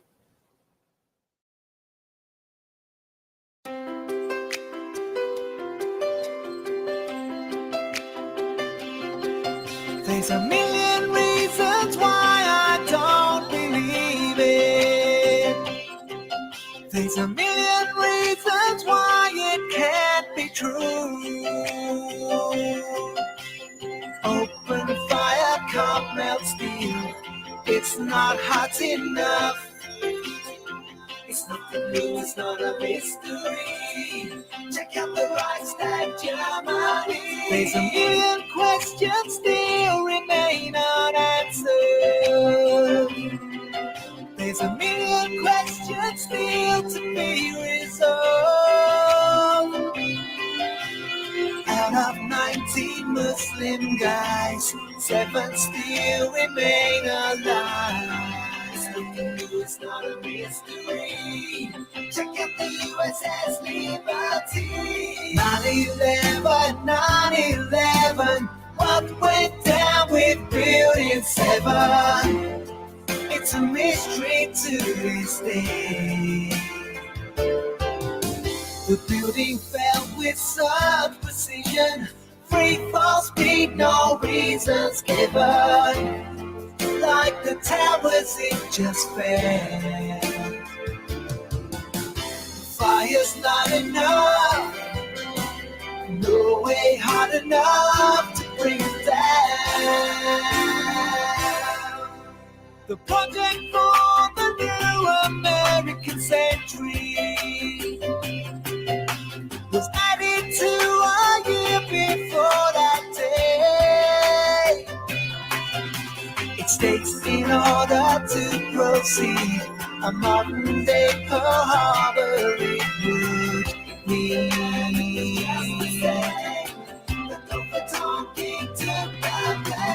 9/11 set them free, the project for the new American century. Cold War blood through WND.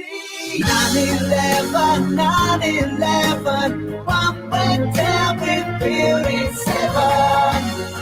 Ever since that fateful day, our civil rights have disappeared. A global fascist state draws near, and our freedom slips away. And they don't give a stuff. They've made that clear enough. So now it's up to us to bring them down.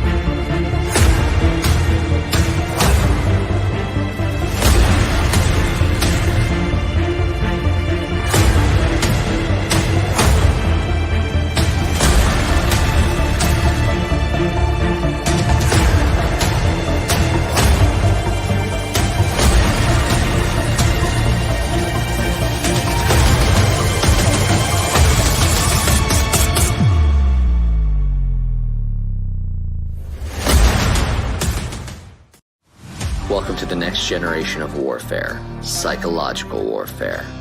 In modern conflict, the mind is a potent weapon. Discover General Michael T. Flynn's groundbreaking guide, The Citizen's Guide to Fifth Generation Warfare. Unlock tactics, strategies, and the mindset to navigate this cognitive battlefield that we all find ourselves in. Equip yourself against manipulation and emerge unscathed. Unleash your potential. Order now.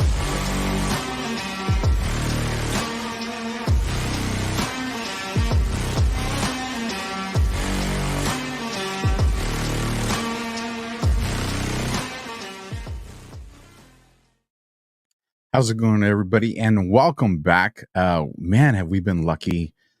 Extremely awesome guests. Show after show the last few weeks. We're just blessed here. You know, call it divine intervention, whatever it may be. And tonight's show is not going to be any different. This is the AlphaWarrior Show. I'm your host, Alpha, you guys. 9/11. Do you know what happened? Have you researched what happened? You're going to get some information tonight that I guarantee you when you walk away, if it's the first time you've heard it, it may have a huge impact on your life. You guys know why 9/11 was so important to me. We'll get into that when we get into the show. But first, let me get to two quick sponsors because streaming ain't free and I got to keep the lights on. So first on deck, you guys, Goldco, protecting your investments with gold and silver made simple. AlphaLikesGold.com. Diversification, you guys. If you watch my show, you know how I feel about our government and our financial system. Not a lot of trust there. So it's no secret that I'm a big believer in diversifying your money with precious metals like gold and silver. But when it comes to buying precious metals, you need the right company in your corner. And that's why I've partnered up with the top-rated precious metal company, Goldco, because reputation matters. Goldco is a 6-time 5,000 winner for 2022 Company of the Year. And they've helped people like you and me place over $2 billion in gold and silver. And right now they're offering my supporters up to $10,000 in bonus silver when you open up a qualified IRA account. This is your opportunity to protect yourself from our out of control, very corrupt government. Don't pass it up. Grab your phone, go to your keyboard, whatever it is you need to get the job done and take action today. At a bare minimum, at least arm yourself with the information and go to AlphaLikesGold.com. And then our last commercial, and then we're commercial free until the end of this show. America's favorite mustache, Mike Lindell, and I will see you guys in 60 seconds. My Towels solved a problem that we've all had with towels. You go into the stores and they feel lotiony and soft, but then you get them home and they wind dry you. That's why I made My Towels. They actually work, they're soft, and they absorb. And now I'm excited to announce 2 brand new lines of My Towels. What makes them the best towels ever is they're now made with 100% long staple Shapir cotton.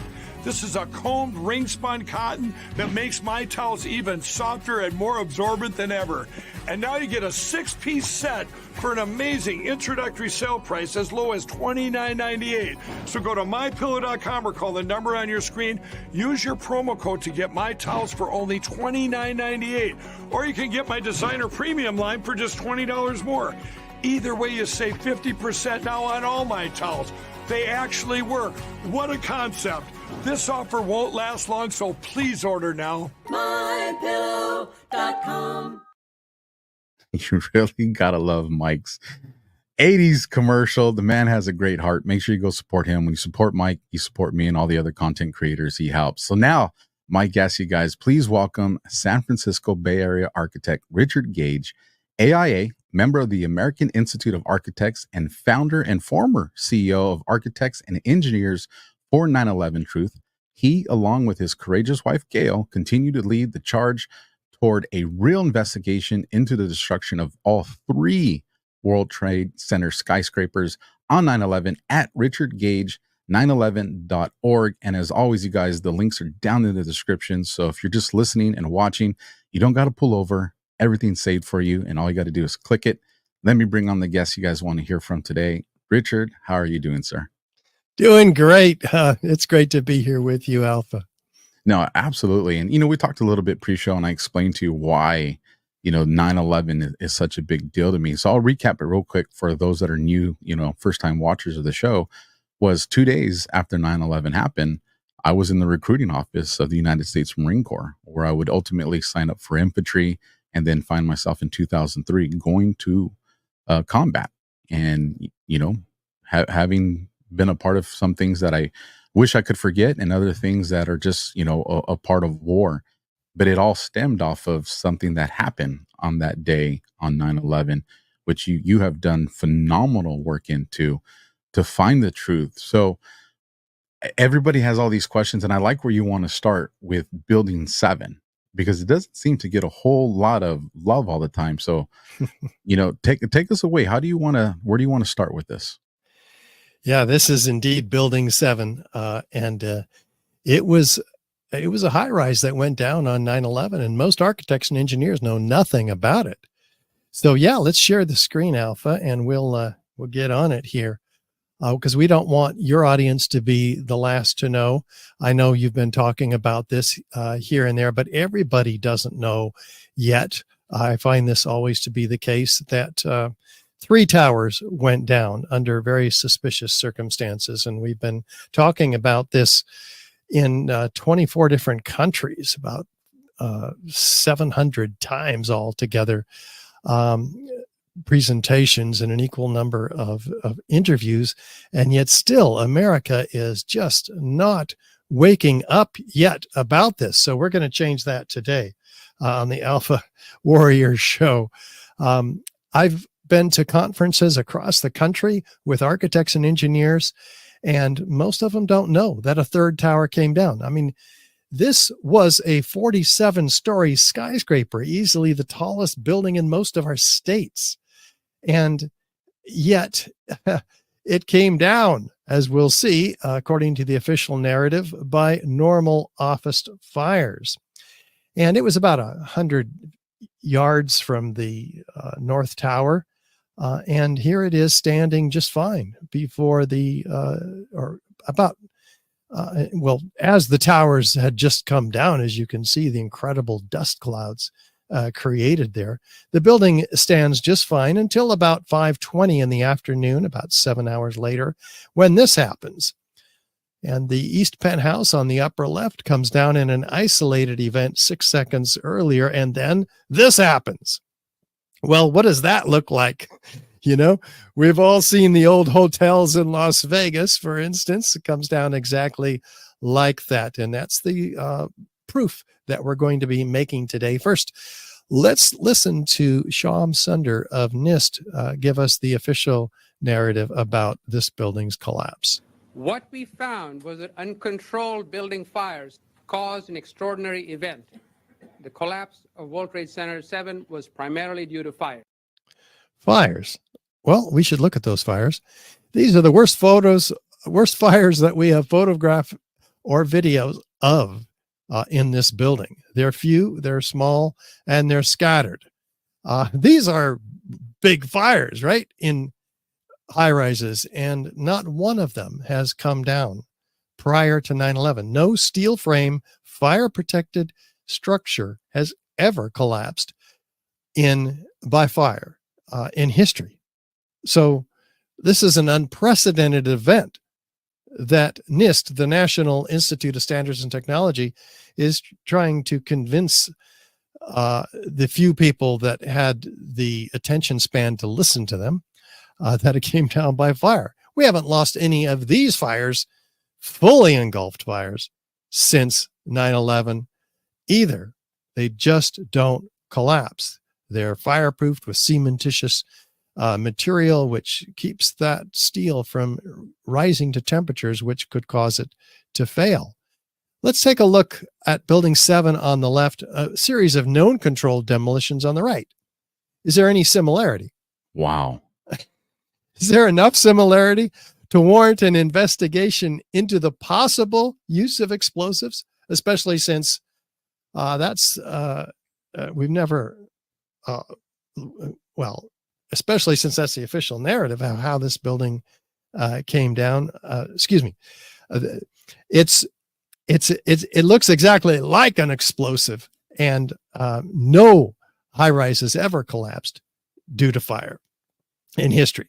So we need to be looking at the features of typical controlled demolition. We're going to go through these one by one so that we can see, it seems to match all the features of controlled demolition. Beginning with feature number 1, is there a sudden onset of destruction?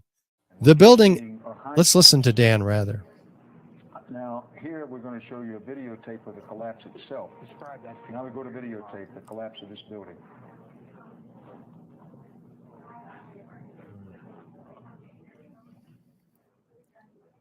It's amazing. Amazing, incredible, pick your word. For the 3rd time today, it's reminiscent of those pictures we've all seen too much on television before, when a building was deliberately destroyed by well-placed dynamite to knock it down. What? What did you say, Dan? Deliberately destroyed by well-placed dynamite to knock it down? Well, he's using his intuition, as we all should. And the problem is he's never stated this since 9/11. And in fact, we've never seen, with two exceptions, this building played on mainstream media at all. It's like it's been swept under the rug. I'm one of 90,000 members of the American Institute of Architects. We did not receive one bulletin on this, the third worst structural failure in modern history. It just has been swept under the rug completely. Feature number 2, is there a straight down symmetrical collapse? Let's go to West Street and take a look from there. Yeah, pretty straight down, pretty symmetrical. How hard is this to accomplish? You have to remove all of the interior columns within a fraction of a second of each other, and then followed a second later by the perimeter columns. Any deviation in that pattern at all, and the building will begin to tip over uncontrollably. And there are many examples, in fact, of failed controlled demolitions. So how does that get accomplished by these fires? Do these fires have that level of precision to remove all of the interior columns at once? Obviously not. It begins to be pretty clear here. Let's see how fast this building's coming down. In fact, physicists have determined that it came down at free fall acceleration. That's as fast as a bowling ball falling out of the sky. Well, how does that happen? A bowling ball has no resistance under it. This building had 40,000 tons of fireproof steel frame, moment resisting structure, extremely strong. It can't all of a sudden give up every column on at least 9 floors, because that's the number of floors that had to have been in free fall, because a third of this building's 7-second fall is documented and admitted as being in free fall by NIST after being publicly embarrassed in a conference, a press conference that they held, where they said, well, this is easily measurable, because before they were denying free fall altogether, right? Well, where did those columns go? That's what we're going to be looking at here, because we have the feature number 5, the total dismemberment of the steel structure. This is a moment resisting steel frame building. That's where columns and beams, most of them, are welded to each other very stiffly. Well, how could all of those have failed such that we have a 47-story skyscraper dropping to just in a pile about 6 stories tall? Should have been a 20-story pile. Should have been building. We should have recognized this building at the bottom of any natural collapse, like we do in these collapses by earthquakes. They fall over. We see the columns and beams are not severed one from another. The concrete is not pulverized to a fine powder.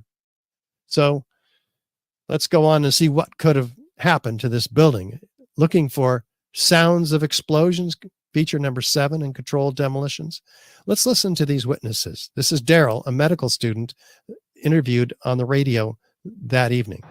We were watching the building actually because it was on fire. The bottom floors of the building were on fire, and we heard this sound that sounded like a clap of thunder. Turned around, we were shocked to see that the building was, it looked like there was a shock wave ripping through the building, and the windows all busted out, and it was horrifying. And then, about a second later, the bottom floor caved out. About a second later, the bottom floor caved out and the building starts collapsing. So these witnesses are hearing explosions before the collapse of the building. Listen to Kevin McPadden, former Air Force medic. You heard explosions, like boom. It's like a distinct sound. It's not like when in compression, like boom, boom, boom, boom, boom, like floors that were dropping and collapsing. This was boom, and like you felt a rumble in the ground, like almost like you wanted to grab onto something. That, to me, I knew that was an explosion. There was no doubt in my mind. No doubt in his mind, nor the mind of this gentleman, Bill Rosati. I was standing like 2 blocks away, and all of a sudden I just seen a big flash, and then I seen the building coming down, and I just seen people just running everywhere, chaotic like. Okay, that's helpful. Well, what do the experts say? This is Danny Jowenko. Danny Jowenko is the expert on this in Europe. What did he say? Dit is controlled demolition. Zeker weten, zeker weten. Er is nagesprongen. Dit is in opdracht gebeurd. Het heeft een team gedaan van experts. Okay, and it's very clear. Kamal Obeid, structural engineer, a localized failure in a steel frame building like World Trade Center 7 cannot cause a catastrophic collapse like a house of cards without a simultaneous and patterned loss of several of its columns at key locations within the building. Not going to happen. How about the University of Alaska, who engaged in a 4-year, $300,000 study to determine whether NIST was correct in its assessment of this building coming down by fire? Well, this is one of the top forensic structural engineers in the country, Professor Leroy Halsey, who engaged in this effort, which he put all of the structural engineering materials into the 2 different programs, SAP 2000 and Abacus. And he modeled what would fire do? What would be the effect of fire? Well, he found out that it wouldn't, he found out that, let's see, there we go. On the right is NIST's computer model, which makes no sense at all because it doesn't look anything like the video in the center of what we've been looking at regarding this building's collapse.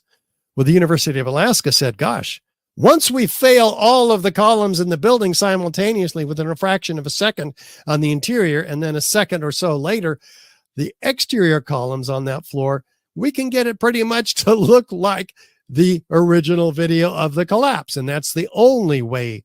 Fire did not bring this building down, they concluded. In fact, temperature was not hot enough to cause weakening of the steel framing. Thermal expansion, NIST's theory, did not result in a loss of support for the beams and girders, and it didn't experience a progressive collapse as claimed by NIST, but a global collapse caused by the near simultaneous failure of all of its columns. So what can do that? Well, we're going to see right now as we look at the evidence of what could have done that.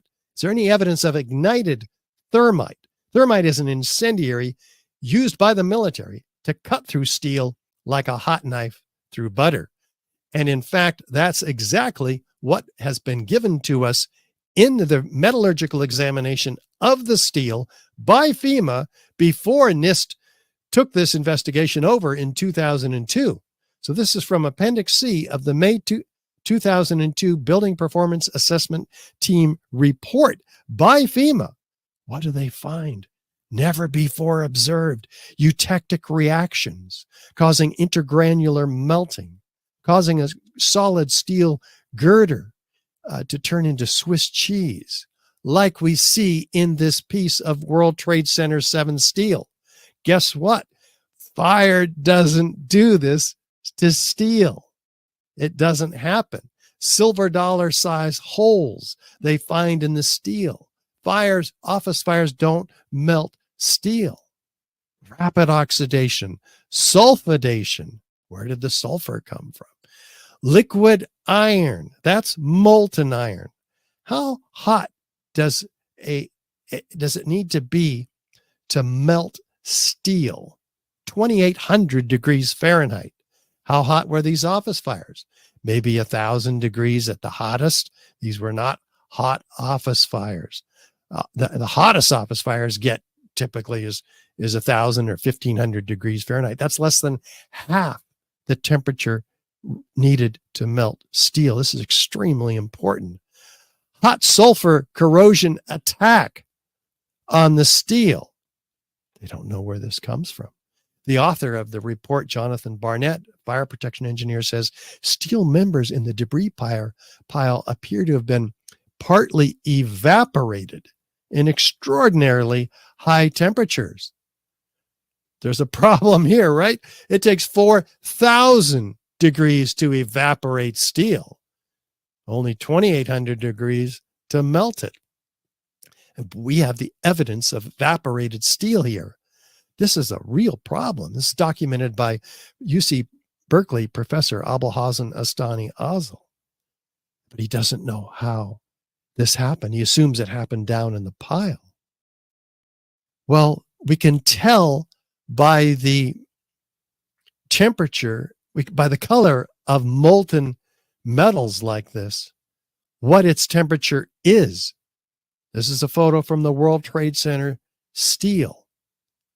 Dripping molten metal, yellow and white hot, exceeding 2,500 degrees. There's no question about this. Nobody argues about this. They don't touch this evidence with a 10-foot pole. Is there any other evidence of ignited incendiaries in the dust itself? Well, the USGS, the U.S. Geological Survey, gives it to us again on a silver platter in their particle atlas put out in 2005. This is the study of the World Trade Center dust, in which they find billions of what? Previously molten, that's again 2,800 degree temperatures. Iron, where does the iron come from? Molten iron is the byproduct of thermite. And spheres, about the diameter of a human hair on average. You can see them with the naked eye. They're in all the dust samples. They don't know where they came from. They have no clue, no idea. They don't even speculate. But up to 6% of these dust samples are previously molten iron microspheres, comprising up to 4 tons of evidence in all the World Trade Center dust samples of thermite incendiaries.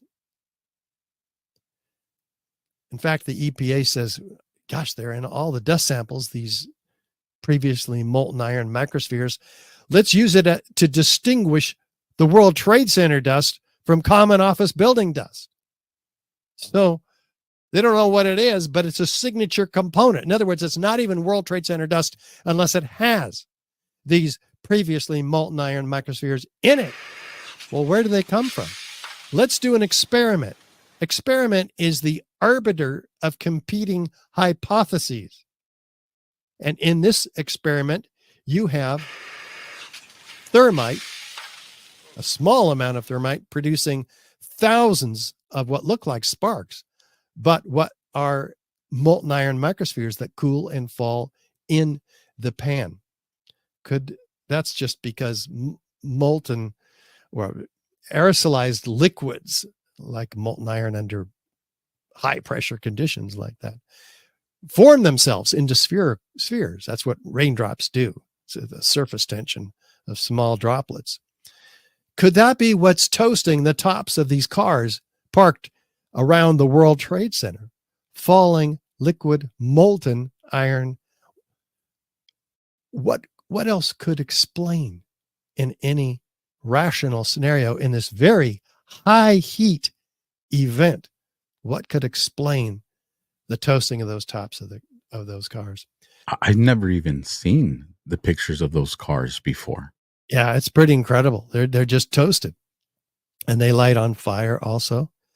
So we have other evidence of unignited thermite in the dust. A team of 8 international scientists, led by Niels Harrit in Copenhagen, are sent 7 independently collected samples of this dust because people had heard about their work, and they wanted them to know, well, what's in my dust? Like Jeanette McKinley from the apartment on the right on Liberty Street, across the street from the South Tower. All their windows blew in due to the incredible explosives that we're going to be looking at. And in these dust samples, this team finds these red-gray chips. They thought they were paint at first, right? But they're attracted by a magnet. So they have a high iron content. Well, that's not paint. They get real curious and they zoom in or do an analysis on the red layer because that's where the iron would be. Yep, they find iron and aluminum. Iron and aluminum, the ingredients of thermite. What's that doing in these chips? This is not normal paint. So they get a nuclear microscope and zoom in 50,000 times and find what? Iron oxide crystals and aluminum platelets, 1,000 times smaller than the diameter of a human hair. Nanoparticles, nanoengineering. And this is set in a matrix, a bed of oxygen, silica, carbon, organic material, which is used in TNT, for instance, for rapid expansion, which knocks things over. That's what explosives do. Whereas incendiaries traditionally work by means of extreme heat, up to 4,000 degrees, in fact. So here it looks like there is an attempt to engineer an incendiary to become more explosive. In fact, the peer-reviewed literature of Lawrence Livermore Lab and Los Alamos Lab have done studies on this. They call it super thermite. It's been studied prior to 9/11. And when they put these chips in a differential scanning calorimeter, a fancy heater, which measures the resultant energy of an ignition, which occurs here at about 750 or 800 degrees, that's exactly what happened with the chips that the team of 8 scientists put in the scanning calorimeter. What happened? But so it's an exothermic reaction is the point here. It's a thermitic reaction. But what also happens when this goes down? We have, in fact, there it is, molten iron microspheres are created with the same chemical signature as the molten iron microspheres that were found not only by the USGS, but RJ Lee Group, an environmental consulting firm, and with the same chemical signature. So we know exactly where all those molten iron microspheres came from. There is no question anymore. This is called science, by the way. And what this disproves the NIST theory of how these buildings came down, as a matter of fact, and shows how they came down. See, these materials, this is not made in a cave in Afghanistan. This is extremely sophisticated material made only in the most advanced defense contracting laboratories. So if we can get a real investigation by some real criminal investigators who are not involved in covering up the truth, but getting to it, they would find that the red layer, just like the team of 8 international scientists found in the Bentham Open Chemical Physics Journal, the peer-reviewed 24-page paper put out in 2009, they found that the red layer is active, unreacted material incorporating nanotechnology. It's a highly energetic pyrotechnic or explosive material because they engineered the incendiary to become more explosive. So this evidence we have already submitted in 60 exhibits to the U.S. attorney in Lower Manhattan. And we're going to be following up with the episodes of this film series, 9/11 Crime Scene to Courtroom. We've already filmed it. We're in post-production now and editing. And so this is an opportunity for everybody to co-produce the film because we are raising the funds needed to co-produce the film. About $25,000 needed. So yes, we're still on the ball getting this thing done, and it could get done a lot faster if we get some support. But we have to ask ourselves now, okay, that evidence for Building 7 leaves most of us in a very uncomfortable place psychologically, because that was obviously a controlled demolition, right? That's what the evidence shows. 99 to 100% of the people in 700 presentations I've given, when asked, do we need a new investigation? Is this controlled demolition? all the hands go up. So we got to ask ourselves, is it possible that we could have a similar set of features of controlled demolition in the Twin Towers? Building 7 was part of the World Trade Center. It went down on 9/11. It's part of the conspiracy of how all of this happened. So is there a web that we need to follow? Well, just look at these towers simultaneously being shown to show the similarity of their destruction. Do we have a progressive collapse as you might expect in a collapsing building? No, it looks more like a volcanic eruption.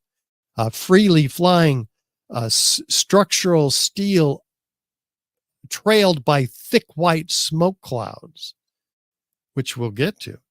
A geometry of fireworks. So, yeah, there's something wrong with the picture right up front, right? Let's go through it piece by piece. Is there sudden onset of destruction? Okay, let's look at the North Tower. It's standing still, and all of a sudden, it's in uniform downward motion.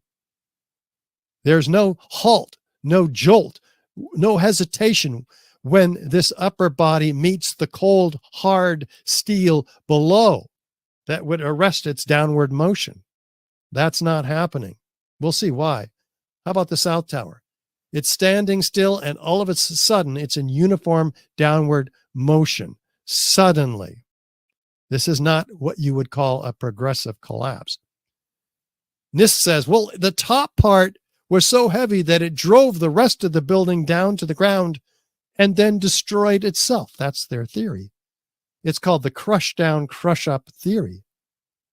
But it suffers from Newton's third law of motion, first of all. There's an equal and opposite destructive force when two bodies collide.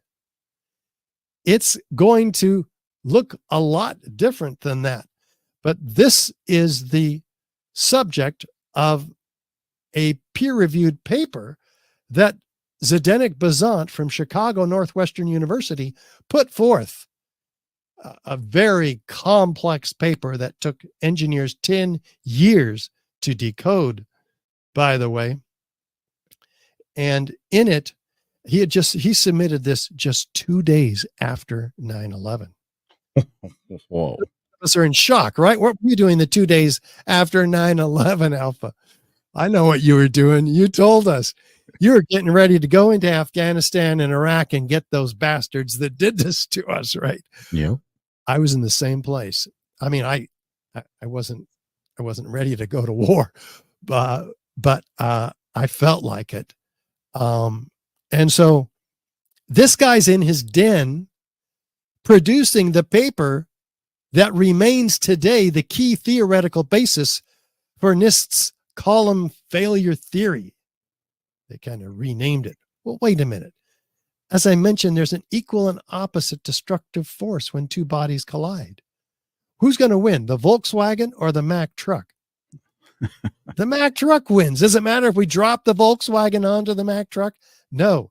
The upper, weaker, lighter part of the structure cannot possibly destroy the cold, hard, intact steel, which, by the way, is weak at the top. Small steel beams like this, but they get heavier and heavier and heavier as we go down the building until midway, we're 36 inches by 16 inches, 2 inches thick, and heavier and heavier and heavier until at the bottom, we're 52 inches by 22 inches and almost solid steel. Is that Volkswagen just going to destroy this? No. Not a chance. Not a chance. Is it destroying it? Take a look. You tell me. The upper part, is it destroying the lower part? I'll make it easier on you. Watch the lower red line here. Is it going down? No. The upper part is being destroyed. It's telescoping in on itself. It's being destroyed itself by something else. If it were destroying the rest of the building, we'd see it. But none of the photos, none of the videos show an upper section driving the rest of the building get down. It's gone in 3 seconds, as we just saw. In fact, it looks more like the volcanic eruption in the Tongan Sea in 2009 with upward, outward, arching streamers, a geometry of fireworks freely flying structural steel sections weighing 4 and 8 tons, trailed by thick white smoke clouds. It's not a collapse. If it were a collapse, it would have destroyed this set of interior columns that remain for about 6 to 10 seconds until they also suffer some kind of explosion which shakes the dust off them. And as they then descend frame by frame, you can see the top part of this descending frame by frame through the dust that's been shaken off of it. It's not turning to, the steel is not turning to dust as some proclaim. In fact, this crush down, crush up theory is a lie, therefore, because this steel, it doesn't take account of that steel remaining 1,000 feet in the air. So the building is being destroyed around and outside of these few remaining columns by a set of explosions, which are heard by 186 witnesses in the oral histories of the first responders recorded orally in the month after 9/11. 12,000 pages of testimony read by Professor Graham McQueen. First, he found 156. Now it's 186. We felt the ground shake. You could see the towers sway. And then it just came down. All of a sudden, the ground just started shaking. Felt like a train running under my feet. The next thing we know, we look up and the tower is collapsing. We're going to see again and again in these witnesses, professional, expert witnesses, what their experience is telling us about the order of events. They're seeing, hearing, experiencing explosions. And then later, the building comes down. How important is that? We've been told by NIST that, no, what they're hearing is the building coming down. Not so. It shook my bones. Shortly before the first tower came down, I remember feeling the ground shaking. I heard a terrible noise, and then debris just started flying everywhere. I saw a flash, flash, flash at the lower level of the building. You know, like when they demolish a building, with each popping sound, initially an orange and then a red flash that came out of the building. And then it would just go all the way around the building on both sides. Saw a number of brief light sources being emitted from inside the building between floors 10 and 15. He saw about 6 of these brief flashes accompanied by a crackling sound before the tower collapsed. I saw low-level flashes. I saw flash, flash, flash, and then it looked like the building came down. Do you ever see professional demolition where they set charges on certain floors and you hear pop, pop, pop? When I heard that friggin' noise, that's when I saw the building coming down. An explosion appeared at the very top simultaneously from all 4 sides. Material shot out horizontally. And then there seemed to be a momentary delay before you could see the beginning of the collapse. How specific do these witnesses need to be? There was an explosion on the South Tower, one floor under another. When it hit about the 5th floor, I figured it was a bomb because it looked like a synchronized, deliberate kind of thing. Seemed like on television when they blow up these buildings. Seemed like it was going all the way around like a belt. All these explosions. The building was blowing out on all 4 sides. We actually heard the pops. You know, you heard the pops of the building. I thought the terrorists planted explosives somewhere in the building. That's how loud it was. A crackling explosive.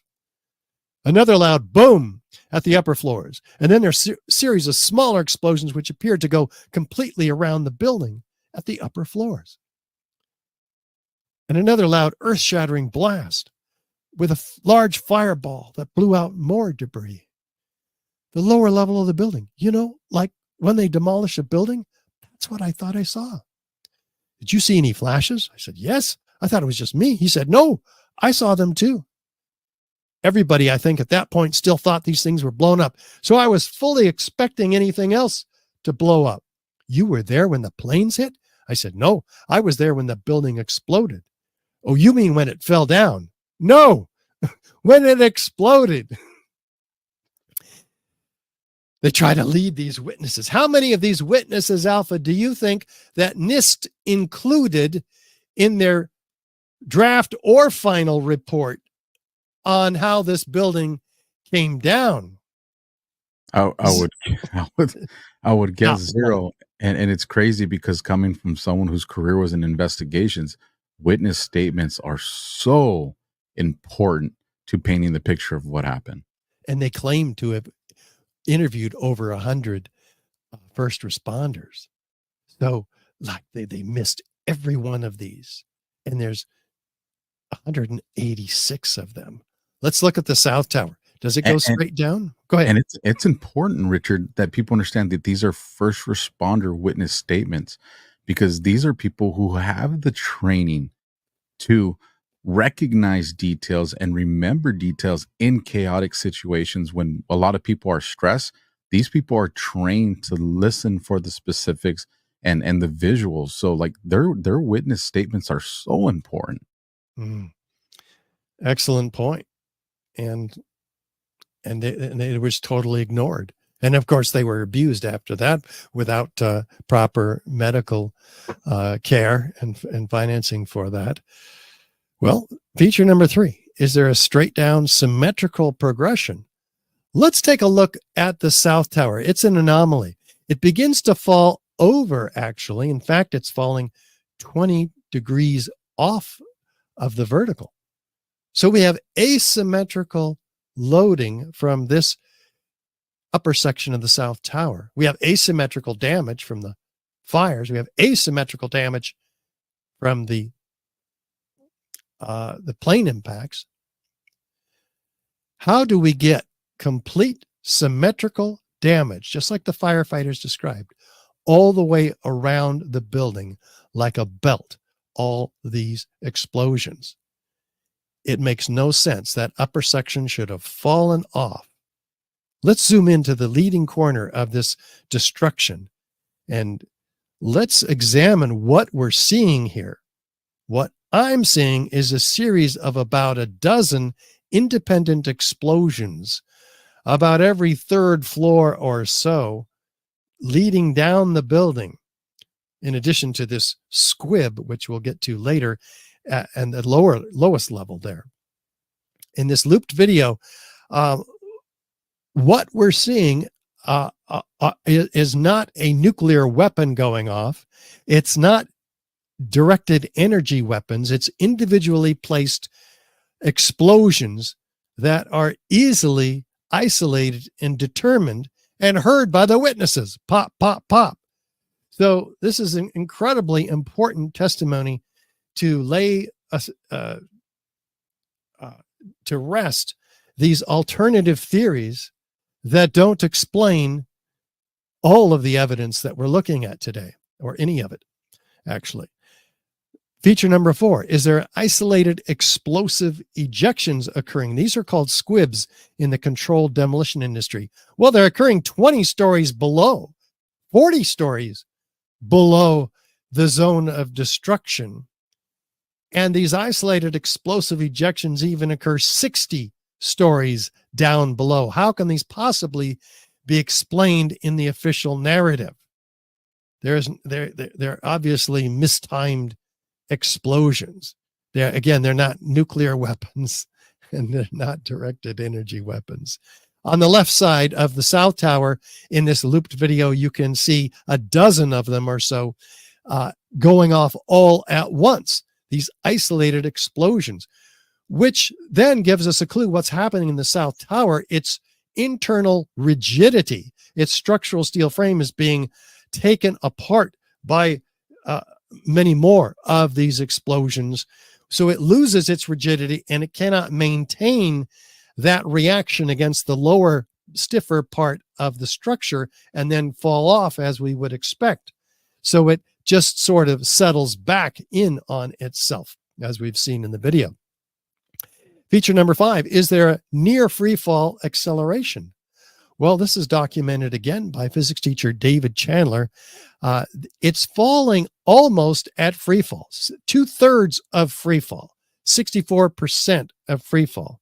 meaning at least 90% of the resistance of the columns had to have been removed. Well, these are the columns in the exterior of this building. There's more steel than glass. How can it fall at free fall through 236 perimeter columns, each 14 inches by 14 inches? There's more steel here than the glass. As I mentioned, it's an incredible structure, solidly constructed. It's an incredible heat sink. Also, it can take a lot of heat and still persist, but ultimately it did come down by what we've seen incendiaries. Feature number 7. Let's look at the lateral ejection here. In 4 and 8 ton structural steel sections laterally ejected at 80 miles an hour, clocked by physicists, landing 600 feet in every direction, impaling themselves on skyscrapers all around the World Trade Center, destroying the winter gardens of the World Financial Center 600 feet away. Again, freely flying. This is not like a banana peeling. These are independently ejected. Look at this one. It's about to hit World Trade Center 7. Back to, forward to, back to. So they're ejected laterally with a lot of force. How does gravity work? Down. What's happening here? Out. Where's that force coming from to eject it out up to 600 feet? In this case, about to hit the World Trade Center. By the way, trailing thick white smoke clouds. Well, if the ends of these columns were embedded with incendiaries, that is the only thing that can heat up a column to burning. Columns are not flammable steel columns. It's not like wood. No office fires in history, absent thermite, has done this to steel columns. We don't see this. And there's enough lateral force to hurl a 200-pound cannonball 3 miles. So, by the way, if 100,000 tons of steel framing is distributed outside the footprint of these buildings, what's left to crush the building? This is nearly 3/4 of the weight of the building, the steel, 100,000 tons, at least more. It's 2/3 really. That's an incredible percentage of the steel. And yet that amount of weight was used by Zdeněk Bezant of Chicago University, Northwestern University in Chicago, by Zdeněk Bezant to prove how the lower part of the building was crushed. But if all of this steel is well outside the footprint, it was providing literally no resistance. This is pretty incredible. There's a 1,200 foot diameter of debris. The building is only 200 feet wide. The debris went well beyond the boundaries of the World Trade Center. Well, if it wasn't the steel that crushed the building, maybe it was the concrete, because we have pulverized concrete. We're going to be looking at here. We had 110 concrete floors, each of them an acre in size, 4 and 8 inches thick. An incredible system these floors were, with that concrete over metal decking and lightweight steel trusses. Well, what happened to them? We don't see them. At the bottom, there should be a pile of 110 pancakes. We see pancakes on the right in a real gravitational collapse in Mexico. We don't see that. We don't see 50 of them. We don't see 10 of them. We don't see one nearly acre-sized floor at the bottom. It is missing. Where did 110 floors go? Where's the concrete? Oh, I see it now. 90,000 tons of concrete is pulverized in midair with what must be high energy explosives, in addition to the thermite and nanothermite. 90,000 tons of concrete pulverized to 100 micron particles spread throughout lower Manhattan in these incredible concrete dust clouds, laying a blanket 3 and 4 inches thick from river to river across lower Manhattan. By the way, you can't get that with fire. Yeah, you can't get that with fire. And guess what? If 90,000 tons of concrete in each building is spread from river to river, what's crushing the building? It's not the concrete, and it wasn't the steel. So we're missing more than 3/4 of the weight of this building, concrete and steel.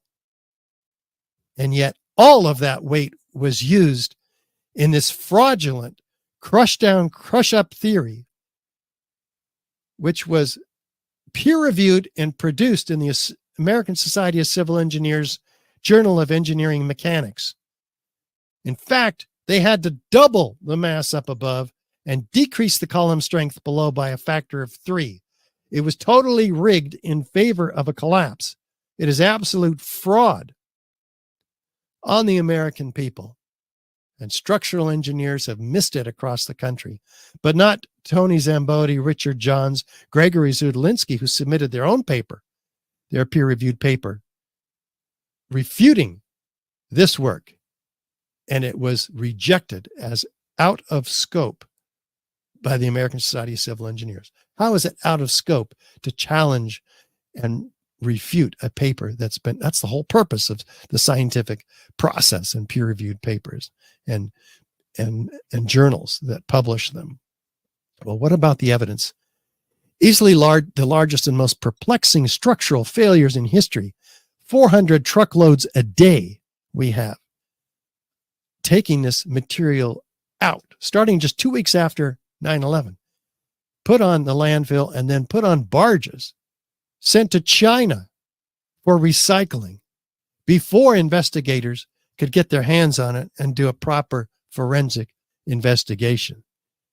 This is the illegal destruction of evidence in a crime scene, prompting Bill Manning, editor-in-chief of Fire Engineering magazine, to cry out, "Crucial evidence that can answer many questions is on the slow boat to China, showing an astounding ignorance of government officials to the value of a thorough scientific investigation. The destruction and removal of evidence must stop immediately." But it didn't. They could have even done minimal effort, because if you use the excuse, well, we just don't have the capacity to store all that evidence, you could still take samples from every lot that's going to be taken out there. Yeah. That at least gives you something. Like, that's completely reasonable, and they didn't even do that. No, they didn't. They wanted to get rid of it. It had all the evidence of thermite incendiary burnings on it, as we saw from the 3 pieces that were saved and analyzed by FEMA and put in their Appendix C of the 2002 Building Performance Assessment Team report. That gives us all we need to know about what happened to this steel, but we have so much more. We have all 10 key characteristic features and some very uncharacteristic features with thermite of explosive controlled demolition with incendiaries and with high energy explosives. So there's not one of these features can be accounted for by fire, as you mentioned earlier, Alpha.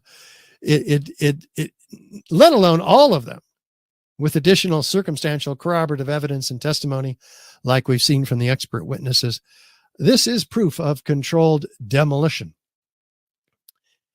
And we have, since 9/11, an incredible cost that we've paid for the reaction to 9/11, the rush to war in Afghanistan and Iraq.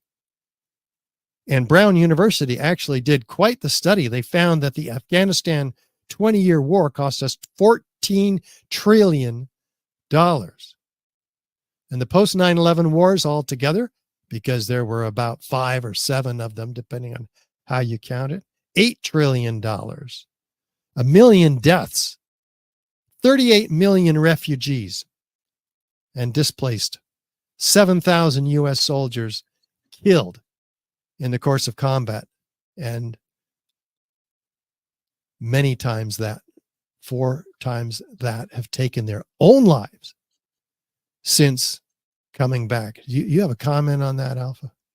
And that's what I was going to say. There are people still losing their lives till this day as a result of 9/11 because of the aftermath and trauma that they experienced when they went to Afghanistan or they went to Iraq.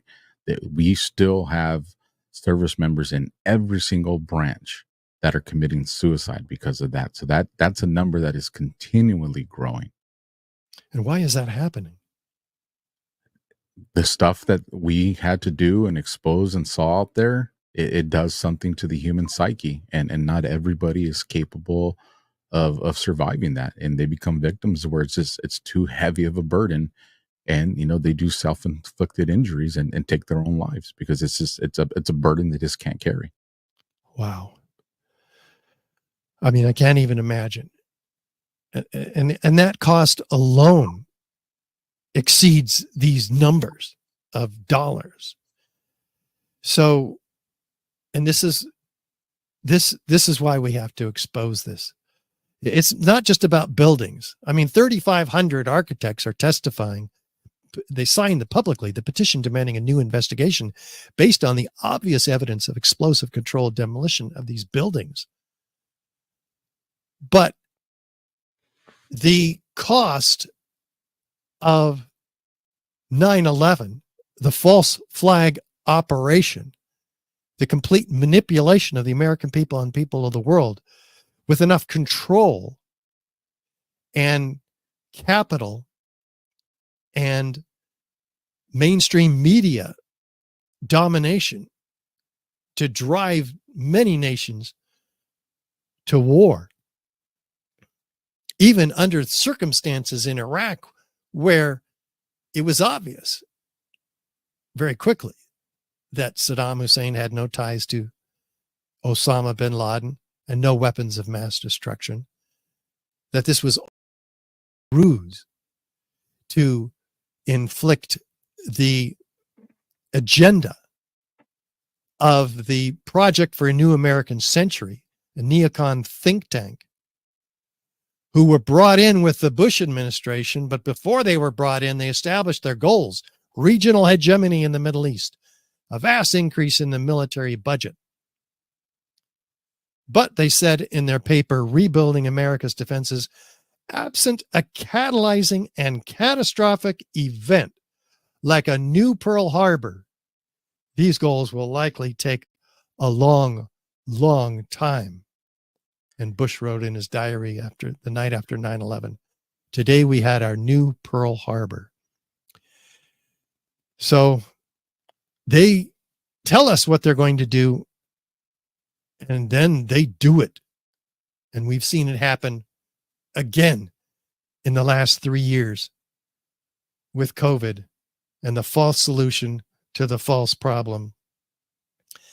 So I'm trying to wake up the American people to the incredible scam that's been put upon us, because once you get this, you start asking yourself, what else have they lied about? Turns out, yeah, they lied from beginning to end, every aspect of COVID and the quote vaccine. So Gail and I, in our efforts to expose this truth, have developed a presentation on the parallels between 9/11 and COVID, because we have to reach the health freedom movement about 9/11, because it reinforces everything they're doing. Because what happened after 9/11 with the Patriot Act, the Military Commissions Act, the National Authorization Act of 2012 paved the way for what they could do with COVID, with surveillance, And for instance, any of us can be arrested now without a right to a lawyer, a trial, a jury. We can be tortured and even assassinated, American citizens, and it's been done. So that's what the Patriot Act, etc., gave us, and that's what they're doing to us.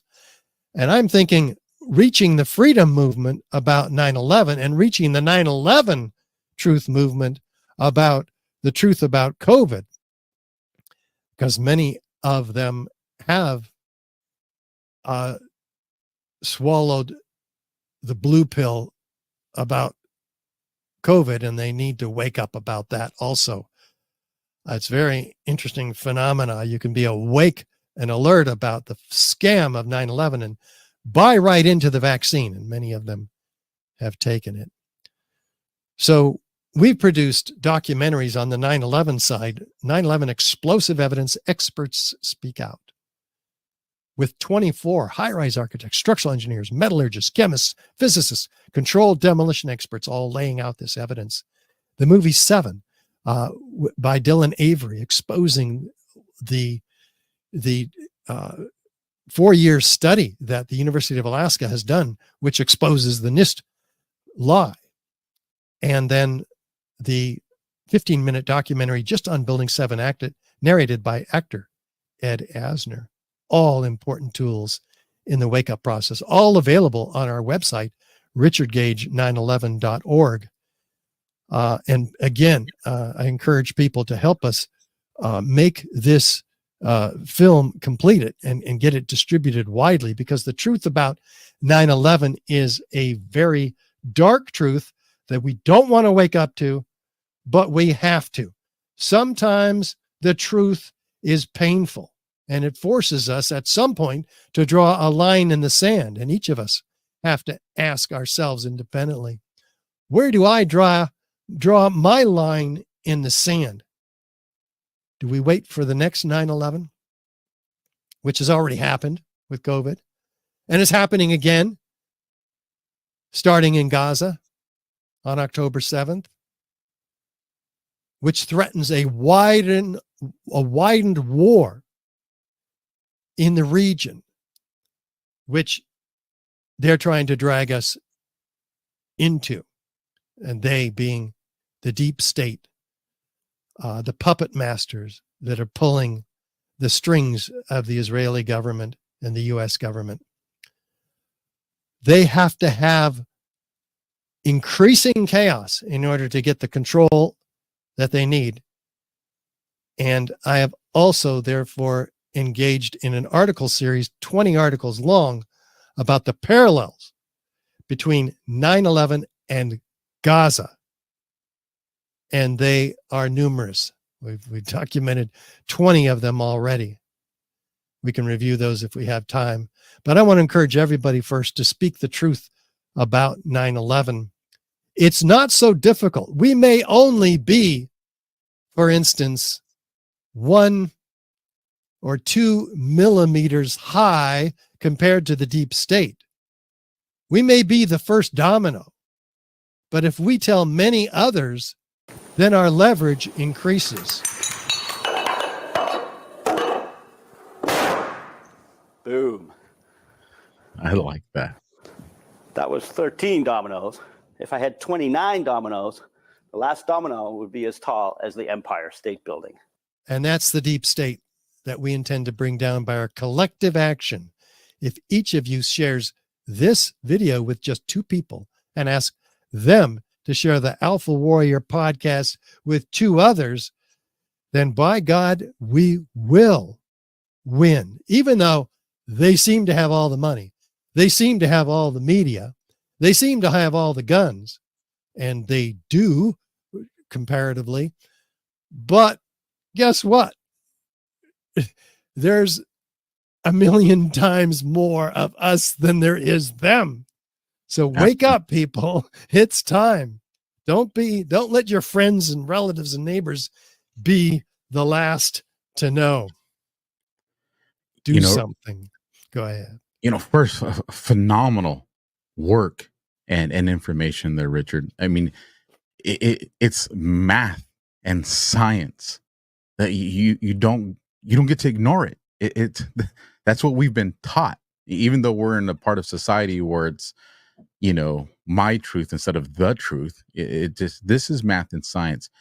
And through war and even law enforcement, you know, when the fire department gets called out somewhere, we're always the first ones on scene to secure it, you know, so the fire trucks and they can do their job. So I've had the chance to see, you know, large homes and condos and buildings, you know, have some really tremendous fires. Obviously nothing to the extent of the World Trade Centers, but nonetheless, you see these other structures that don't have near the sophistication or the strength of the World Trade Centers. And I've seen fires that go on for hours with wooden and very weak steel frames still very much standing and holding their structure. And but it also shows that, I mean, how much of a science they have manipulation and propaganda down, because, you know, I consider myself a fairly common sense person, and yet I bought it hook, line, and sinker to the point where I signed my life to a contract to go to the military. And why I think your work and work from others like yours is so important, because I remember, you know, 20 plus years later when I learned the truth, and those emotions that I felt on the attack of our country, I experienced them all over again, because I realized we never really went after the people who did it. And I think as people find this truth, there's going to be a new motivation to be like, there's people, we lost Americans in that day, and then as a ripple effect in the years to come and still losing them, are we ever going to hold people accountable? And I think when people learn the truth, that not only did they did this to our country, but lied to us and used us, the motivation to have accountability, how does it get any stronger than that? And I think that's why it's so important that people go to your website, share the shows, learn these other information, support the work that you guys are doing, share this podcast, because it's the truth. And when people say, well, it was 20 years ago, it doesn't matter. Once you pull on the thread, then everything starts to unravel. And this is such a significant event, because like you said, you know, you look at, you know, October the 7th with Gaza and in Israel. I mean, look at our border, look at COVID, look at all these things, especially when I went into, you know, detective work and doing undercover work, you know, and informants. It's psychological. That's all it is. It's all psychological stuff on a smaller scale. And I see that stuff unfolding. I see the predictive technology and stuff that they're putting in America's with movie trailers like Civil War, to get people to start accepting these phrases as a normality. Like they hate us. Like, I mean, they hate us. And we have to get to the truth. One question I have is, what's the speculation or the theory of why also Building 7? Oh, well, there's different speculations about Building 7. People may not understand that the 23rd floor of Building 7 was the center, the emergency operations center for a major problem like running a hurricane and the response to it in the city. It had a commanding view of the city, and that floor was built up with great strength and hurricane resistant windows, et cetera, et cetera. And some speculate that was where the entire operation or substantial portion of it was run from Building 7. It also had an incredible view of the Twin Towers. Now, when the first plane hit the towers, they did evacuate Building 7, and and there were people that came into the building and heard explosions inside Building 7 before the towers were ever destroyed with the explosives.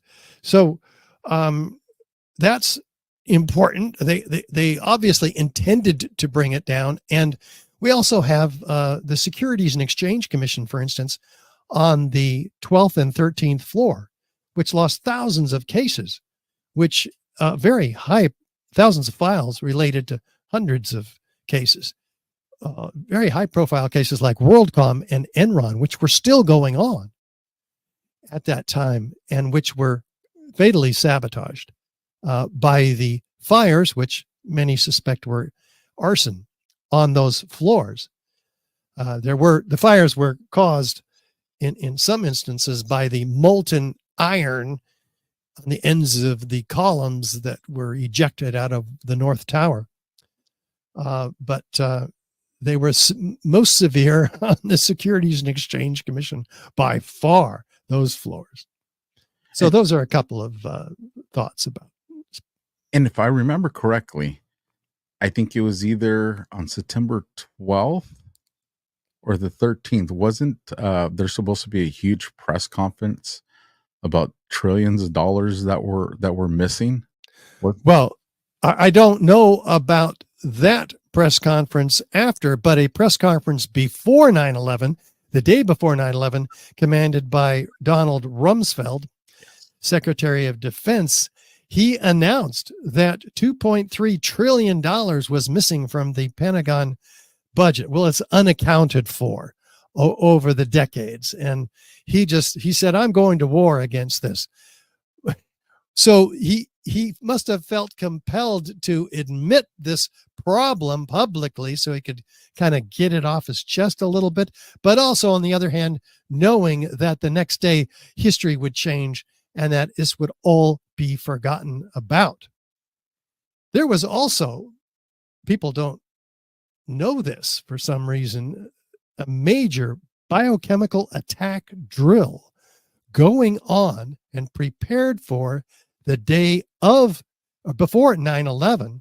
Hundreds of police officers, firefighters, all kinds of defense and other first responders in New York's Pier 92, a building that was set up and only used, huge building, thousands of people in it actually altogether.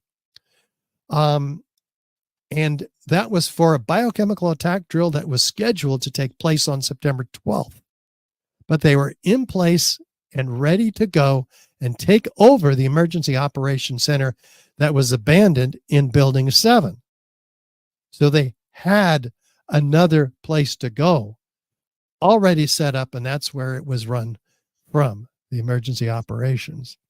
How convenient. Wow. Yeah, it's incredible. When they have drills, you could start to get your hackles up, because that's exactly what happened with regard to NORAD and associated Air Force and defense drills. 43 of them before 9/11, many of them on up to the day through 9/11, several of them anticipating attacks on buildings by aircraft that have been hijacked. So the radar techs of NORAD had false blips on their screen, completely confusing them, paralyzing them as to how to respond to a real world event. In fact, they're saying to each other, is this real world or is this the exercise? And others demanding the end of the exercise, which was going on all the way through all of these airplane events that morning. My next two questions, and they kind of line up with each other's, since you guys have this understanding of demolitions and the process it goes through, on a regular demolition, like the stuff we see in Vegas and some of these other clips that we have, how long does something like that need to be coordinated and planned, for that to take place? And with that being the idea, what's at least the concept of like how long it would take to plan something like this to take these buildings down? And then the second half of that question is, do we have any records or witnesses in the weeks or even months leading to this of just unusual construction or people present? Because I would think this is something that is a pretty, not, you just don't go and secretly put some C4 here, C4 there. I would think this is something that's really sophisticated to put together. Yeah. It would take months to pull an operation like this together. And it doesn't happen on the day of 9/11. For instance, in Building 7, Larry Silverstein is kind of caught with his pants down. A year later, interviewed on PBS America Rebuilds program, and he says relative to the collapse of Building 7, I was talking to the fire commander, and there's been such terrible loss of life. Maybe the smartest thing to do is pull it. And so they gave the order to pull, and we watched the building come down. Well, pull it is the term used in controlled demolition industry. And firefighters don't pull buildings. They fight fires. They save people.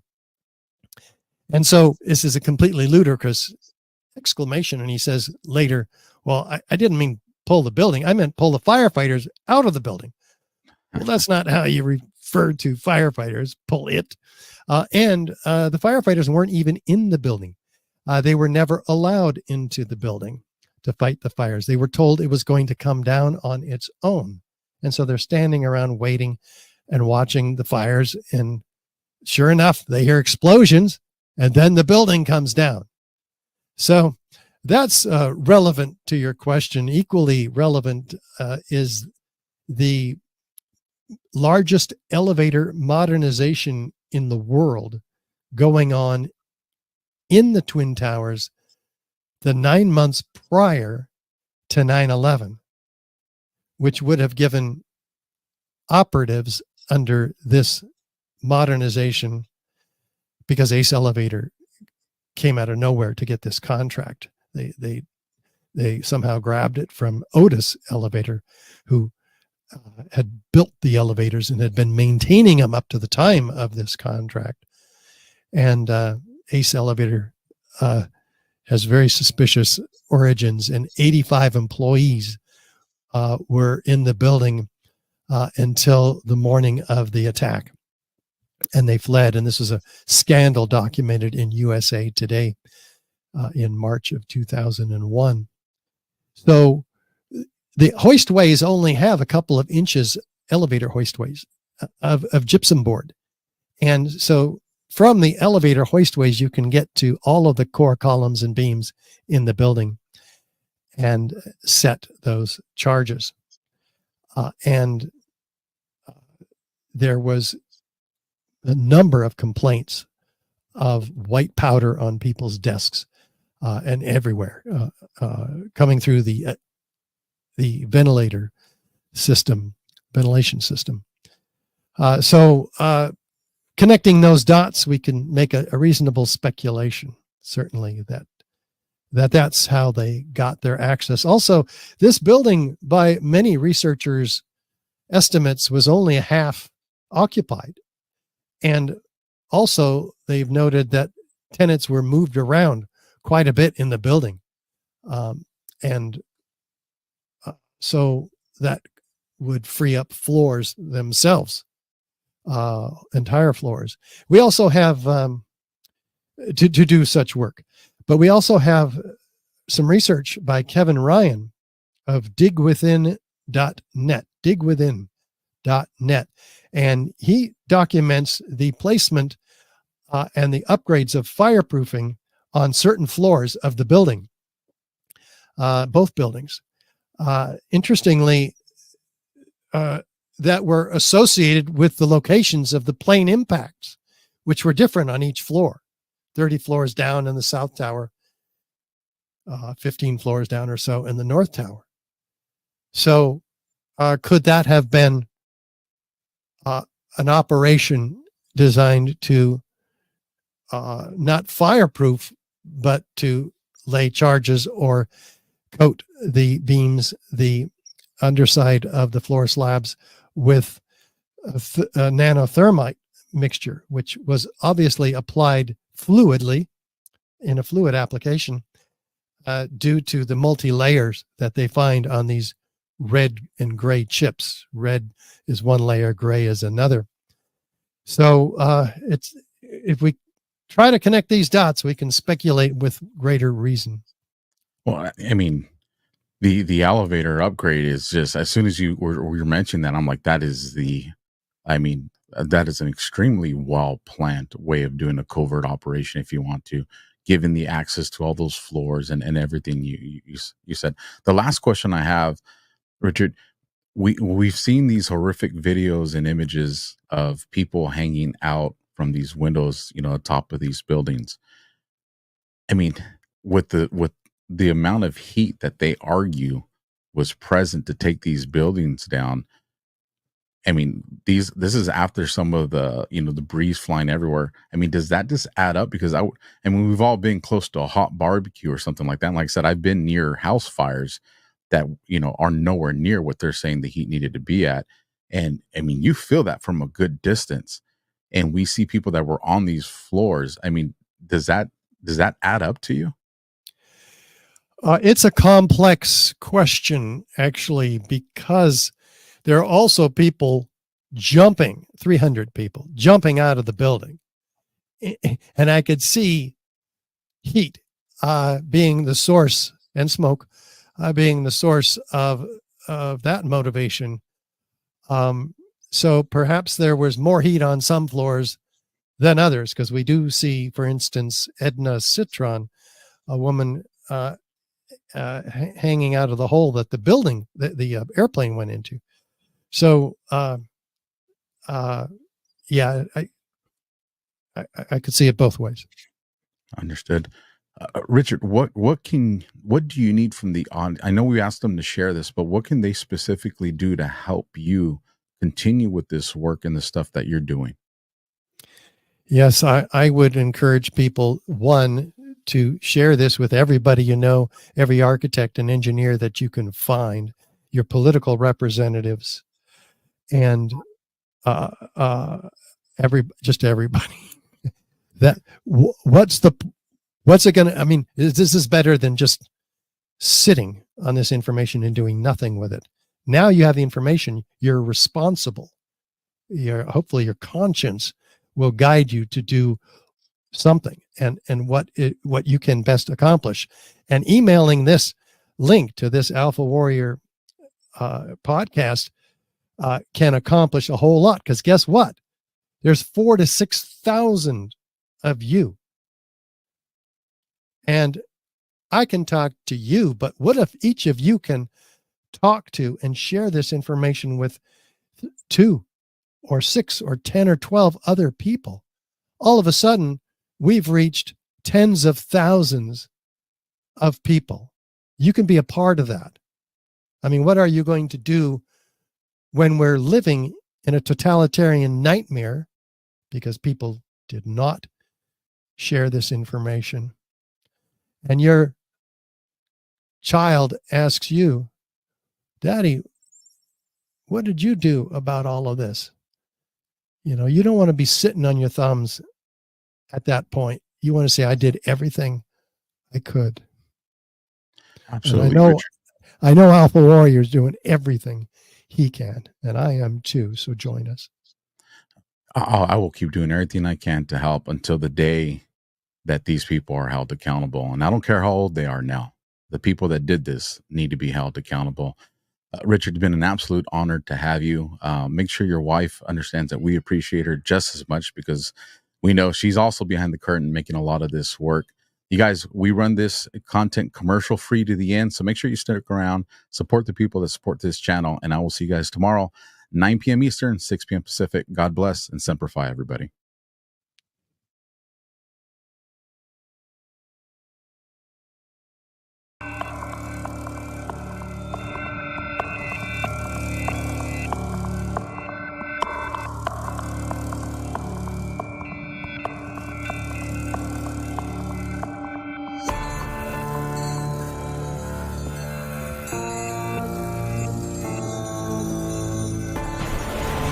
President's former National Security Advisor, Lieutenant General Michael Flynn, pleading guilty today to lying to the FBI. Flynn knew exactly how the system worked. He knew exactly what the intel world had been up to. He understood its funding. They had to get rid of Flynn. There was a moment where I just felt like I was drowning.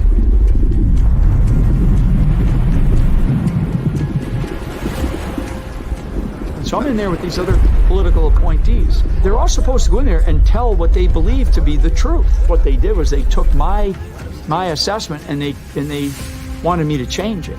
And I was like, I'm not changing it. He was, by definition, the most dangerous possible person for Donald Trump to hire. President Obama said, but I do have one specific recommendation. Stay away from Michael Flynn. He's bad news. Over time, instead of being pounded down below the surface of the ocean, we started to fight. I'm now above the surface.